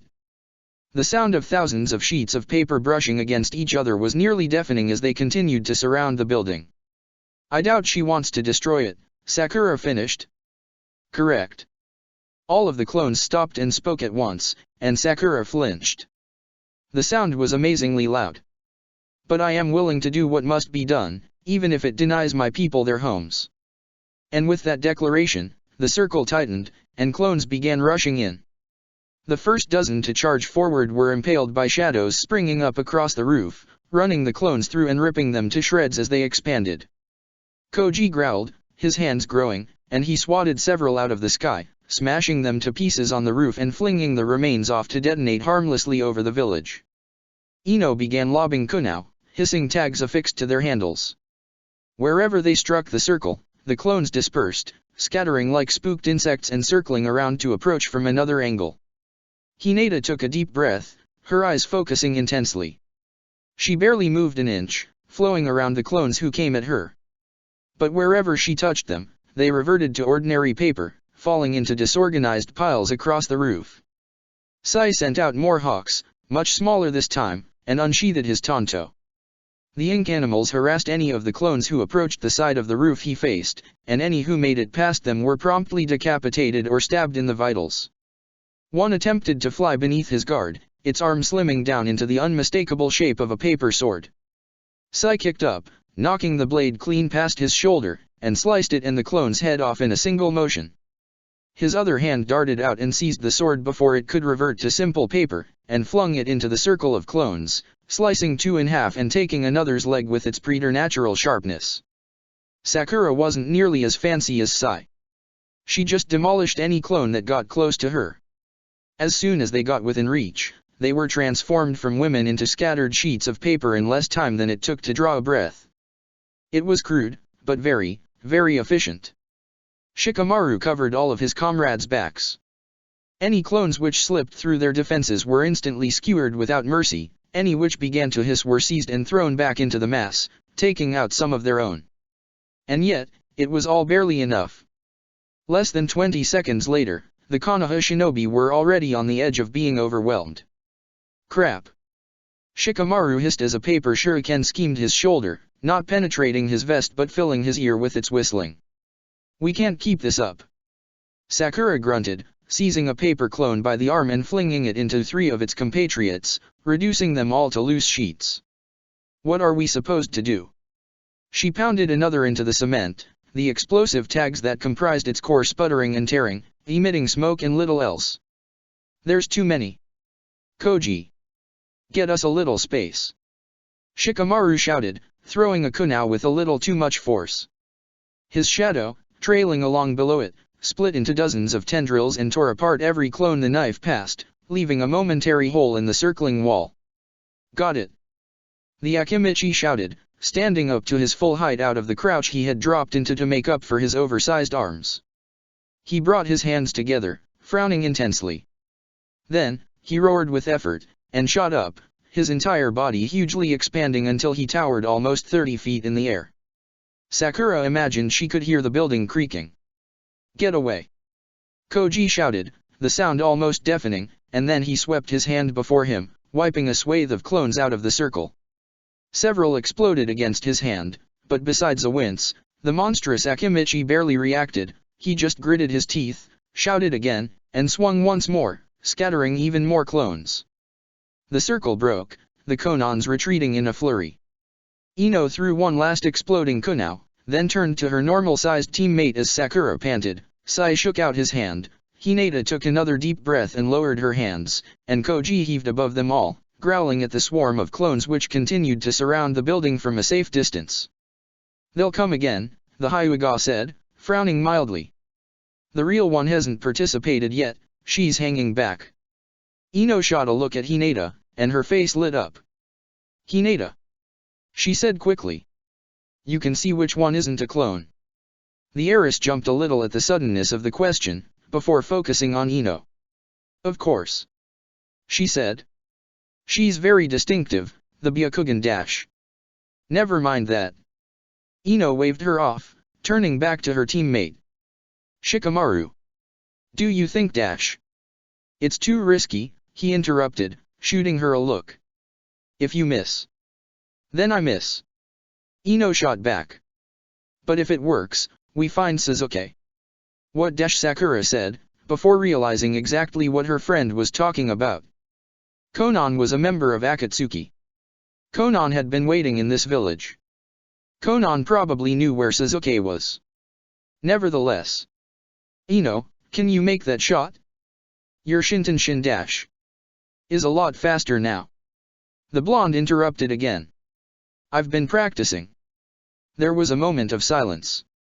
Sai eyed the clones, it looked like they were forming up for another attack. Shikamaru sighed. Fine. Go for it. Ino nodded, and marched over to Hinata. Point me to her, she ordered, placing her hand on Hinata's shoulder. The other cupped in front of her face, half of the distinctive mind transfer seal. Hinata nodded, her Byakugan straining for a moment. The clones swirled again, picking up speed. The Hyuga's arm came up, above her head, and then fell like a hammer, fixing on a single point. There. Ino's brow furrowed. Shin. The Yamanaka suddenly slumped backwards, and Hinata had to reach out and grab her before she could hit the floor. The circle of Konans slowed down. Then stopped. One of them fell apart in a flurry of paper. Koji panted. Did she get her? There was silence. Sakura watched her unconscious friend, wondering what was taking her so long. No. The cold voice cut through the night air, and one of the Konans glided to the front of the pack. What a shame, she said quietly. The circle broke. Every single one of the clones charged inward, not even maintaining any pretense of a perimeter. Shikamaru cursed. The clones were done playing around. They flung themselves at the roof, exploding on impact, tearing away great chunks of concrete and filling the air with concussive bursts. Sakura jumped back, barely avoiding a nasty fall as a bit of roof crumbled away below her feet. Koji bellowed and picked up Shikamaru, hoisting him up in the air. The ground beneath him was buckling. Sai followed him, leaping onto the Akimika's shoulders. The giant reached for Ino, who was still being held by Hinata. One of the clones broke from the group, dismantling the roof, and flew right at the Hyuga at the same moment. Hinata's Byakugan was still active. She saw the clone coming as clearly as if it were right in front of her. She was nearly fast enough. The Hyuga spun on her toes, tossing Ino to Koji in a single, fluid motion. And then she continued spinning, bringing her arms in close. There was a faint blue light, and she picked up speed, rotating ever faster. The clone reached her, and swirling across its cloak. Hinata shouted, her voice almost breaking. Kaiten. It was almost enough. The heavenly rotation burst out, half complete, carving a divot in the roof and wiping the clone's face away. Its loss of facial features didn't stop the copy from exploding. Hinata was thrown backwards, the Kaiten taking the brunt of the blast, but not able to completely protect the heiress. She tumbled across the roof, dazed, and then went right over the ledge, one hand catching on the lip and holding on with a frantic grip. She swung into the side of the building and grunted, the air knocked out of her. Hinata! Sakura shouted. Koji's eyes went wide and he lurched forward, moving for the Hyuga. Sakura blew right past him. Koji! She shouted. I've got her. You get Ino out of here. Koji paused, then nodded, turning and running for the edge of the roof, the ground crumbling away beneath him. More paper clones flung themselves at him, but whichever ones he didn't manage to swat out of the air Shikamaru picked off with kunao, a grim look seemingly stuck on his face. Koji leapt off the roof, the whole structure shaking with the force of his jump, and Sakura lost sight of him and his passengers. She refocused on the dangling Hyuga. Hinata's hand slipped back, the roof was still covered in rainwater, the concrete slippery. Even with chakra, she was having trouble holding on. Sakura leapt forward, landing on the edge just as Hinata's hand finally slipped off the roof entirely. She stuck herself fast to the roof and snatched at Hinata, barely managing to grab her hand as she tumbled back into a long fall. Sakura couldn't even see the street below. There was only darkness down there. Hinata! She shouted down at the heiress, who stared up at her with fuzzy eyes. Hinata, are you okay? I'm. The Hyuga shook her head.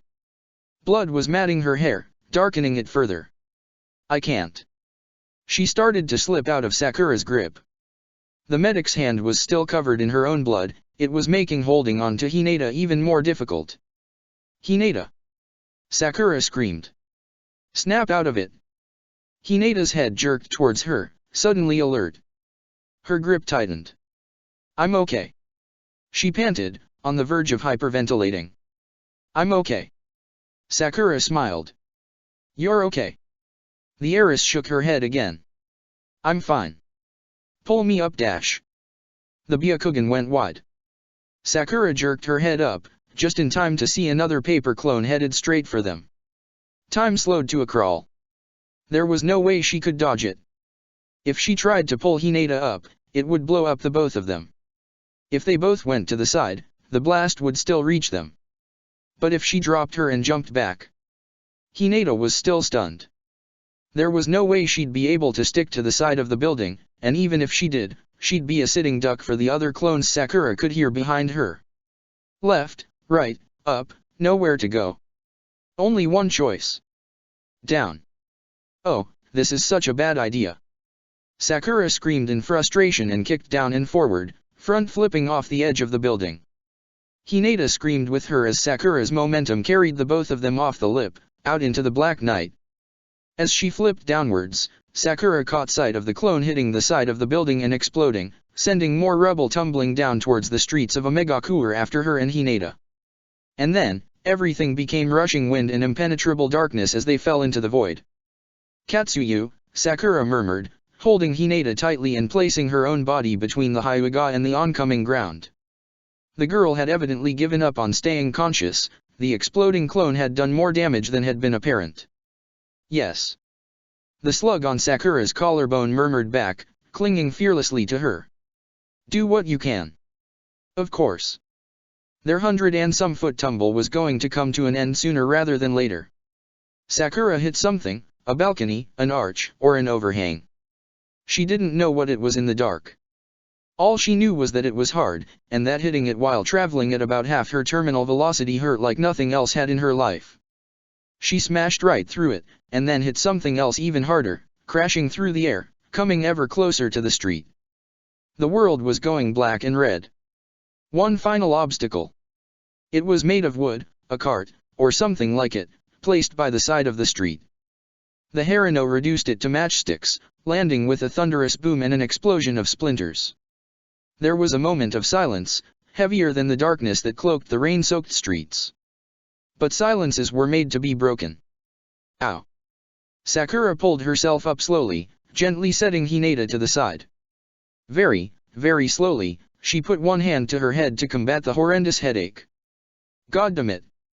Everything ached. Shit. Everything burned. Fuck. But nothing was broken. That didn't stop Sakura from muttering some of the most virulent curses she knew as she slowly pulled herself to her feet. Hinata stirred. Lady Katsuyu. Sakura bit out. Are you dash? She turned, feeling something damp on her back. She reached back, twisting to look. Katsuya was crushed along her entire backside. The slug had put herself between Sakura and the street. She was unmistakably dead. Sakura stared. You didn't have to do that, she choked out, tasting blood. Another slug slithered from Hinata's collar, slightly smaller than it had been before. I disagree, it said politely but firmly. If I hadn't, you would probably be in much worse condition. Sakura sighed, then winced, even that small movement shot pain down her back like a fiery whip. Yeah, she whispered, trying to ignore the crushing pressure in her chest. Thanks. A little premature for thanks, don't you think? Sakura turned, favoring her left leg heavily, and found Konan floating in the air behind her. The real Konan. Patchwork wings flowed out behind her, and she held a long paper sword in her right hand. She looked like an avenging angel. The Harino chuckled. Ah, crap. She shuffled backwards, Konan watching her imperiously the whole time, and bent down next to Hinata, shaking her lightly. The Hyuga shifted, but didn't rise. Lady Katsuyu, Sakura said, sounding exhausted. Please get her on her feet again, I'll buy you time. It may take a minute, the slug said quietly, sitting on the back of the Hyuga's neck. Will you be dash? Sakura cracked her neck. I'll dash. Then her knuckles. Be dash. Sakura Harino smiled, her green eyes bright in the abyss of Omegakure's streets. Fine. She settled into a relaxed stance, her entire body aching, her muscles burning, and her head pounding. None of that mattered. Hinata was behind her, and Hinata was vulnerable. And Sakura would be damned if anything happened to her. Her smile widened, and her hands tightened into fists, her gloves creaking. Kman, she snarled. And Konan swept forward, her ember eyes cold, leading with her paper sword. This place sucks. Shino glanced at his teammate, who was shuffling along the catwalk, his hands in his pockets. It is rather unyouthful, Rock Lee said slowly, carefully stepping over a protruding pipe. He smiled, glancing down at the dark water running below them. However, it is doubtlessly the finest sewer system of any village. Kiba just groaned. Akamaru made a chuffing sound that reminded Shino greatly of a chuckle. It was indeed an impressive sewer system. A pity about the smell. Niji's omnipresent frown intensified. We're nearing the surface. I can't see any farther than that, the chakra screen resumes there. The second infiltration team had taken the opposite path as Sai and his hawks. Rather than moving in from high above the village, they'd done the exact opposite and approached from below. It was fortunate that Niji's Byakugan had revealed the extensive undercity necessary for this approach. It was unfortunate that said undercity had eventually diverted into a sewer as the team made their way closer to the center of the village. Now, they were all slowly making their way along an old, rusting catwalk, with barely enough room to have two walking side by side, and the guardrails were suspicious at best. Considering the nature of the near-black liquid running along below them with a constant muffled rumble, Shino found that somewhat distressing. You guys don't get it, Kiba whined, sounding more like a dog than a peeved teen. It's the smell. I can barely handle it. Tenten rolled her eyes. Stop complaining. It's not that bad. Hey. Just cause your nose isn't as awesome as mine, doesn't mean you can just dash. Is Akamaru throwing a fit? Tenten pointed out. The dog looked back at her, panting slightly, and shook his head. See? She said with a triumphant air. You could learn from him, you know. Stupid dog, Kiba muttered. Akamaru whined. Making me look dash. Niji stopped in his tracks, and Kiba bumped right into his back. Hey? What's the dash? He protested, briefly, before the Jonin slapped his hand over his mouth. We're not alone, the Hyuga hissed, motioning back to stop the rest of the party in its tracks. Quite right. The baritone emerged from the darkness ahead of them, shortly followed by a cloaked man in a mask. He stepped forward, the catwalk subtly ringing with every step. I was wondering where I would find the rest of you, he said slowly. And here you are, scurrying through the underbelly of the village. He paused, staring at them.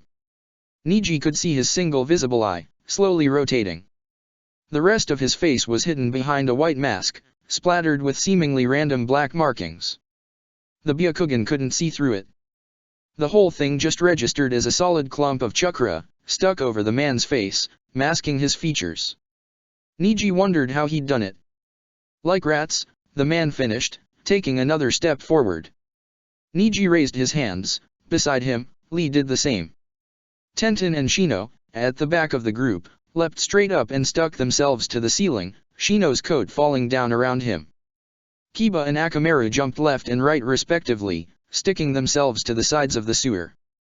The enormous white dog snarled, and his partner did the same. So, little rats. The Uchiha came to a stop, leaning casually against one of the railings, uncaring of the array of Shino watching him from every angle. What do you do now? Maybe we'll just take you down here, huh? Kiba suggested, his elongated fangs all too obvious. Do everyone a favor and put you out of their misery.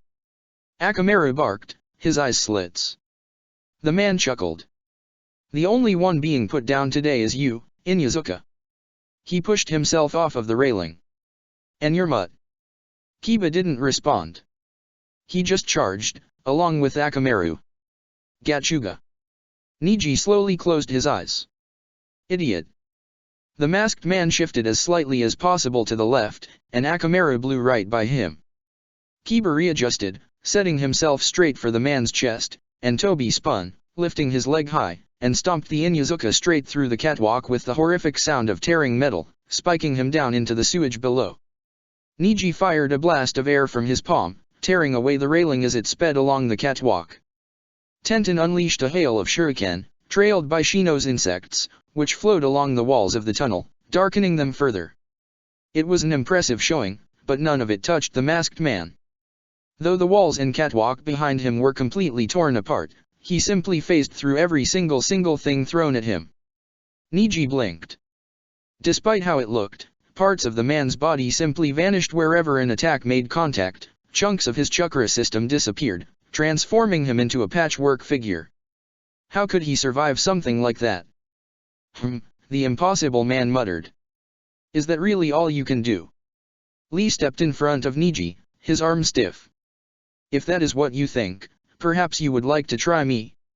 He challenged, lowering his hand, the palm extended. The masked man crossed his arms and snorted. If you insist, I suppose I. He trailed off, then held up one of his hands. Wait. Huh. Lee's hand lowered slightly. Do not think you can distract me. I have been practicing my subtlety. There is no way you will dash. Not you, the man said abruptly, turning his head to the side, as if listening to something. His arms slowly fell to his sides, and he straightened up, while the Konoha shinobi watched, confused. Well, he slowly said, his tone on the knife edge of curiosity and annoyance. It seems today is your lucky day. I have something else to attend to. He took a step back, towards the edge of the wrecked catwalk. Oh. But before I go. Toby ran his hands through two quick signs, tilting his head up. Katon, Gokakyu no Jutsu. Team Guy and Shino leaped back, along with Akamaru, watching as an enormous fireball burst from where the man's mouth should have been, rocketing up into the roof of the tunnel. It struck with a tremendous roar, lighting up the dark for hundreds of feet in either direction, and the roof crumbled, tons of concrete crashing down and ruining the path forward. The man in the white mask waved as the rubble fell around him. Perhaps later, he said mockingly, and then vanished, leaving behind nothing but the din of the collapsing tunnel. The rubble finally stopped falling, the new obstacle settling, and for a moment there was silence. A silence which shattered when Kiba exploded from the sewage, swearing viciously and covered in something that defied categorization, but smelled like the product of 1,000 years of constipation. You son of a bitch! He shouted, sprinting up the wall, leaving behind a viscous trail. I'll dash. He blinked, taking in the devastation wrought upon the tunnel, and turned to Shino, watching him from the ceiling. Hey! He called up, his face twisting in confusion. What happened? Where'd he go? He left, Shino said flatly, inspecting the rubble. He'd lost several insects in there. He just left. Kiba shot back. What the hell? That doesn't make any dash. Niji cut in, wrinkling his nose. He said he had something else to attend to. He glanced at Tenten, who shrugged, storing her weapon scroll. I have no idea what he meant, he finished. Kiba just blinked again, considering the new information. That guy's an asshole, he decided. Tenten laughed, and Kiba chuckled with her. Anyone got anything that'll wash this shit off?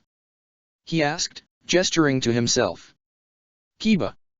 I don't believe that is the kind of thing that washes off, Lee offered. Kiba sighed. Damn it. Akamaru whimpered, pacing along the wall towards his partner. Then, he took a long, obvious sniff. The dog immediately groaned and backed up, putting as much space between himself and his partner as possible. Oh come on, Akamaru. Kiba groaned. It's not that dash. His nostrils flared, and he wobbled on his feet, almost falling off of the wall. He shook his head viciously. Okay. That's pretty bad. Then he sighed again.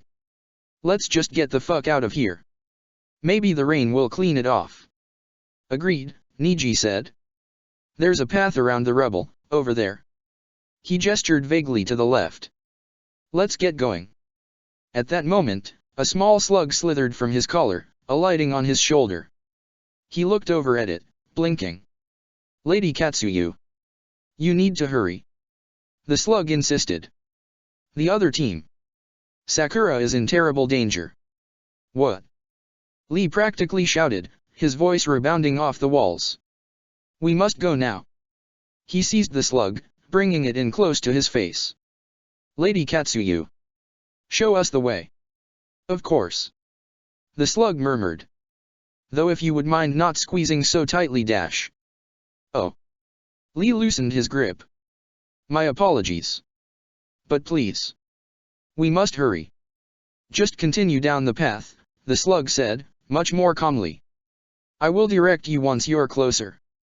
And so, Team Guy and 2/3 of Team 8 set out once more, moving along the walls and ceiling of a Megacourse sewer, deeper into the village. But despite Katsuyu's warning, all of them were thinking the same thing. What did that guy have to attend to? Check the description for the links to the author.